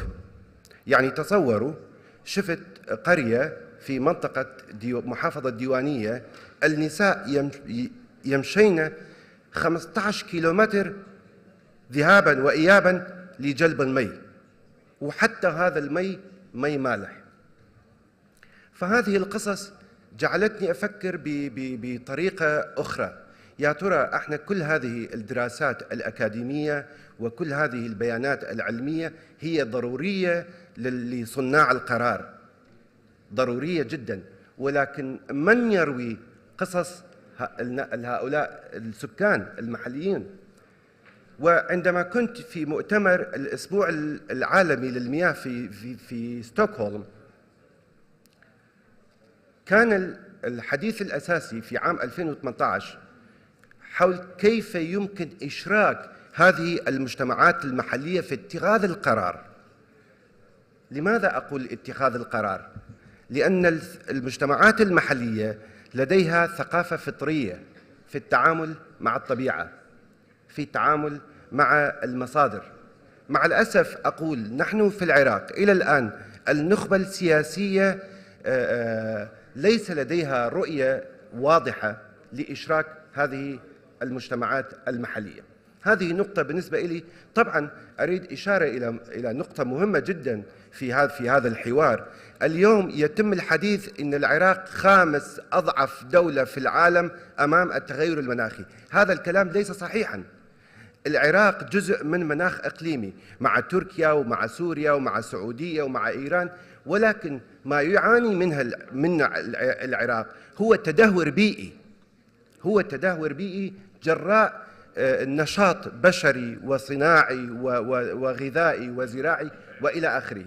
وفي هذا السياق أريد الإشارة إلى نقطة أخرى، وهي الاختلال بين الموارد الطبيعية المتجددة الموجودة في العراق وبين التكاثر السكاني السريع جدا. العراق يزيد مليون كل عام، نحن اليوم نتحدث عن 42 مليون إنسان في العراق، بينما الموارد الطبيعية المتجددة منها المياه، منها التربة، منها الهواء، منها كلها يقل. يعني هذا صار اختلال هيك بهذا الشكل. وطبعا أنا لا أريد الحديث عن تحديد النسل، ولكن أتحدث عن الصحة الإنجابية.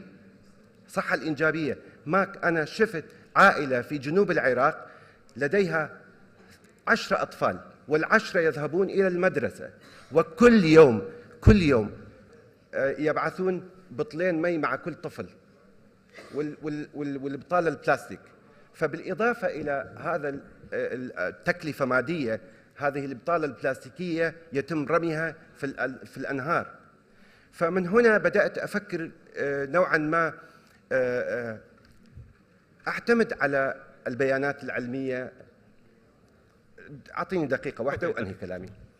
أعتمد على البيانات العلمية وأعتمد على الأبحاث الأكاديمية، ولكن في نفس الوقت دائما وأبدا أرجع لنبض الناس، لنبض الشارع، للحياة اليومية للناس. ممكن هناك شيء آخر ولكن الوقت انتهى بعدين.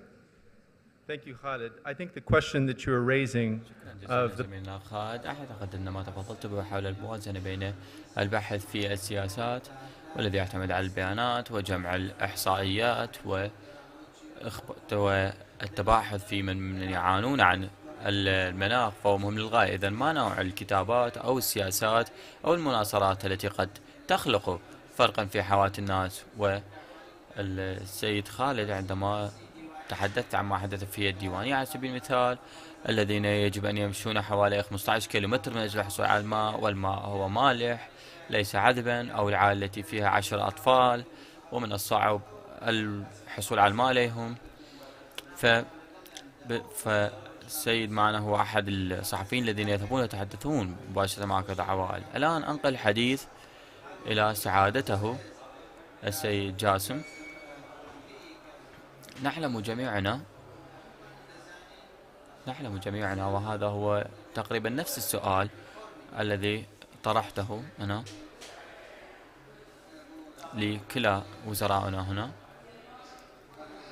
حوكمة المياه في العراق وحوكمة المناخ وحوكمة البيئة بالعادة يتم تجاهلها عندما نتحدث عن شحة المياه، لأنه على سبيل المثال نعلم بأن التركيز بالعادة يكون على التغير المناخي أو تيار المياه الذي يأتي من تركيا، وهذه المشكلة كانت لسنوات وحصل انخفاض في مستوى المياه. إذن السؤال هو عن الحوكمة. كيف يمكن أن نحدث تقدما حيث لدينا العديد من الأماكن في الجنوب، هنالك قنوات الري وقنوات المياه وأنابيب المياه التي لم يتم صيانتها لسنوات متعددة. وفي العادة ما يحدث بناء على ما أراه في التقارير الإعلامية العربية أن هنالك لدينا إلقاء لوم أو لعبة إلقاء لوم بين وزارة الزراعة ووزارة الموارد المائية ووزارة البيئة. إذن جميعهم يحاولون دفع المشكلة على بعضهم البعض. إذن هل لا تشرح لنا معالي الوزير كيف ترى هذه المشكلة وكيفية تفكيك هذه الشبكة من قلة التواصل بين هذه الجهات الحكومية المختلفة؟ لراعي هذا الملتقى فخامة الدكتور برهم صالح ولجامعة الأمريكية في السليمانية، شكرا جزيلا لهذه النخبة المتميزة لتناقش مواضيع أساسية لها علاقة مباشرة بحياة وصحة الناس. وبصراحة أنا اسمحوا لي أن أعطي أولا ما هي أولويات التحديات المناخية. طبعا أنا حسب ما وجهني دكتور برهم أنا محضر برزنتيشن خاص، لكن يبدو بأنه آلية العمل لا تسمح بعرض أي برزنتيشن، وإلا في دايجرام، في خرائط، في صور مهمة جدا. ابتداء دعوني قبل كل شيء أن أعرض على حضراتكم صورة دائما أحرص على أن أحملها. أولا في كل عرض أقدمه أنا أحرص على أن أضع هذه الصورة أمام الجميع، وهي تمثل حالة الجفاف وتدهور الأراضي في المناطق التي نصنفها بأنها الأكثر هشاشة والأكثر تضرراً في موضوع التغير المناخي، وهي أهوار جنوب العراق. واسمحوا لي كذلك أن أريكم صورة أخرى لموضوع مهم، هذه بحيرة ساوة. هذه البحيرة التي تعود إلى آلاف السنين، وهذا التدهور التدريجي الذي حصل في ساوة انتهاء بأنها أصبحت نقطة على خريطة بعد أن فقدت كل مميزاتها الأساسية. السيدات والسادة الأكارم، التغير المناخي هو حقيقة، وهو ليس كلام صالونات مخملية أو لأصحاب الياخات البيض.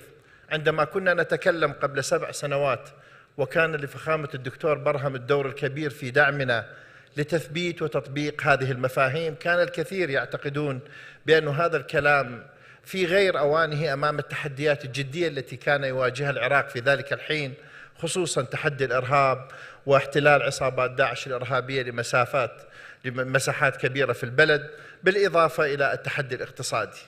اليوم نعم نحن 5 أكثر دولة هشاشة، والتغير المناخي حضرتك هو عبارة عن منظومة عالمية، هي ليست منظومة وطنية وليست منظومة إقليمية. نعم تحدي التغيرات المناخية هو تحدي عالمي، لكن باختلافات مستوى التأثير ما بين بلد وآخر.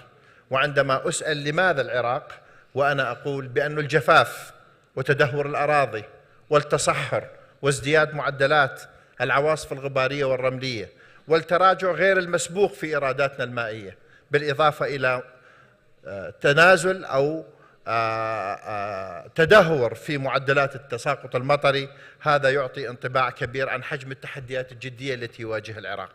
وعندما أتكلم اليوم عن موضوعة الجفاف، دعوني أقول لحضراتكم بأننا نعتبره تحدي جدي يرتبط بالأمن القومي لهذا البلد، وعلينا أن نتذكر دائما بأن تراجع الإيرادات المائية بأننا نحصل إلى أقل من 30% من إيراداتنا المائية المعتادة. وبالتأكيد السبب الحقيقي لحالة الجفاف هو سياسات دول المنبع، وهذا الموضوع أساسي ومهم، عن طريق إقامة سدود تحت مسميات كثيرة. وبالنتيجة الأخرى أو العامل الآخر هو تأثير التغير المناخي، وهذا أدى بشكل مهم إلى تدهور كبير في مساحات الأراضي الصالحة للزراعة، حيث نفقد سنويا أكثر من 100,000 دونم من الأراضي التي كانت سابقا صالحة للزراعة. وبالتأكيد تقلص هذه المساحات يؤثر بشكل مباشر على حياة الناس الذين يعتمدون بشكل مباشر على الزراعة وتربية الحيوان، آخذين بنظر الاعتبار بأن 33% من أبناء الشعب العراقي يمتهنون الزراعة خصوصا في الأرياف. وبالتأكيد النساء هم الشريحة الأكثر تضرراً، لأن عمود الحياة الاقتصادية في الريف هم النساء. ولذا فإن تأثير التغير المناخي بالإضافة إلى سياسات دول المنبع ساهمت بشكل كبير ومتزامن في زيادة تأثير الشحة المائية والجفاف على المجتمع العراقي. وبالتأكيد عندما نربط الأمن المائي بالأمن الغذائي، هو أحد أهم مقومات الأمن القومي لجهة مشكلة حقيقية يمكن أن نواجهها في المستقبل، وهي كيف يمكن أن نثبت هؤلاء السكان. عندما واجهنا العام الماضي تراجع كبير في نسب أغمار الأهوار العراقية، والمهندس جاسم الأسدي موجود، تفاجأنا أو حصل هجرة أكثر من 2200 عائلة من مناطق سكناهم بعد أن فقدوا سبل العيش. ولذا يمكن أن يكون الجفاف واحد من أهم منشآت الاضطرابات والأزمات الاجتماعية والصحية والاقتصادية والسياسية والأمنية في حال استمر الحال دون اتخاذ إجراءات مهمة جدا. وبالتأكيد عندما نتكلم عن التزايد المتعاظم في تأثير التغير المناخي لجهة ازدياد معدلات درجات الحرارة، نأخذ بنظر الاعتبار قصة المجاري المفتوحة، الأنهار المفتوحة، نفقد بحدود 20% ضائعات نقل، بالإضافة إلى حوالي 30% تسمى ضائعات أثناء استخداماتها لأغراض الزراعة باستخدام الوسائل البدائية في الزراعة مثل الري سيحا، وهذا موضوع مهم جدا بالإضافة إلى فقدان خصوبة الأراضي.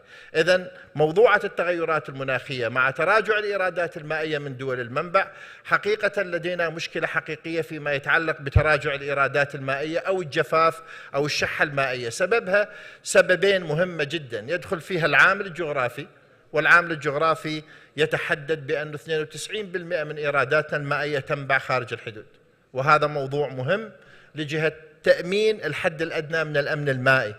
وهذا الموضوع بالتأكيد تعلمون بأن هذا البلد استمد تاريخه واسمه ميزوبوتاميا من وجود نهري دجلة والفرات.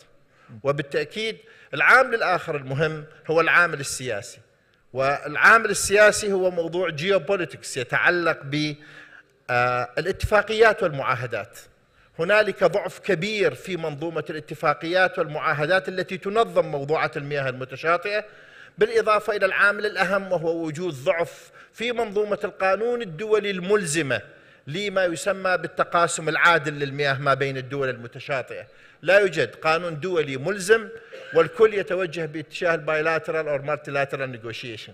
وبالتأكيد هذا الموضوع واحد من الأمور التي ساهمت في زيادة تدهور الأراضي وتراجع نسبة الأراضي الصالحة للزراعة. وعندما أقول بأننا نفقد 400 كيلومتر مربع سنويا، هذا مثبت في إحصائياتنا وفي تقاريرنا. وزارة البيئة هي وزارة رقابية إشرافية هدفها الحقيقي متابعة نوعية المياه في المصادر المائية، بالإضافة إلى مراقبة المياه الجوفية ومراقبة المساحات الصالحة للزراعة. الجهات التنفيذية نحن نعمل بمسؤولية تضامنية مع بقية الوزارات، لكن حقيقة نحن نرفع شهريا تقرير إلى أنظار دولة السيد رئيس مجلس الوزراء بخصوص نوعية المياه منذ دخولها إلى البلد ولغاية المصب النهائي. المحافظات الأكثر تضرراً في موضوعة الجفاف والتغير المناخي هي البصرة، ميسان، ذي قار، المثنى. هذه المحافظات أسفل النهر التي تعاني من تدهور في نوعية المياه، بالإضافة إلى التأثير المباشر للتغيرات المناخية لجهة ارتفاعات غير مسبوقة في درجات الحرارة. أكاد أقول بشكل سريع بأن تأثير التغير المناخي على العراق هو واضح تماما، ونحن نعرف دائما ونعمل بهذا الشأن. لدينا استراتيجية وطنية لمواجهة التغير المناخي تم إقرارها من قبل مجلس الوزراء الموقر، هي وثيقة المساهمات الوطنية التي قدمت إلى سكرتارية المناخ العالمية قبل مشاركتنا في مؤتمر غلاسكو كوب 26 في اليوكي. وفي هذه الاستراتيجية نحن ركزنا على محورين مهمة جدا. المحور الأول من 2020 إلى 25 ركزنا بشكل أساسي في موضوعة التخفيف، خصوصا تخفيف الانبعاثات في حقل النفط والغاز، وما يجري الآن من عمل جاد في خفض الانبعاثات، خصوصا موضوعة استغلال الغاز المصاحب وموضوعة الفلير الغاز المشتعل، وما حصل في الجولة الخامسة لأول مرة تدخل الحكومة العراقية في عمل جدي لإيقاف الهدر الكبير في موضوعة الغاز المصاحب وفي موضوعة الفلير، وبنفس الوقت نخفف من الإجراءات التي يمكن أن تتخذ حال تنفيذ اتفاق باريس. الجزء الثاني ركزنا بشكل كبير جدا على موضوع مهم يتعلق بمحور هذه الجلسة، وهو إدخال التقنيات الحديثة في نيو تكنولوجي أو تكنولوجي ترانسفير في قطاعي الزراعة والموارد المائية. نحن نعتقد بأن الإدارة الرشيدة للمياه وإدخال التكنولوجيا الحديثة واحدة من العوامل المهمة التي سوف تساهم في تقليل آثار التغيرات المناخية وحماية الفئات الهشة. وأؤكد بأن النساء والأطفال هم الأكثر تضرراً، والمحافظات أسفل النهر هي الأكثر تضرراً. وبالتأكيد يمكن دكتور جعفر الونان يشير لي، نعم ذي قار هي الأكثر تأثراً بين المحافظات المختلفة. شكرا لحضرتك. Thank you. Dr. Jassim, you did start getting into the question. سوف نعود مرة أخرى لهذا السؤال. أنت كنت تقول بأن وزارة البيئة هي مبدئيا مسؤولة عن نوعية المياه، ومن المهم أن تفهم الناس العلاقة ما بين مختلف هذه الوزارات، فهنا نوعية الماء وكمية الماء مسؤولة عنها وزارة الموارد، هو عمل متكامل ما بين جميع الوزارات حقيقة. ولكن دعني فقط أنهي وأسأل سؤال واحد واضح.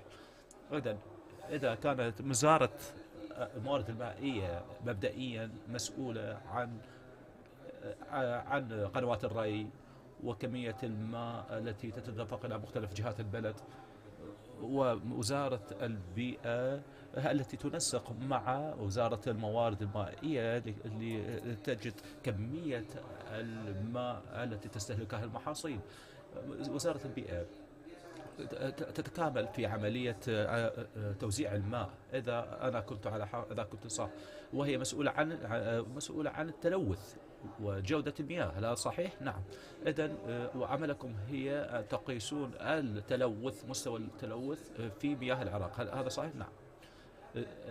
إذا كان لدينا إذا كان تسرب وتلوث مثل تسرب نفط على سبيل المثال، ما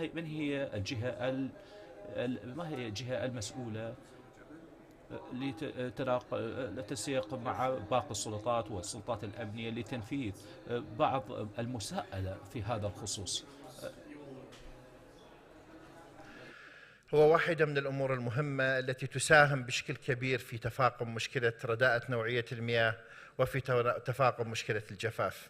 ويؤسفني أن أقول بأن هنالك عدة ملايين من الملوثات تلقى إلى المصادر المائية دون معالجة، وهذا ما حدا إلى تشكيل لجنة عليا برئاسة دولة السيد رئيس مجلس الوزراء لمعالجة تلوث المصادر المائية. طبعا بالتأكيد هنالك تلوث كمي وهنالك تلوث نوعي، يكاد البلديات متصدرة للتلوث الكمي. وزارة البيئة هي ليست وزارة يعني حقيقة وظيفتها فقط نوعية المياه، لكن أقول بأننا نعمل فوق قانون 27 لعام 2009 والذي يسمى قانون حماية وتحسين البيئة. في هذا القانون هنالك آليات لمتابعة الأنشطة الملوثة، تبدأ بالإنذار ثم الغرامة ومن ثم القضاء. ويمكن لدينا يعني آلاف القضايا، يؤسفني أن أقول بأن أكثرها ضد مؤسسات ودوائر الدولة، باعتبار هنالك تقادم في البنى التحتية خصوصا فيما يتعلق بمشاريع الصرف الصحي.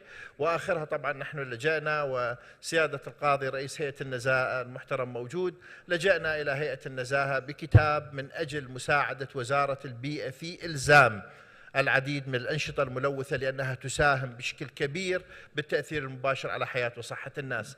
هذه القوانين مهمة ومفعلة ونحن نقوم بدورنا الرقابي، وهنالك استراتيجية نعمل عليها اليوم بالتعاون مع كل الوزارات، هي الاستراتيجية الوطنية لمواجهة التلوث البيئي. وبالتأكيد لدينا هدف، وهذا الهدف يتعلق ب2030 بإذن الله سوف لن يكون هنالك أي ملوث يلقى إلى المصادر المائية دون معالجة. في هذه الموازنة، موازنة 2023، حرصنا وبتوجيه من دولة السيد رئيس مجلس الوزراء على أن الوزارات الملوثة سواء كانت البلديات أو أمانة بغداد أو الوزارات الصحة على أن تخصص مبالغ لإنشاء وحدات معالجة لمنع تلوث المصادر المائية التي تساهم في تفاقم مشكلة الجفاف وزيادة معدلات الأمراض الانتقالية. شكرا. Thank you, Dr. Johnson, for that clarification and years of dedication to this subject. What I would like to do next is move to بها الآن هو الذهاب إلى سيد جاسم الأسدي غني عن التعريف الرجل، والجميع يعرفون عمله الرائع لسنوات طويلة،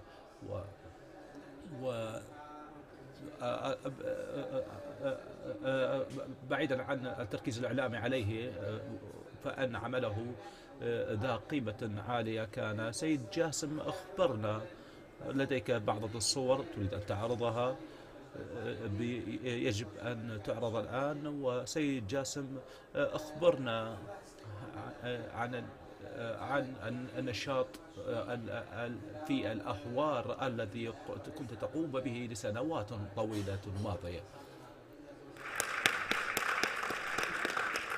شكرا جزيلا. Thank you so much.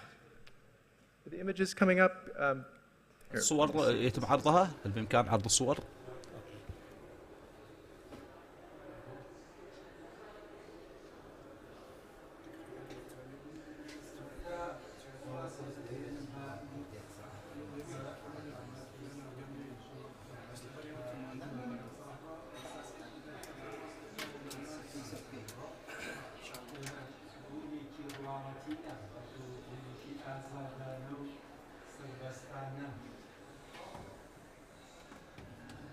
نكون بين أخوة أعمى.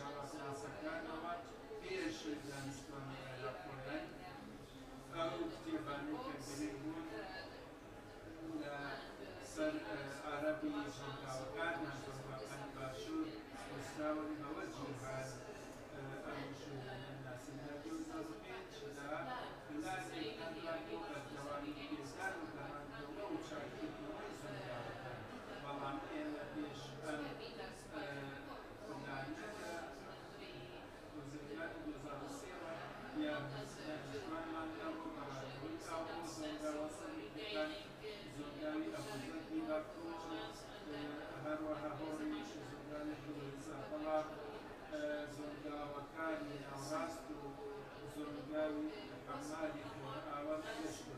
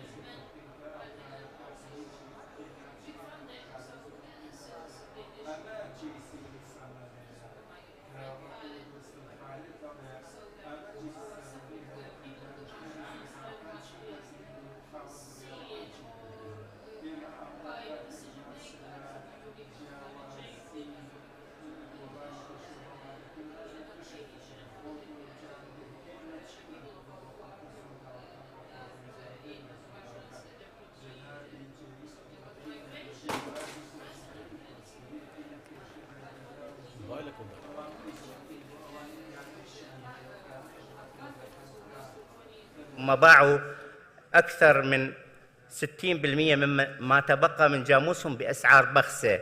كانت الجاموسة يبيعها المربي بما يقارب 4 ملايين دينار، الآن انخفضت أسعارها إلى 1.5 مليون دينار عراقي. ماذا نفعل للصيادي الأسماك الذين لم يجدوا شيئا لكي يصطادوا عليه؟ أنا قدمت مشروعا منذ سنوات إلى السادة المسؤولون، اعتبروا مربو الجاموس وصيادي الأسماك عاطلين عن العمل، واعطوهم ما يكفي دخلهم الشهري لكي لا يصيد صيادي الأسماك في موسم تكاثر الأسماك من 15/2 إلى 15/4، واعطوا مربي الجاموس ما يكفيه للأعلاف ولكي يدير جاموسه. أعطوهم عدد من تناكر المياه لكي تنقل المياه ليست المياه العذبة وإنما المياه التي أقل ملوحة من الفرات إلى الخزانات التي عملوها لجاموسهم. لم يستمع لي أحد منذ ذلك الحين إلى اليوم. نحن بالحقيقة مثل ما قال زملائي الآخرين، الأهوار العراقية هي أهوار مهمة، على صاحب القرار أن يعطيها حصتها التي موجودة في دراسة سوري، ليس أكثر من ذلك، لا يريد الأهوار أكثر من ذلك. أنا لدي سؤال لصاحب القرار: كيف نقنع مربي الجاموس وصياد الأسماك بأن ليس لدينا المياه الكافية لكي نعطيها للأهوار، وفي نفس الوقت نبيح لمزارعي الرز في النجف والكوفة والعباسية والشامية بزراعة الرز، وهو الذي يأخذ أكبر كمية من المياه، وأنتم ترون مثل ما أنا أرى الأسواق العراقية ليس فيها سوى الرز السريلانكي والهندي والباكستاني إلى آخره.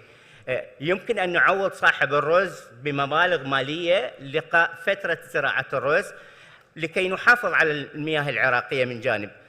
كيف نقنع مربي الجاموس وصياد الأسماك بعدم وجود مياه كافية ووجود آلاف أحواض الأسماك في مناطق المسيب والمناطق الأخرى، وهي بكل تأكيد غير قانونية، لأن صاحب القرار ليس لديه القدرة لإيقاف هذا النزيف المائي الهائل. الذي أريد أن أقوله، عرج صديقي وكيل الوزارة على بحيرة الساوة.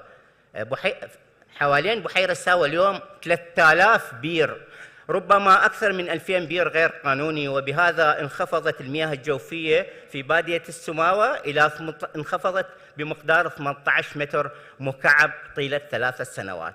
علينا أن نضع استراتيجيات، أن نغير استراتيجية المياه واستراتيجية الزراعة. وشكرا.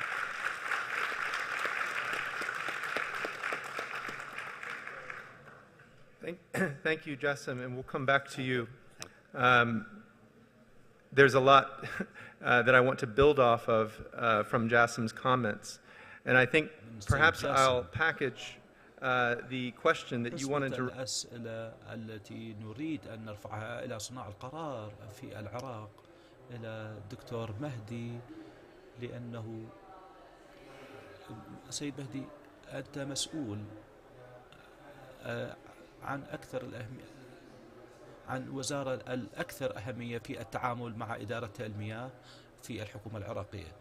ونحن نعرف خلال السنة الماضية كان هنالك بعض الجدال حول عمل الوزارة في إعادة توجيه المياه من منطقة إلى منطقة وغلق المياه عن منطقة كجزء من استجابة الوزارة للنقص في المياه والجفاف. وما من وجهة نظر المجتمعات، هل بإمكانك أن تعطينا وجهة نظر الوزارة كيف هذه القرارات يتم صناعتها في داخل وزارتكم، وما هي التنازلات والتفاوضات التي تؤدونها، وكيف تعملون بشكل مهم مع المجتمعات التي تحدث عنها السيد جاسم لتطوير الثقة، وأن هذه القرارات لا يتم اتخاذها بشكل اعتباطي. بداية أحب أقدم الشكر إلى فخامة الرئيس دكتور صالح على هذه الدعوة الكريمة، والشكر موصول إلى الAUIS على هذه الدعوة أيضا. حقيقة يعني أنت خليتني بالجانب الأخير على اعتبار أنه كنت جزء من أصحاب القرار. أنا أتفق مع كل ما تم طرحه من كل الزملاء، ولكن أي إدارة لأي موضوع أن تكون ناجحة يجب أن تقاس عبر إدارة أزمة، أي أن إدارة الفيضان ليس لأحد فضل فيها سوى درء الفيضان والجميع يستفاد، أما الإدارة الحقيقية فتكون في إدارة الأزمات أو إدارة الجفاف. العراق لم يكن يعاني من الجفاف لغاية عام 2000-2005 بدأت تظهر ملامح الجفاف الكبير، لذلك سياسة وزارة الموارد المائية، سياسة الدولة العراقية كانت لدرء الفيضان. أسلوب إدارة الجفاف هو أسلوب حديث، ابتدأ من عام 2005 إذا يعني خلينا نقول نكون دقيقين أكثر، وهي ما زالت ثقافة فتية، ما ممكن أن تكون ثقافة متكاملة. هذه الثقافة تحتاج إلى مقومات لإدارتها. التحديات التي تواجه إدارة الموارد المائية في العراق تحديات داخلية وتحديات خارجية، أشار إلها بعض الزملاء.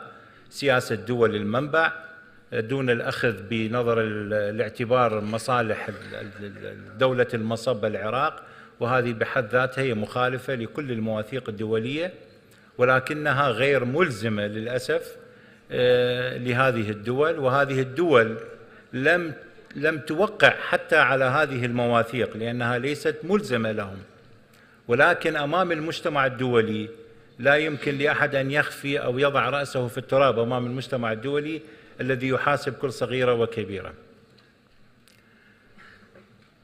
عندما نتكلم عن التحديات الخارجية، هذه واحدة من التحديات الخارجية. لا توجد اتفاقية ملزمة ما بين العراق وتركيا، توجد اتفاقية، هناك بعض البروتوكولات، هناك اتفاقية هي اتفاقية الجزائر عام 75، وهذه أوقفها العراق منذ ثمانينات القرن الماضي.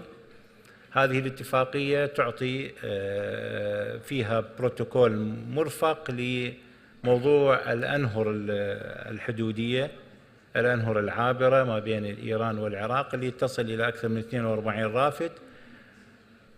ما زالت الجارة إيران تقول نحن على استعداد للجلوس، شريطة موافقة العراق على هذه الاتفاقية. هذه الاتفاقية من الجانب الفني عندما كنت وزيرا كتبنا كتاب، أرسلت كتاب رسمي إلى وزارة الخارجية وإلى رئاسة الوزراء، أبدينا موافقتنا من الناحية الفنية، لأنه نعتقد أن هناك ضرورة لغرض العودة إلى ملف المياه المرفق في هذه الاتفاقية. بقاء الأمور عائمة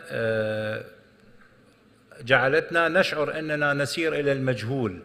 اليوم نبحث عن أقل الأضرار وليس خسارة كل شيء في هذا الموضوع، وبناء على طلبنا تشكلت لجنة في وزارة الخارجية لدراسة الإيجابيات والسلبيات، لأن الاتفاقية هي ليست فقط تخص المياه، هي اتفاقية سياسية، اتفاقية بها كثير من المجالات تحتاج إلى مصادقة البرلمان العراقي الموقر على إعادة العمل بهذه الاتفاقية. وأعتقد وزارة الخارجية ما زالت تشكلت لجنة برئاسة أحد السادة وكلاء وزارة الخارجية لدراسة وعرض نتائج هذا الموضوع على الحكومة العراقية لاتخاذ القرار المناسب. هذا الموضوع كل ما نتأخر به كل ما يصيبنا ضرر أكبر، لأنه كل الدول يقول لك أنا ما مستعد أنتظر شو وقت تعطيني قرارك، فيستمرون في مشاريعهم. هذا فيما يخص التحدي الخارجي. وكذلك نفس الموضوع مرتبط مع الجارة تركيا. هناك بروتوكول لإطلاقات نهر الفرات، وقدمنا بروتوكول مماثل إلى الجارة تركيا في وقتها لتحديد كميات على نهر دجلة، وما زال الموضوع قيد الدراسة من قبل الجانب التركي. يعني حقيقة هناك بعض الخطوات هذه فيما يخص التحديات الخارجية. أما التحديات الداخلية فهي كثيرة، يعني كثيرة جدا. ما أشار إلى الأخ جاسم الأسدي في موضوع الأهوار، وأشار إلى نقطة جدا مهمة أن الأهوار تقع في ذنائب المناطق الزراعية. ذنائب المناطق الزراعية معناها الفلاح يبحث عن حصة المائية الإضافية والمتجاوزة على حساب الحصة التي تطلق إلى مناطق الأهوار، وبذلك تضررت كثيرا مناطق الأهوار. كان يعني على الوزارة أو على الدوائر المعنية المسؤولة عن هذا الملف أن تتخذ إجراءات، ولكن هذه الإجراءات مقيدة. كان سابقا هناك سلطة لقاضي الجنح، سلطة قاضي الجنح تعطى إلى مدير الري، هذه قبل 2003 كانت متاحة. هذه السلطة كانت هي الأداة. كان مدير الري عندما يتجول في المناطق الزراعية يتجول بصفة قاضي، يصدر أمر بإحالة المتجاوز إلى القضاء. لأنه عملية التجاوز على الحصص المائية إذا لم يتخذ بها قرار خلال ساعات معناها لا فائدة من اتخاذ هذا القرار بعد 24 ساعة أو بعد 48 ساعة. هي ليست قضية بناء تجاوز سكني على محرمات نهر حتى تأخذ، والكل يعرف أن القضاء مستقل يأخذ وقت الكافي، لذلك في بعض الأحيان تستغل هذه العملية. نرفع الدعاوي. قمنا بتنسيق عالي المستوى مع السيد رئيس مجلس القضاء الأعلى وهيئ وحدد قضاة لمشاكل المياه في المحافظات، ولكن القاضي يبقى قاضي يحتاج إلى أدلة إثباتية، يحتاج إلى الكثير من الأمور. هذه العملية تأخذ وقت، لذلك وبالنتيجة بعد شهر أو شهرين يحكم على المتجاوز بغرامة تصل إلى 1,000,000 دينار على سبيل المثال. ما قيمة 1,000,000 دينار أمام حصة مائية حرمت الغير؟ السيد الدكتور حيدر العبادي أشار في جلسة الحوارية أن هناك بعض الساكنين في محافظة واسط يطلبون منا حصة إضافية، فأبلغهم قال لا أنا أعطيك هاي الحصة على حساب المحافظات التي في الذنائب. لذلك أي تجاوز لا يستطيع صاحب القرار أن يتخذ قرار دون أن تكون بيده أدوات. هذه واحدة من الأدوات التي حرمت منها الوزارة في السيطرة على التجاوزات. التجاوزات تمثل آفة. المناطق من بغداد جنوبا مناطق زراعية واسعة، أراضيها صالحة وتغري الفلاح حقيقة، إنتاجها وفير، لذلك يكون هناك تجاوز واضح على هذه الحصص المائية، وبالنتيجة من يكون المتضرر؟ محافظات الذنائب والأهوار، لأنها تقع في محافظات الذنائب وتقع مثل ما تفضل الأستاذ جاسم تقع خلف الأراضي الزراعية، يعني هي في محور جدا حقيقة ضيق تتأثر بشكل مباشر وغير مباشر الأهوار نتيجة لهذه التجاوزات، ويضاف إليها الشحة المائية، قلة الإيرادات من دول المنبع، التغير المناخي الذي حصل. هذه كلها عوامل أثرت بشكل كبير على هذا الموضوع. يضاف إليها إذا نتكلم مثل ما تفضل الأستاذ خالد على موضوع الآبار، هناك آبار في أحدى المرات عندما كنت بالوزارة وصلني بعض البلاغ أنه طلبت إحدى المنشآت ما أريد أذكر تفاصيلها حقيقة، طلبت أنه نحفر لهم بير أو بيرين في إحدى المحافظات، فإحنا اعطينا إعاز حسب التعليمات، حفروا لهم هذه الآبار. الوزارة من تحفر بير في مكان هناك لجنة تتابع هذا البير، هل تم استغلاله؟ هل يعمل بشكل صحيح؟ هل تم الحفر بموجب المواصفات اللي تطلبها الوزارة؟ فواحدة من الأمور راحوا يراجعون على هذه الحالة بالذات، وجدوا أنه منعوهم من دخول هذه المنطقة. شنو السبب؟ بعدين دخلوا زملائنا بطريقة يعني غير رسمية، اكتشفوا أنه المخلفات التي تنتجها هذه المصانع يعودون بضخها داخل هذه الآبار، فهي عملية تلويث للمياه الجوفية بطريقة مباشرة وبطريقة غير علمية وغير مفهومة. عندما تم سؤالهم، طبعا الوزارة قامت برفع دعاوى قضائية حول هذا الموضوع، ولكن اليوم احنا هذا الجهل في أهمية هذا المكنون الخاص بالمياه الجوفية وأهمية نوعيته، وخصوصا أن العراق ليس لديه كميات كبيرة من المياه العذبة من المياه الجوفية. هو يملك خزين كبير من المياه الجوفية عالية الملوحة، ولكن لا يملك خزين كبير من المياه الجوفية الصالحة للزراعة، وبعض المياه الجوفية تكون صالحة للشرب كذلك. بحيرة ساوة اللي أشار إليها بعض الزملاء، بحيرة ساوة عندما جفت نحن في وزارة الموارد المائية قلنا رب ضارة نافعة، لأنه عندما كنا نتكلم في الوزارة عن عدم حفر الآبار بطريقة غير مدروسة تجنبا لاستنزاف المياه الجوفية، لم نجد آذانا صاغية حقيقة في هذا الموضوع، وكانت هناك تسهيلات من بعض الحكومات المحلية، وكان هناك عمل غير شرعي كبير. بحيرة ساوة بالذات من ميزاتها أنها تتغذى من المياه الجوفية، لذلك عندما تم حفر أكثر من 3000 بير بطريقة غير شرعية، استنزفت المغذيات الخاصة ببحيرة ساوة، جفت بحيرة ساوة. عندما خرجت السلطات ومنعت، بدأت الحياة تعود تدريجيا، ولكن يعني عندما ينتهي شيء من الصعوبة أن تعود له الحياة. فقط إضافة بسيطة إلى موضوع الملوثات. الملوثات أنا عندي رقم يمكن الدكتور جاسم يقدر يصححها، بحدود 5 مليون متر مكعب من الملوثات ترمى يوميا في نهر دجلة والفرات. هذه الملوثات هي ملوثات سامة مسرطنة تدخل في حياة الإنسان، يظهر تأثيرها الكبير والمؤثر عندما تنزل المناسيب في وقت الشحة، ويزداد هذا التأثير عندما تنحدر هذه المياه باتجاه الوسط والجنوب. هذا الرقم حقيقة غريب وعجيب، ووزارة البيئة الوزارة الرقابية نشكر رب العالمين والبرلمان عندما فصل هذه الوزارة عن وزارة الصحة أعتقد، وأصبحت وزارة منعزلة ومستقلة في عملها حتى تأخذ دورها الرقابي في هذا الموضوع. أنا عذرا للإطالة ولكن الموضوع كبير. شكرا. Dr. Jassim, do you want to respond to that at all? Just a comment, please. شكرا جزيلا. بالتأكيد ما طرحها معالي الدكتور معالي الوزير فيه كثير طبعا من الصحة. أنا قلت في كلامي بأن هنالك عدة ملايين من الملوثات تلقى، وللأسف أكثر من 95% من هذه الملوثات سببها وزارات ومؤسسات الدولة، وبالتأكيد نحن لسنا ساكتين عن هذا التلوث النوعي والكمي. بالتأكيد تتصدر الدوائر البلدية في عموم العراق نسبة التلوث الكمي، ويمكن وزارة الصحة تتصدر التلوث النوعي، وهذا موضوع مهم جدا. يمكن احنا اتخذنا اجراءات كبيرة فيه، وتشكلت على ضوء لجنة عليا برئاسة دولة الرئيس.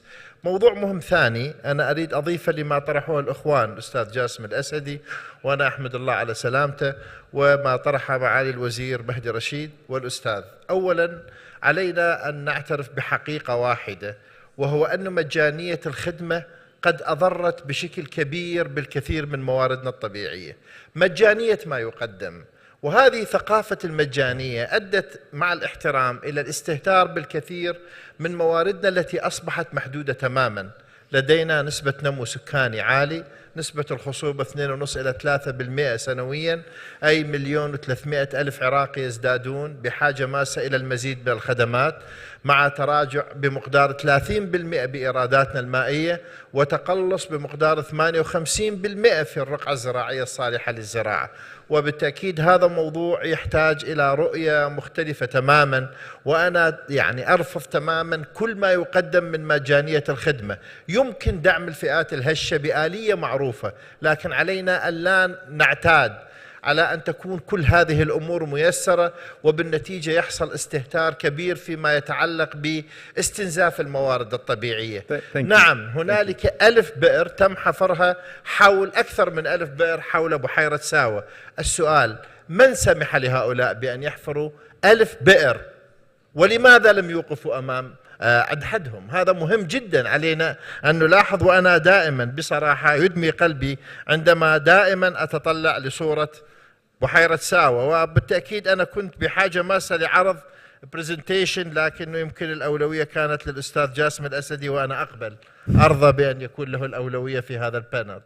حقيقة عندما أتطلع لدينا صور خاصة للمسطحات المائية في العراق، ويمكن أنا راح أترك كل هذا الملف كوثيقة من وثائق المؤتمر، فيه خرائط نوعية وكمية عن التراجع الكبير في نسب الإغمار في كل المسطحات المائية، ليس فقط بحيرة ساوة وإنما الرزازة، الحبانية، بحيرة حمرين. هذا التراجع الكبير بسببين: تراجع الإيرادات المائية بالتأكيد، وأنا أقول بأنه سيكون هنالك نقص وفق السيناريوهات والدراسات العلمية بمقدار 11 مليار متر مكعب لغاية عام 2035 في إيراداتنا المائية، يرافق حاجة متزايدة إلى المياه. حصة الفرد نعاني من حالة تسمى إجهاد مائي عندما لا يحصل المواطن على أقل من 1000 متر مكعب سنويا، وهذا موضوع مهم جدا يسمى الفجوة المائية ما بين الاحتياج الحقيقي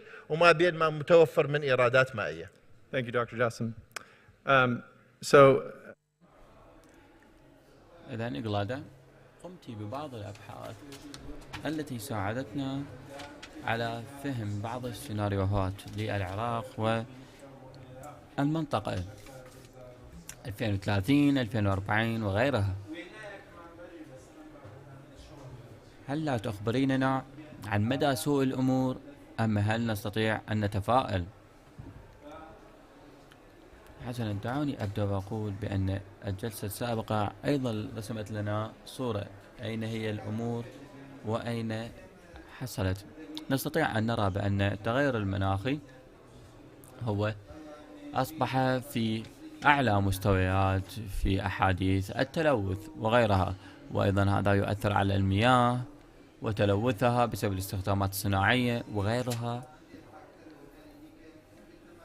وإن نظرنا أيضا وإن قمنا بالنظر على ما كان يحصل وما الذي يجب القيام به حاليا، وبالنظر أيضا إلى الخرائط، نرى أن في منطقة الشرق الأوسط وشمال أفريقيا، وبالمناسبة يمكننا أن ننظر إلى شرق آسيا حتى، ونرى أن منطقة بداية دجلة والفرات أيضا كل هذا تأثر بما يحصل حاليا مع التغير المناخي، وبالذات في جنوب العراق نرى هذا التأثر حيث هناك منطقة حمراء تشير إلى التلوث. أما الآن بالنسبة لما لدينا من التغير المناخي،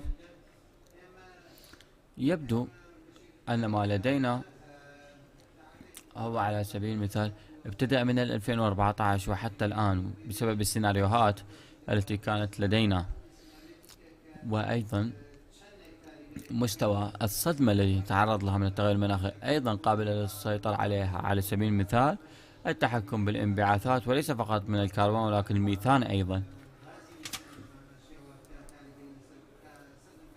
حيث غاز الميثان أيضا يؤثر من حيث الانبعاثات. وهنا يأتي دور العراق ودور العالم أيضا، كلهم لديهم دورهم في التأثير على هذه الأمور.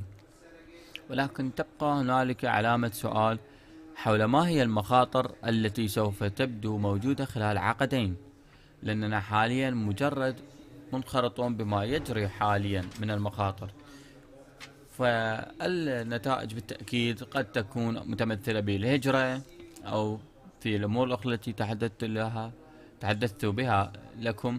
إذن يتعلق الأمر بكيفية إدارة التلوث، لأنه في العادة عندما يتم التحدث عن التغير المناخي نتحدث على أننا المستقبل المباشر لهذه الأزمة، لكن في واقع الحال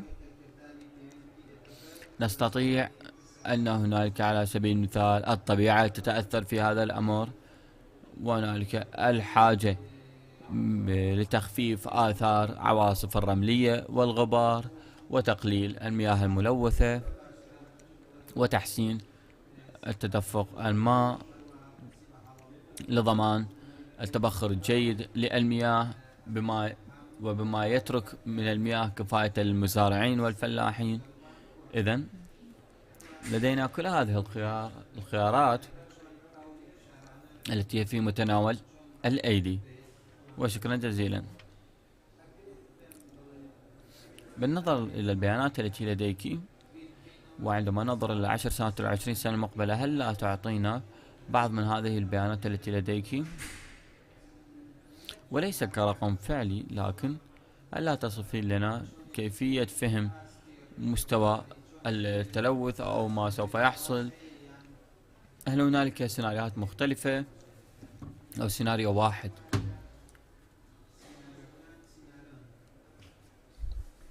يوجد لدينا بالتأكيد سيناريوهات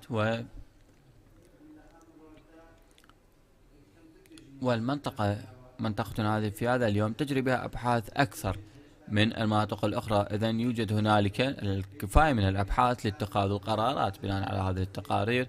فعلى سبيل المثال لدينا بيانات من اليونسكو، ولدينا أيضا تقارير أخرى التي أجروا أبحاث ودراسات على ما يقارب 10 كيلومترات أو أكثر من المساحة التي يتم استخدامها فقط كتقارير أو أبحاث أو استحصال بيانات. إذن لدينا تقارير عن الفيضانات التي حصلت في المنطقة والبيانات التي عليها. وبالمناسبة أصبحنا نرى أن الفيضانات أمست تهديدا في الشرق الأوسط وشمال أفريقيا، والذي هو مفاجئا بالمناسبة، لأنه يعتبر هذا غريبا، لأنه بسبب البناء الحضري للمنطقة، ولكن بدأ أنه بسبب طبيعة التضاريس أيضا. إذن هنالك حاجة إلى طرق من أجل التحكم بمياه الأمطار من أجل تقليل فيضانات. وأيضا في المنطقة لدينا التأثر بالحر الذي هو موجود بالعراق، وفي الجنوب لدينا الرطوبة، حيث على سبيل المثال في الجنوب لدينا الحرارة 46 أو 47 وبوجود 5% من الرطوبة. هذا قد يقتل البشر، لأنه طبيعة الجسم لن تتأقلم مع هكذا درجات. وأيضا عواصف الرمل والغبار التي تحدث طبيعيا بسبب الجو في هذا الجو، ولكن في نفس الوقت بسبب مستوى سطح الأرض وبسبب التأثر بالعمليات العسكرية. كل هذه العوامل وعوامل أخرى أثرت بكل هذه الأمور. حسنا، إذا سنختتم مع الأستاذ جاسم. وسيد جاسم، وبالمناسبة أعتذر لأني لم أمتلك الوقت الكافي للعودة إلى الأستاذ مهدي والأستاذ خالد، لكن الأستاذ جاسم دعني أسأل سؤال أنثروبولوجي، وأنا من خلفية أنثروبولوجية. أعلم أن العديد من الناس قاموا بزيارة الأهوار وطلبوا منك أن تخبرهم قصصا عن الأهوار وما يجري هنالك، وأنا التقيت العديد من الناس الذين تحدثوا عن الأهوار وقالوا أنك دائما قريب هنالك من الناس في المنطقة وقريب من بيئتك هنالك. إذن أستاذ جاسم، هل لا تخبرنا لماذا نساء الأهوار توقفوا عن الغناء؟ وهذا ما سمعته من العديد من الناس الذي تحدثت معهم، حيث أنت أخبرتهم قصص على أن الأدوار الجندرية، الأدوار المجتمعية في الجنوب تغيرت ومرت بتغيرات كثيرة. لماذا هذا التغير في الأدوار الجندرية في الجنوب؟ ولك الكلمة الأخيرة فيه. لك لهذا السؤال. الحقيقة احنا فتحنا عيوننا على كتاب جافن يونغ Return to the March of Iraq، وفي هذا الكتاب ترون صور لم تسمعوا أصواتا، لكن تدركوا الأصوات من خلال الصور. فتيات جميلات بملابس مزكرشة بألوان براقة وورود. اليوم لن تجدوا ذلك، تجدوا نساء بعباءات سود وملابس سوداء. تغير كثيرا النظام الإنساني في الأهوار العراقية، الأنثروبولوجي في الأهوار العراقية، ليس فقط النساء وإنما الرجال. الذي أريد أن أثني عليه أن النساء في أهوار جنوب العراق يقومن ب70% من النشاط الاقتصادي ويقومن بنشاط اجتماعي هائل، لكن هن محرومات عن ميزانية مستقلة مع إرهاقهن وتعبهن اليومي. منذ الفجر ينهضن من الفراش حتى بعد غروب الشمس. المعيدي أو عرب الأهوار ينامون مبكرا لأنهم ينهضون مبكرا، هم ينهضون قبل أن تنهض جوامسهم للمياه وتذهب إلى المراعي الخضراء إلى الكلى. كنا في السبعينات، وأنا سأسرده في كتابي القادم باللغة الإنجليزية والذي سيصدر عن الجامعة الأمريكية في القاهرة. تكلمت عن قصص كثيرة، لا أريد أن أحرق هذه القصص الآن، لكنني الذي أريد أن أقوله أن الأهوار العراقية هي مصدر ثراء ثقافي مهم وثقافي كبير. الأبوذية وأنواع الشعر الشعبي الكثيرة في الأهوار العراقية، حتى أن مظفر النواب كتب قصائده الشعبية في هور الغموقة يوم عاش هناك مراحل الكفاح المسلح ضد الطغيان والثورة ومن أجل الحرية. وأينما تولي وجهك في الهور ستسمع صوتا أنثويا أو صوتا رجاليا يغني أغاني شعبية جميلة، ويغني الأبوذية، ويغني أحيانا حتى قصائد مغنات.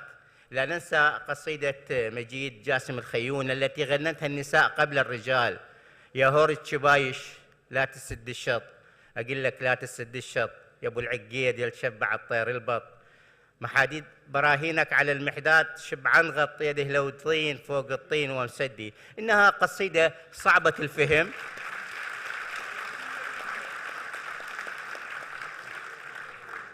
إنها قصيدة صعبة الفهم، لكن نساءنا في الأهوار ليست النساء الكبيرات في السن، صبايا الأهواريين، الشابات المتزوجات كانن يغنين مع بعضهن في هذه القناة أو تلك القناة في البحيرة الواسعة، عندما تبدأ في حصاد القصب، عندما تجلب القصب، عندما تذهب أيضا للصيد في نصب الشباك.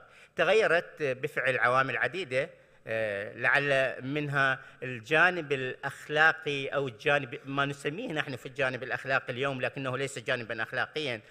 أصبحت كثير من الخطوط الحمراء المانعة، مثل ما هي خطوط حمراء على حرية الفرد، على طرق معيشته، طرس حياته إلى آخره. فهنالك خطوط حمر هي اليوم تخاف القتل، تخاف التهديد. قد تلتقي مع فتاة تحب أن تتكلم عبر الميكروفون مع الصحفي عن مخاطر الجفاف، عن الوضع الحالي، لكنها لا تستطيع أن تفصح ما في داخلها بأغنية، لا تستطيع أن تفصح داخلها بقصيدة. حتى القصائد المغناة كانت قصائد تحكي عن الحياة، تحكي عن القضايا الاجتماعية، وباعتقادي هذه مأخوذة من الجذر السومري الأكدي. كان هنالك في أكد وفي بلاد سومر العظيمة كان النساء يغنين وكان يدرجن غناؤهن على ألواح القصب، على ألواح الطين. للأسف الشديد ذهبت هذه، وأنا خوفي أن تندثر إلى الأبد ما لم نستطيع أن ندونها مرة أخرى ونحفظها للأجيال القادمة. شكرا جزيلا.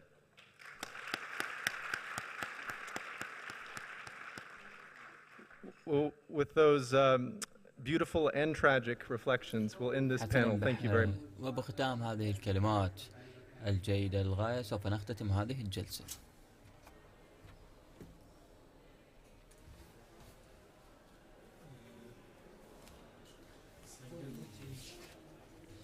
شكرا جزيلا أعزائنا الحضور، وشكرا جزيلا السيد معك. الجلسة التالية سوف تبدأ بغضون دقائق. ما في غدا، راح تبدأ الجلسة.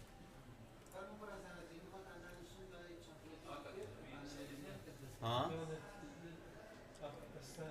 الجلسة الجاية راح تبدأ.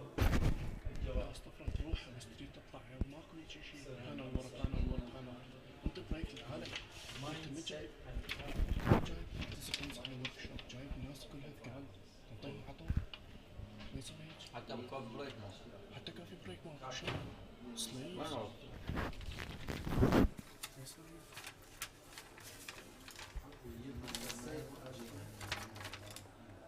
security.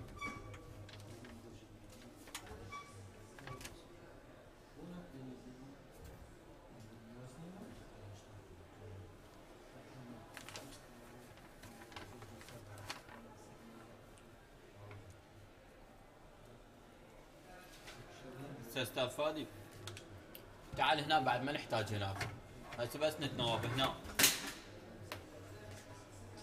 بعد بس نتناوب هنا ما نحتاج هناك.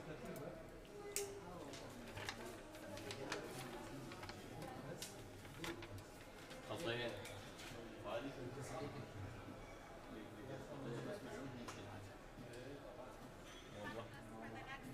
هذا شيء انا مرت هناك كان ما في احد يجي شغله هناك انجليزي عليك ضحكت غير يعني ماكو شيء. صار ساعه قاعد هنا ماكو شغل، بس ما تشتغل خطيه هو الحظ. جيت قلت له فادي تعبت مسمى، رحت هناك حصل الشغل لان الظاهر كله دا تحكي من هناك وانا قاعد هناك. قعدت راح فادي قاعد هناك الشغل كله تحول علي. شفت شنو اليوم؟ هاي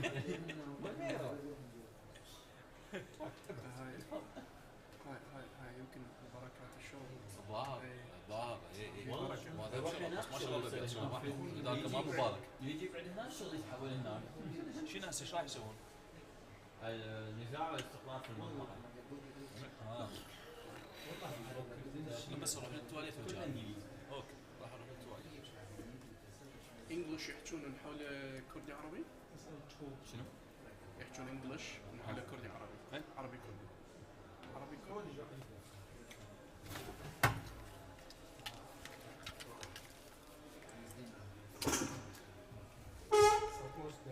حميد الشطري صعد. هاي الجلسة لازم أنا أستلمها الآن.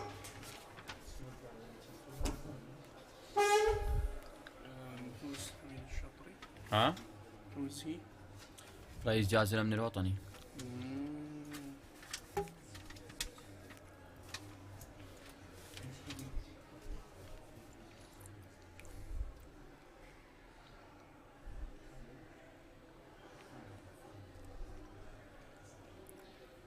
جبتين انجليزي هو ما راح يحكي.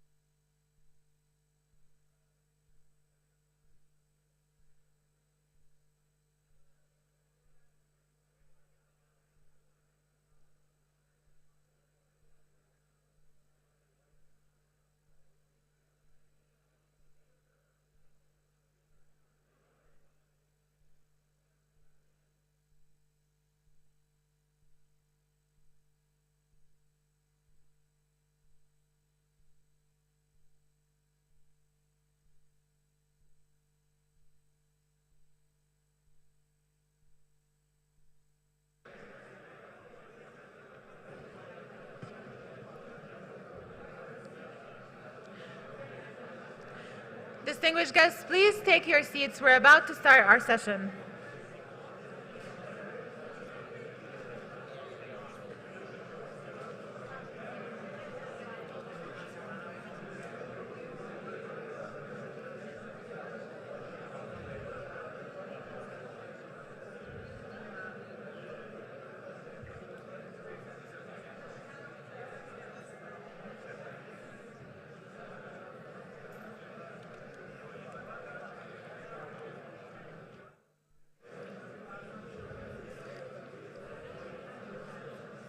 Please return to your seats. We're starting shortly.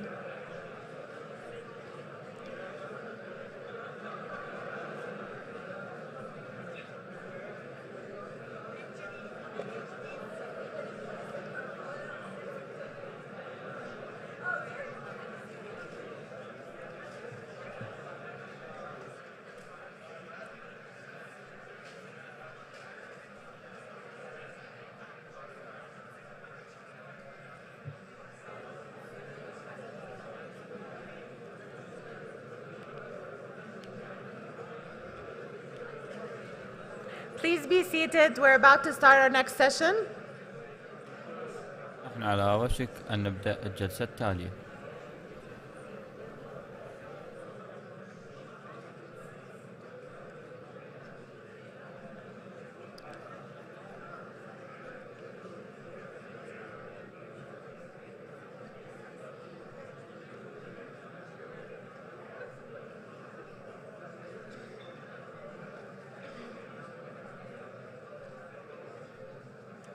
Thank you. Our next panel is entitled Security, Conflict and Stabilization in Iraq and the Region. Our moderator, Dr. منسق هذه الجلسة هو الدكتور دوف زخايم الذي هو مستشار أقدم مركز للدراسات الاستراتيجية والدولية، وسابقا كان وكيل وزير للدفاع الولايات المتحدة. شكرا جزيلا. نحن سوف نبدأ متأخر لكن سوف ننهي في الوقت المناسب لأن الجميع يشعرون بالجوع.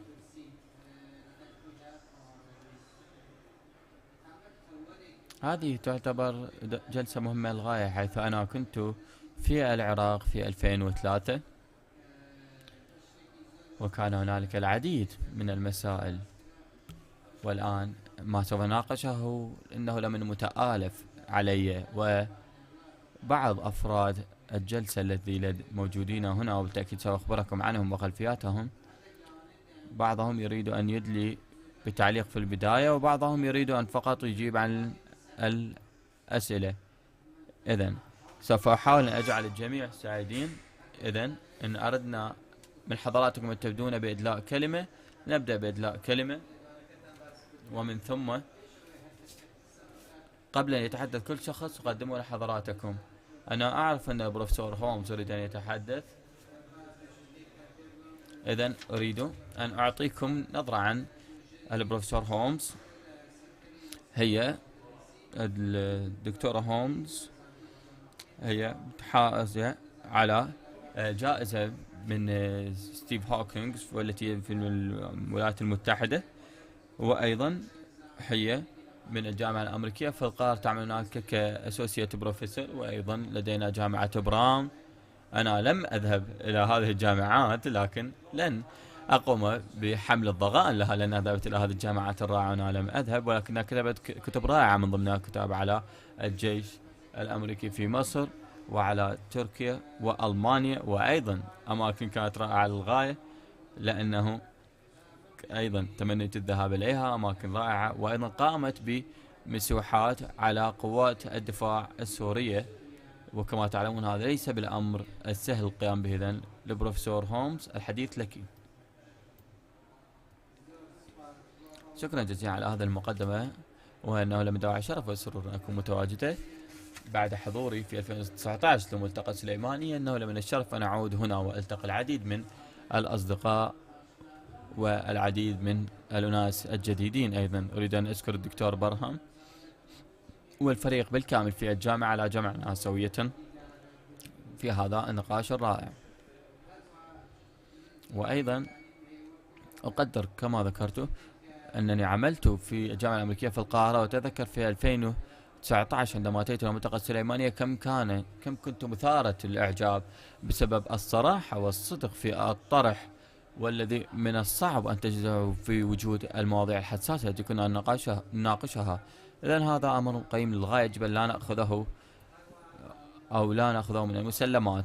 أيضا يعتبر بيئة أكاديمية نافعة جدا للطلاب والأناس بالكامل، ونعلم بأن التنوع الاقتصادي مبني على التنوع الفردي، وأيضا الفساد يتم منعه من قبل الاستقلال الفردي والاستقلال الاقتصادي. إذن هنا لدينا في الجامعة استقلال عقلي واستقلال فردي بالأفكار.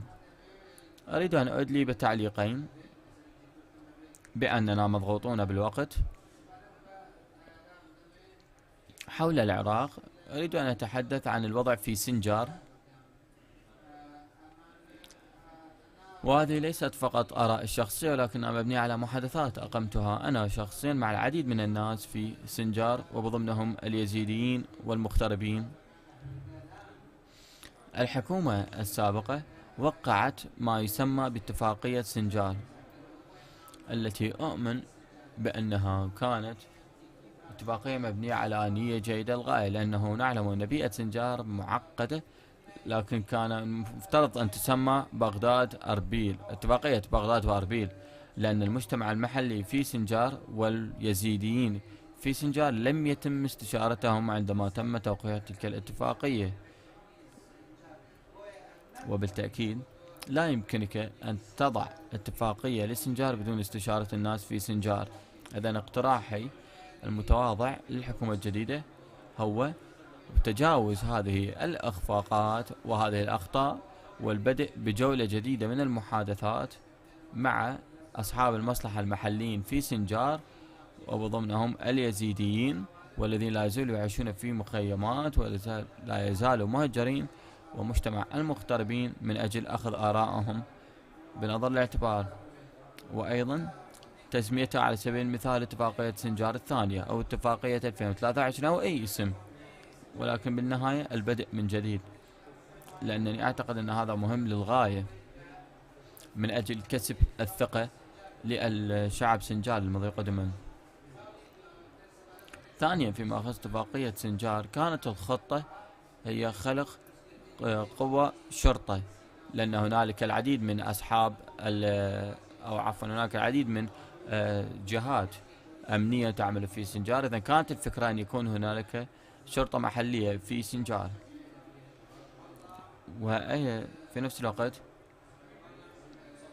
2000 اسم الذي تم تقديمه من أجل الشرطة أيضا تضمنوا بعض من الأسماء اليزيدية وغيرها. قيل بأن هذا العدد 2500 غير كافي والمطلوب هو 9000. أنا الآن لا أقول أي توصية بشأن العدد المطلوب من أجل أن يكون شرطة لسنجار، لكن أتمنى أن يتم اعتبار إدخال النساء في هؤلاء الشرطة، لأن هنالك أساسا نساء في سنجار من اليزيديات أساسا مدربات وتدربا بسبب العنف الذي تعرض له النساء اليزيديات في سنجار. إذن هؤلاء النساء اليزيديات من الممكن أن يعملوا في الشرطة المحلية في سنجار. والنساء والأمن والسلام هي أساسا أحد أجندة الناتو وبعثة الناتو في العراق. إذن هذا أحد الأمور التي بالتأكيد يمكن أن يتم أخذه بنظر الاعتبار وتطبيقه. وأيضا أود أن أتحدث عن سوريا والوضع في سوريا، لكن سوف أتوقف إلى حد الآن.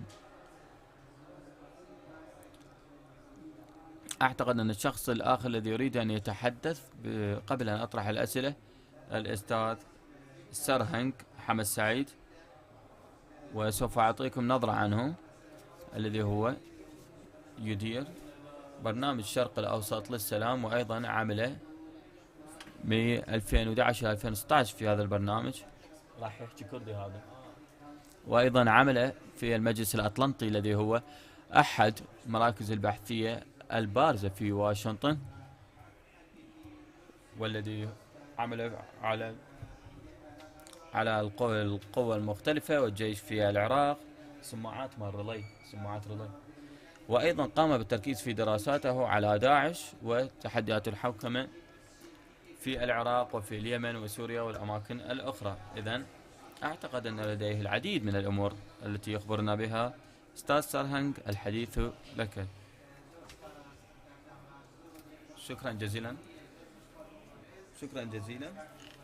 وشكرا جزيلا لهذه الجلسة، ونتمنى الشكر بالتأكيد لكل المنظمين ولكل من دعانا إلى هذا المكان وقاموا بتنظيم الأمور. إنه لمن يوم مهم للغاية كونه الذكرى لحلبجة والانتفاضة التي حصلت في 1991، وأنه ليوم بالتأكيد نعتبرها عاطفي، والمكان عاطفي بالنسبة لي، لأن هذه المنطقة كانت هي قرية أأتي منها والتي تأثرت وتدمرت بما حدث. إذن هذه أعتبرها لحظة تاريخية. أنا أتحدث هنا من وجهة نظر مهنية وأيضا محترفة كخبرة في بناء السلام، وأريد أن أتطرق أيضا خلال الوقت الذي لدي إلى أن العقلية ورأس المال للسلام بالتضاد مع العقلية ورأس المال للأمان.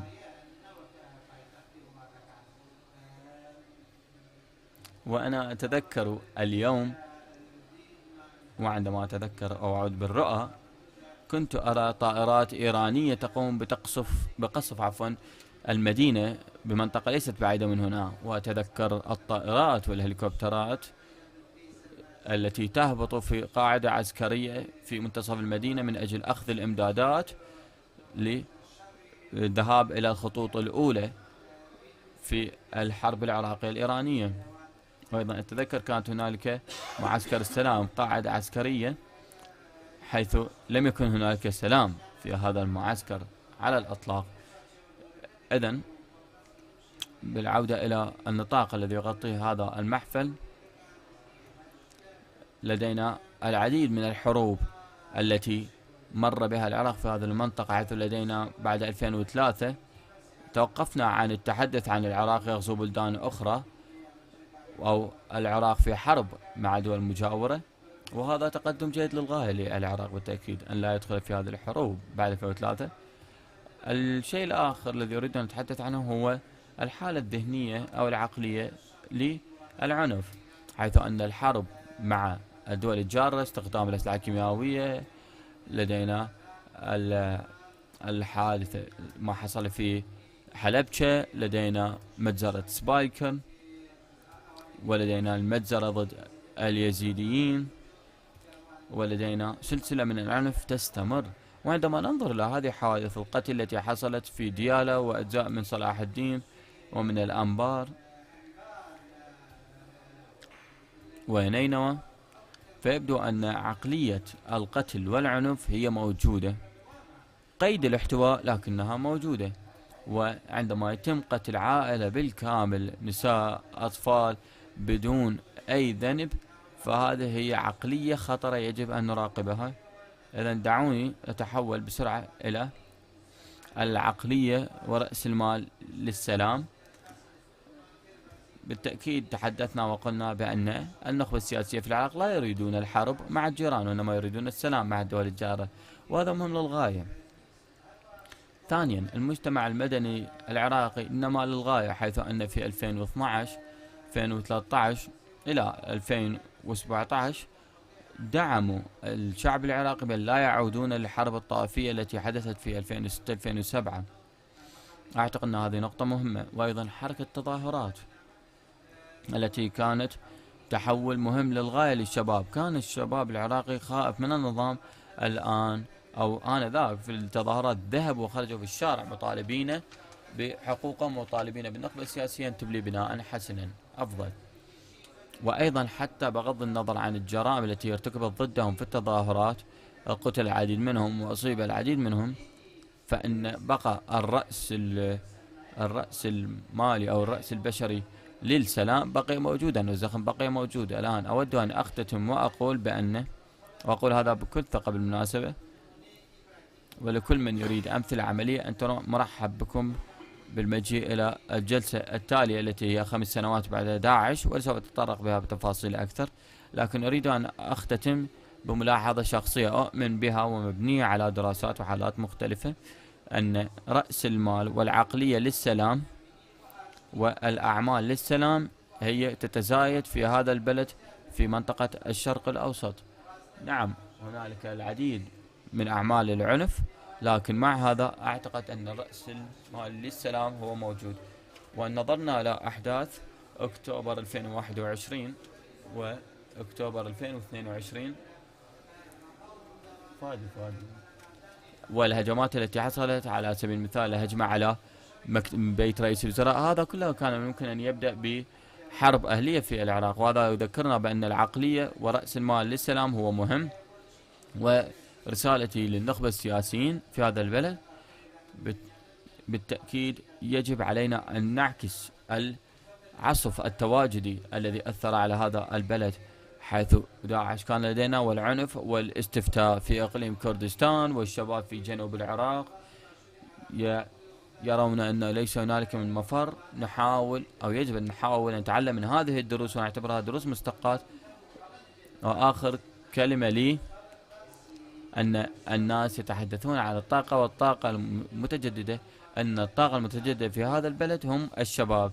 واليوم سمعنا على أنه هنالك أكثر من فرص متعددة ولدينا شباب متعددين. إذن إن أردتم أن تستثمرون في الطاقة المتجددة والتغير المناخي وكل هذه الأمور، فإن الشباب هو المفتاح لكل هذا. وين أستاذ فادي؟ وين أستاذ فادي؟ أنه لمن المهم سماع هذه الرسائل الإيجابية، لأنه لم نستمع إلى الماضي سوف يكون لدينا مشكلة مع الحاضر. وأنت بالتأكيد تحدثت عن التأثير من داعش وكيفية تجاوزهم هذا. والآن أنقل الحديث إلى السيد حميد الشطري الذي هو رئيس جهاز الأمن الوطني ومضى على وجوده سنة أو أكثر من سنة، سنتين تقريبا. نعم نحن في 2023، أنا أتقدم بالسن، وكنت أنت قبل هذا كنت وكيل رئيس جهاز الأمن الوطني. إذن فهمي هو أن مهمتك الرئيسية هي إعادة دمج عوائل الدواعش مع المجتمع بطريقة كما كان يتحدث سرهان، بطريقة تجلب السلام. إذن هل لا تخبرنا عن كيف سير الأمور في هذا الخصوص؟ فخامة السيد الرئيس الدكتور برهم صالح، وإلى إدارة الجامعة الأمريكية لهذه الدعوة الكريمة. وقبل أن أجيب على السؤال أود أن أنوه النقطة أشارت إليها الدكتورة هولمز بخصوص اتفاق سنجار. كوني أنا كنت ممثل الحكومة العراقية، وأنا من وقع هذا الاتفاق نيابة عن الحكومة العراقية مع حكومة الإقليم. الحقيقة أشارت إلى نقطتين. النقطة الأولى موضوع المتطوعين، عددهم 2500، وأن هذا العدد غير كافي. الحقيقة يعني طيات وتفاصيل هذا الاتفاق كثيرة. ال 2500 شرطي هم إضافة إلى شرطة سنجار اللي تقريبا عددهم 8000 حاليا. فال 2500 هي فقط لإرضاء المكونات الموجودة في داخل سنجار، وإرضاء أيضا النازحين الموجودين في مخيمات النزوح في إقليم كردستان، لغرض إشراكهم في إعادة الاستقرار في سنجار. وهذا العدد هو ليس شرطة سنجار الكلي، هم تعزيز فقط، ولغرض إشراك أبناء المناطق في سنجار، أبناء المكونات المختلفة في عملية إعادة الاستقرار إلى سنجار. الموضوع الثاني اللي أشارت إلى الدكتورة هو موضوع إهمال أهل سنجار في هذا الاتفاق. طبعا هذا أيضا الموضوع حقيقة احنا قبل أن نوقع الاتفاق أمضينا حوالي سنتين، أكثر من سنتين، في التواصل مع جميع شرائح ومكونات سنجار، وأبلغناهم بوجود اتفاق سيتم إبرامه مع حكومة الإقليم، وحاولنا جاهدين أن نرضي جميع هذه الشرائح، ولكن عملية إرضاء كل المكونات عملية مستحيلة نظرا لكثرة التفاصيل والتعقيدات بسبب الأزمة اللي موجودة وأزمة الثقة اللي موجودة بين المجاميع. يعني ممكن أن نتصور أن هناك 4 أشخاص في سنجار لديهم مقر ولديهم اسم ولديهم مطالب محددة. 4 أشخاص في سنجار يكونون منظمة ولديهم مطالب تتقاطع مع مطالب المجاميع الأخرى. فإرضاء جميع يعني المجاميع في سنجار هذا عملية في غاية الصعوبة. أعود إلى سؤالك دكتور. طبعا العراق خرج من تون حرب كبيرة مع داعش، حرب حقيقة كان هو الواجهة الأمامية للمجتمع الدولي والعالم الحر في هذه المواجهة، والعراق دفع ثمن غالي وكبير في هذه المواجهة. نعم نحن استطعنا أن ننتصر على داعش عسكريا، ونحن الآن في طريقنا أن ننتصر على داعش أمنيا واستخباريا. داعش باختصار الآن لا يتجاوز عدد أفرادها في العراق 500 عنصر فعال على أكبر التقادير. استطاعت الأجهزة الأمنية العراقية والقوات المسلحة وأيضا من خلال دعم التحالف الدولي أن توجه ضربات كبيرة وتفكك هذه الشبكات في مناطق مختلفة. وأصبح تواجد داعش الآن هو عبارة عن تواجد على شكل مجاميع صغيرة في مغارات وكهوف ومناطق مستعصية جغرافيا. إذا نظرنا إلى حجم ونوع العمليات التي قامت بها داعش خلال السنة الماضية لنجدها هي عبارة عن عمليات كر وفر تستهدف بها مناطق رخوة لا يمكنها أن تسيطر على أي منطقة من مناطق العراق، وتستمر في ما يسمى عسكريا بمسك الأرض سرعان ما تعالجها القوات الأمنية العراقية.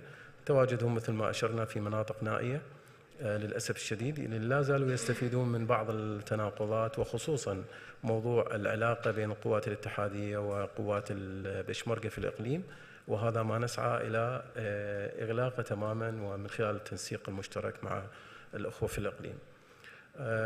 طبعا إذا أنا أشرت إلى أنه إحنا انتهينا من داعش عسكريا وعلى وشك أن ننتهي من داعش أمنيا واستخباريا، ولكن تبقى هناك تحديات كبيرة وهي آثار داعش اللي من ضمنها التطرف، لأنه لا ننسى أنه داعش استمر حوالي 3 سنوات وكانت لديه مناهج دراسية تلقى على الأطفال والطلبة، وهذا حتما ترك أثر من خلال التعبئة العقائدية ومن خلال فكر داعش.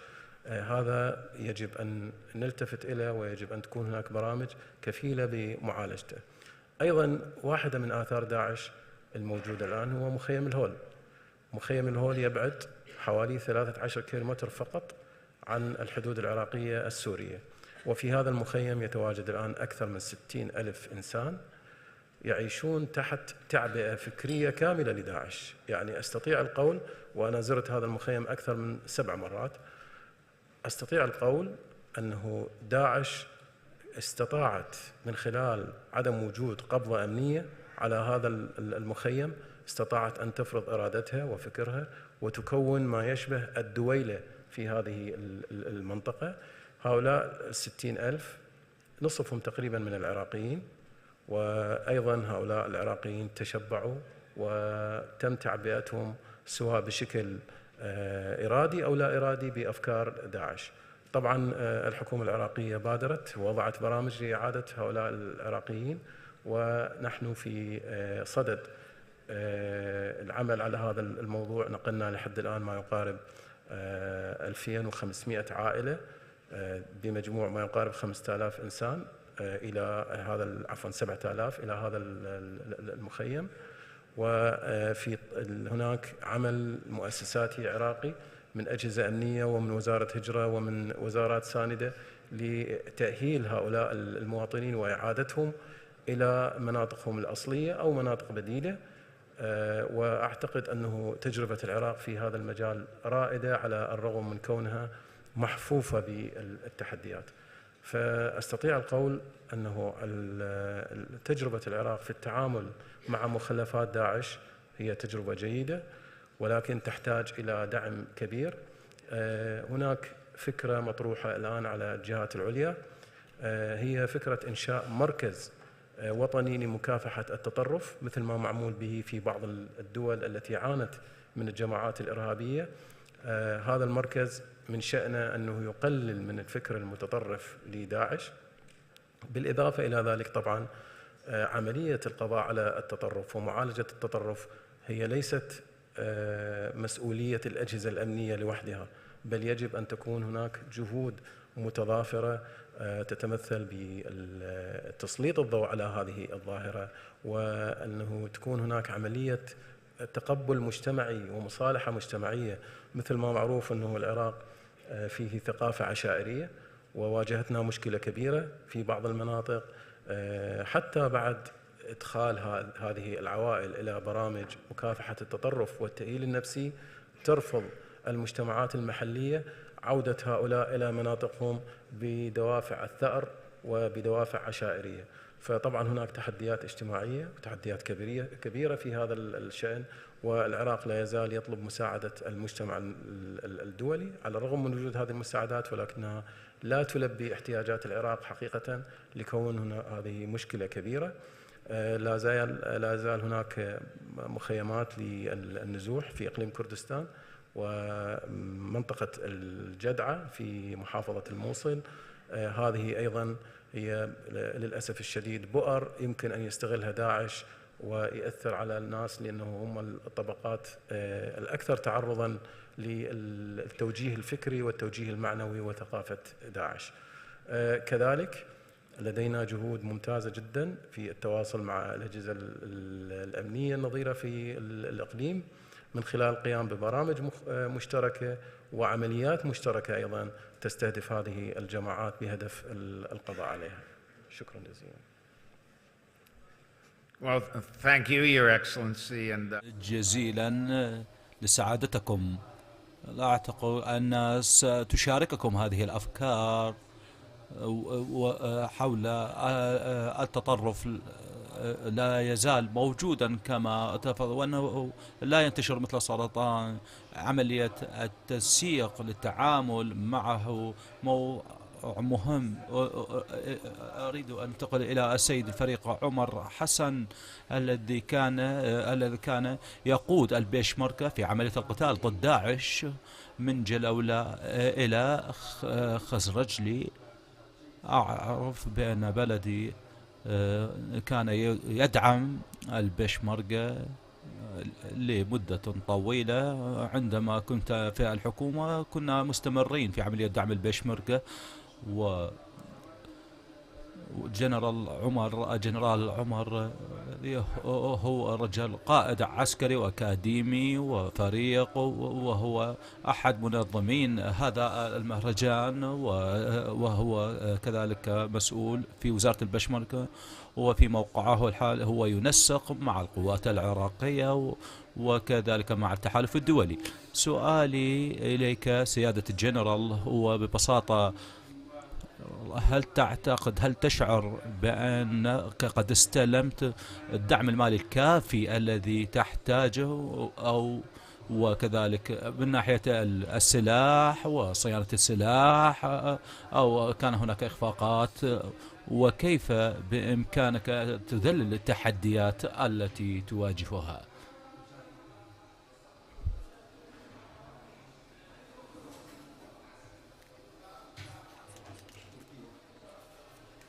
و دیدارە و ئەوەی مای خۆشببختیە لەسەر جەمە و دیدارانەی کە ڕێکخراوە لە سلێمانی و لە زانکۆی ئەمریکی بابەتێک تەوەرێکی گرنگ، تەوەرێکی ئەستیارەویش بابەتی پێشمەرگە و دۆخی ئەمنی ئەخرێتە ناو تەوەرەکانی ئەم دیدارەوە. و هەر لێرە شەومێ سەری ڕێز و نەوازش بۆ قوربانیانی هەڵەبجە دابنوێنم کە ئەمڕۆ یادی کیمیابارانکردنی هەڵەبجەیە، و ئەوەی برای بەڕێزم کاک سەرهەنگ ئاماژەی پێدا لە کیمیابارانکردنی هەڵەبجە لە ڕاپەڕ حول الضربات الكيميائية في الحلبجة وحتى وكل مراحل الصراعات مع داعش وكل التحديات. البشمركة قدموا تضحيات كبيرة بحياتهم.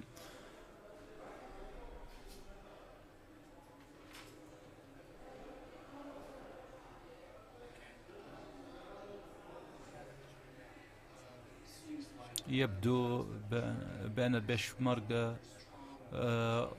قوية، جيش قوي وقوة، وقد قدموا تضحيات في خلال حياتهم الوظيفية ودافعوا عن البلاد وعن الأراضي ضد المعتدين. وكما ذكرت حول كيف بناء إعادة البناء وكل التحديات التي نعرف أن هناك احتياجات وهناك متطلبات، ولم نحصل لدينا دعم، لم يكن لدينا دعم قبل، فقط كانت لدينا أسلحتنا وكانت الأسلحة الكافية، ولكن الآن نعرف بأن الوضع مختلف والظروف مختلفة عن الماضي، وهذا يعني بأن البيشمركة لا مثل ما مختلف القوى حول العالم نريد أن يكون لدينا تدريبات كثيرة وأسلحة معينة ومعدات معينة، وكذلك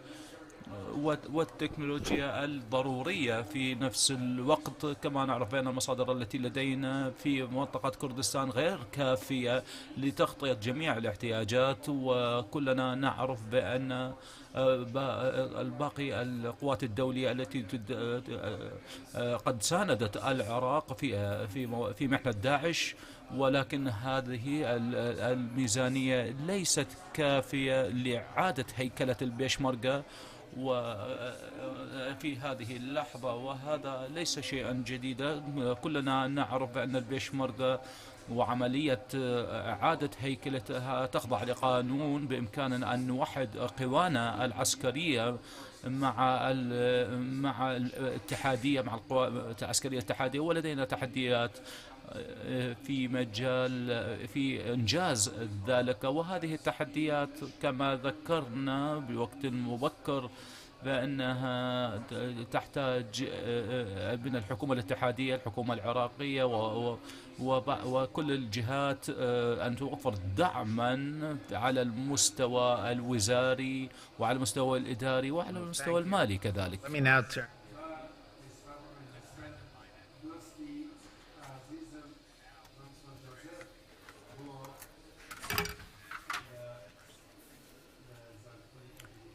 ودراسة الفرص الاقتصادية وواحد أنا ذهبت إلى أكسفورد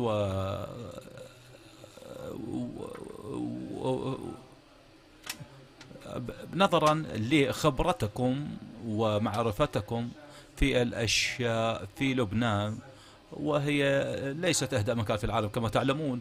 لدينا زيارة أخيرة هنا، واحدة من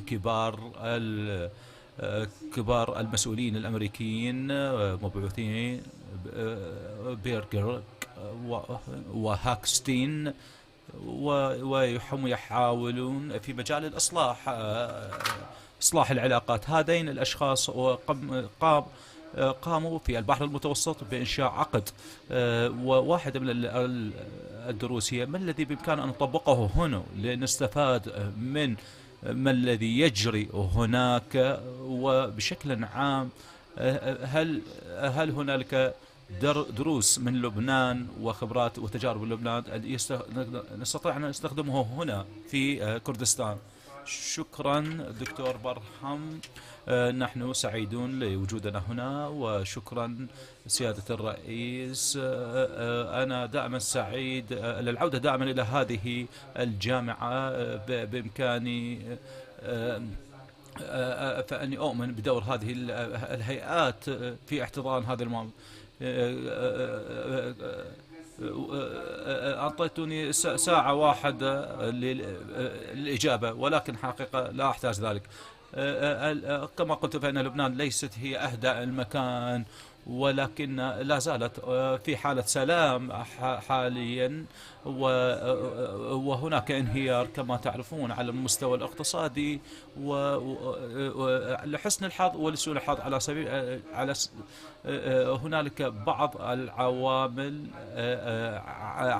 حول العقد الذي تحدثت عنه في حاجة ماسة إلى الدعم المالي. لبنان تحتاج إلى الانفتاح لمواجهة الأزمة الاقتصادية، ليس فقط في لبنان ولكن كما نعرف المخربين هناك ودور حزب الله، ونحاول أن نجد الحلول. ولا أعرف إذا كانت هذه الأمور موجودة في العراق. لا. النقطة الأخرى بأن صديقكم آمو سوكشين الذي يعمل في مجال الحديد لقد وضح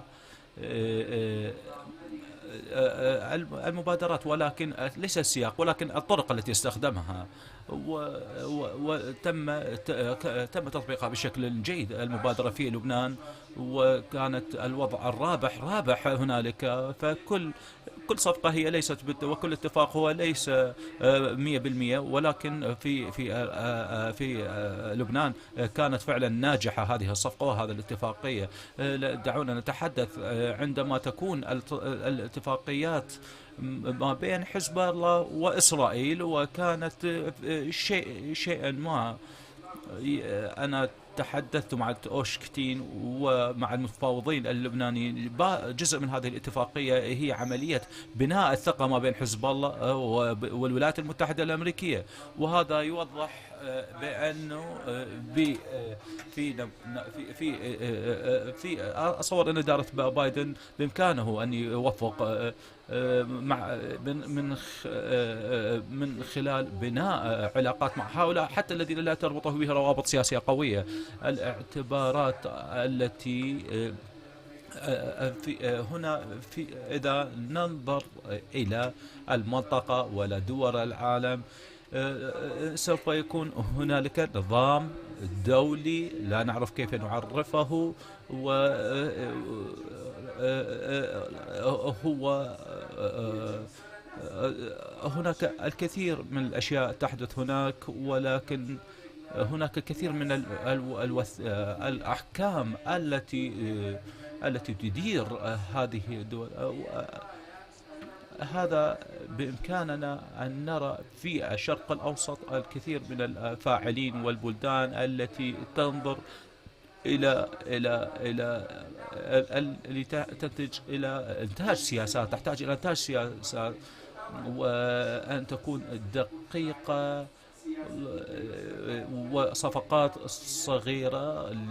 مثل هذه الصفقة التي جرت ما بين إسرائيل ولبنان توضح بأن إذا تراقب الصراعات والقضايا المرتبطة به وفي كل المراحل، بإمكاننا أن نصل إلى اتفاقية معينة التي تكون ذات جدوى اقتصادية. في نقطة أخيرة، لا أعرف إذا كان العراق مقاربة أو مقارنة جيدة. لبنان لم تنجز ذلك بدون تدخل إيجابي وقوي من بعض الأحزاب الذين بعضهم مؤثرين مثل فرنسا وقطر، ولكن ولأول مرة أيضا في هذه المنطقة عندما نتحدث عن فاعلين غير دوليين أيضا كان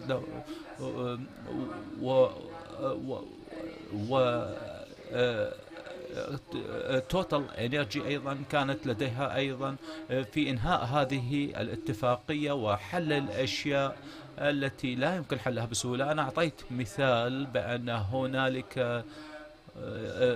هنالك مجال مشترك في النفط مشترك ما بين إسرائيل ولبنان. من المستحيل فقط من قبل القوى الدولية أن تحدد هذا الحقل النفطي، ولكن توتال سوف تحفر، وجزء من الأرباح سوف لا تدفع من قبل حزب الله، ولكن سوف تدفع بدون معرفة الحكومة اللبنانية إلى هذا واحد من الموديلات أو الطرق وصانعين الاتفاقيات مع تدخل مع الفاعلين غير الدوليين. أعتقد جدا مهم الآن، وهذه كلمتي الأخير، لبنان والعراق لديهم الكثير من المشتركات وكثير من الأمور القابلة للمقارنة وكثير من الأشياء السيئة كما ذكرنا في هنا عن الحديث عن الفساد.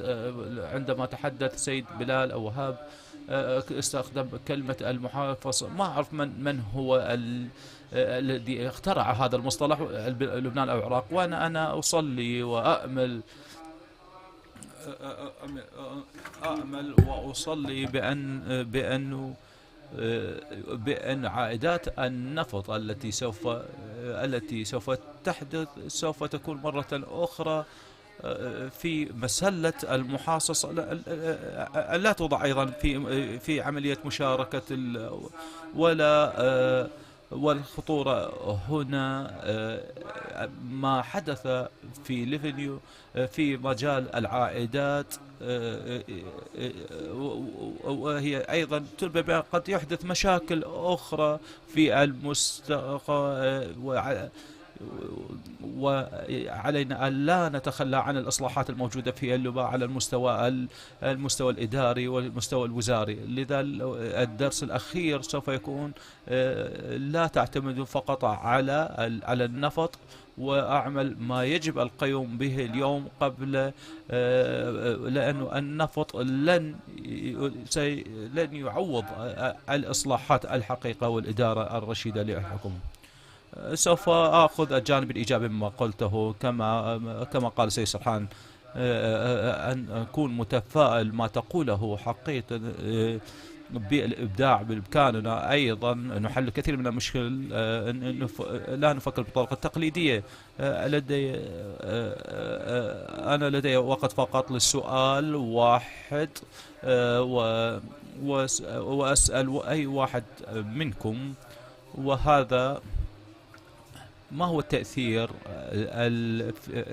الاتفاقية ما بين إيران والسعودية على العراق؟ ما هو تأثيرها على العراق وعلى الأمان بشكل عام على المنطقة؟ هو بدأت في العراق، ولكن ما هو العراق يستحق الفضل الكبير، لأنه من الصعب جدا أن يجعل الجميع مشتركين، لا أحد ينسحب من هذه طاولة النقاش، ولكنه لم يحصل على الفضل الكبير على كل العمل الجهد. هل لديكم أي تعليق حول هذا؟ إنه مهم لمستقبل العراق ولدور العراق في المنطقة، حيث احنا سمعنا كثير خلال هذين اليومين. شكرا جزيلا. أنا سعيد. أنا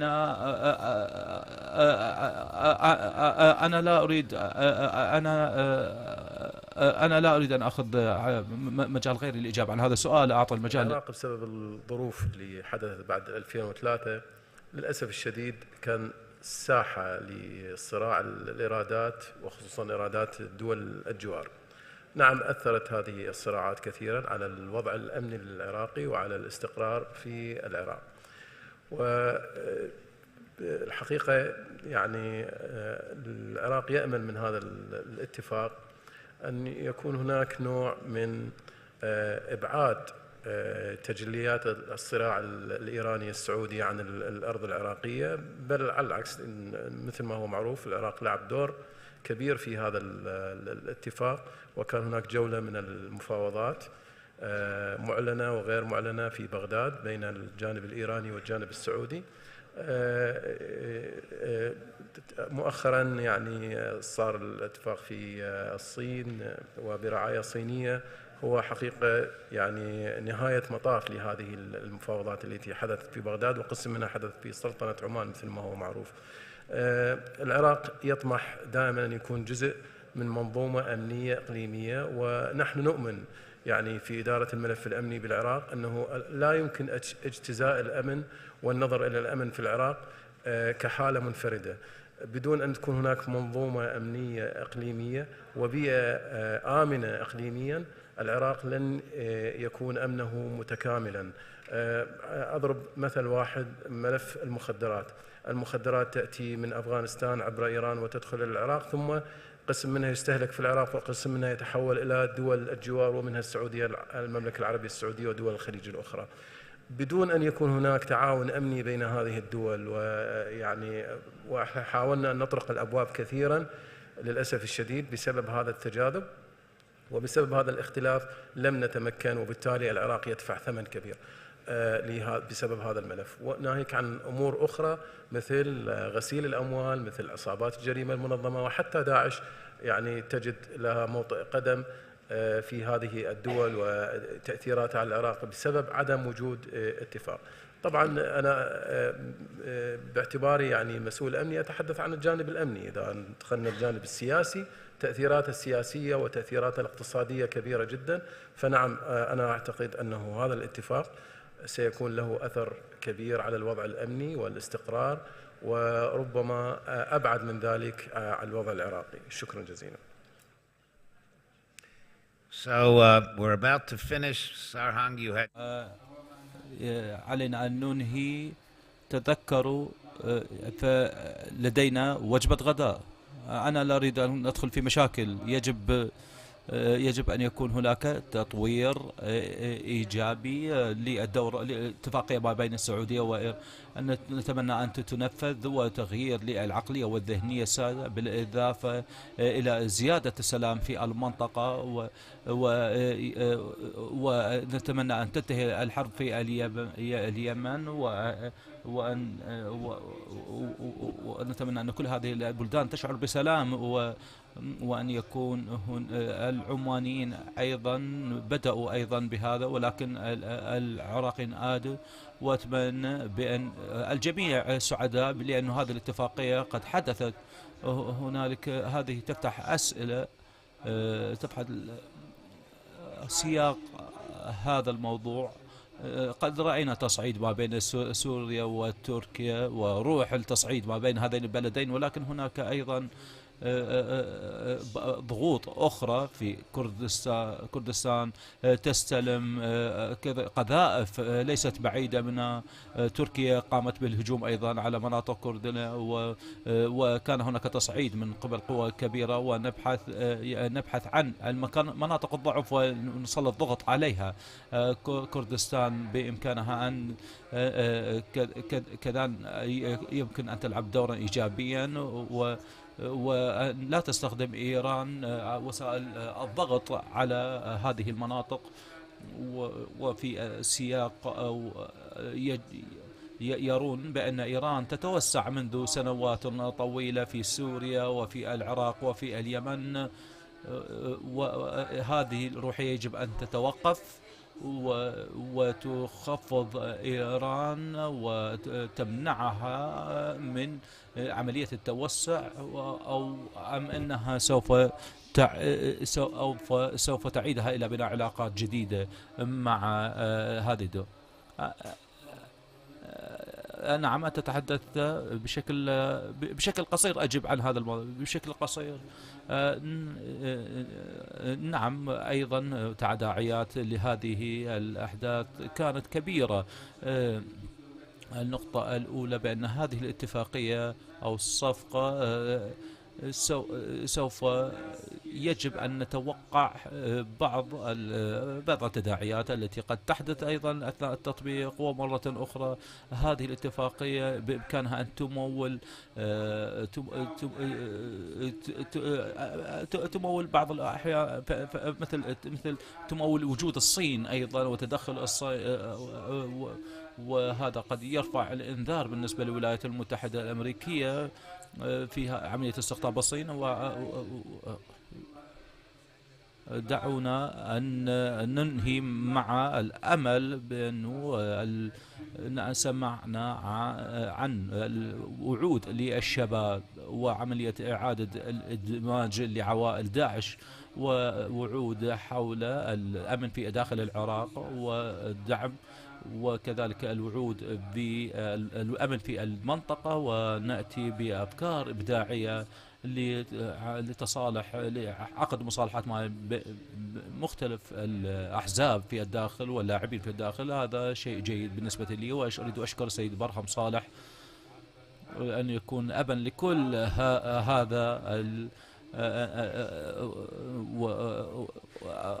وكذلك أريد أن أشكر الجامعة والقائمين عليها. بإمكان أن أقول شيء جميل عن الجامعة ولكن أنا أصبحت موثوقا بأن هذه الجامعة لديها وعود كبيرة وضخمة فيما يخص القيم والتعليم ومحتويات التعليم وبصراحة في آمالنا حول مستقبل العراق كيف يبدو. شكرا جزيلا لوقتكم ودعونا نمضي إلى الغداء.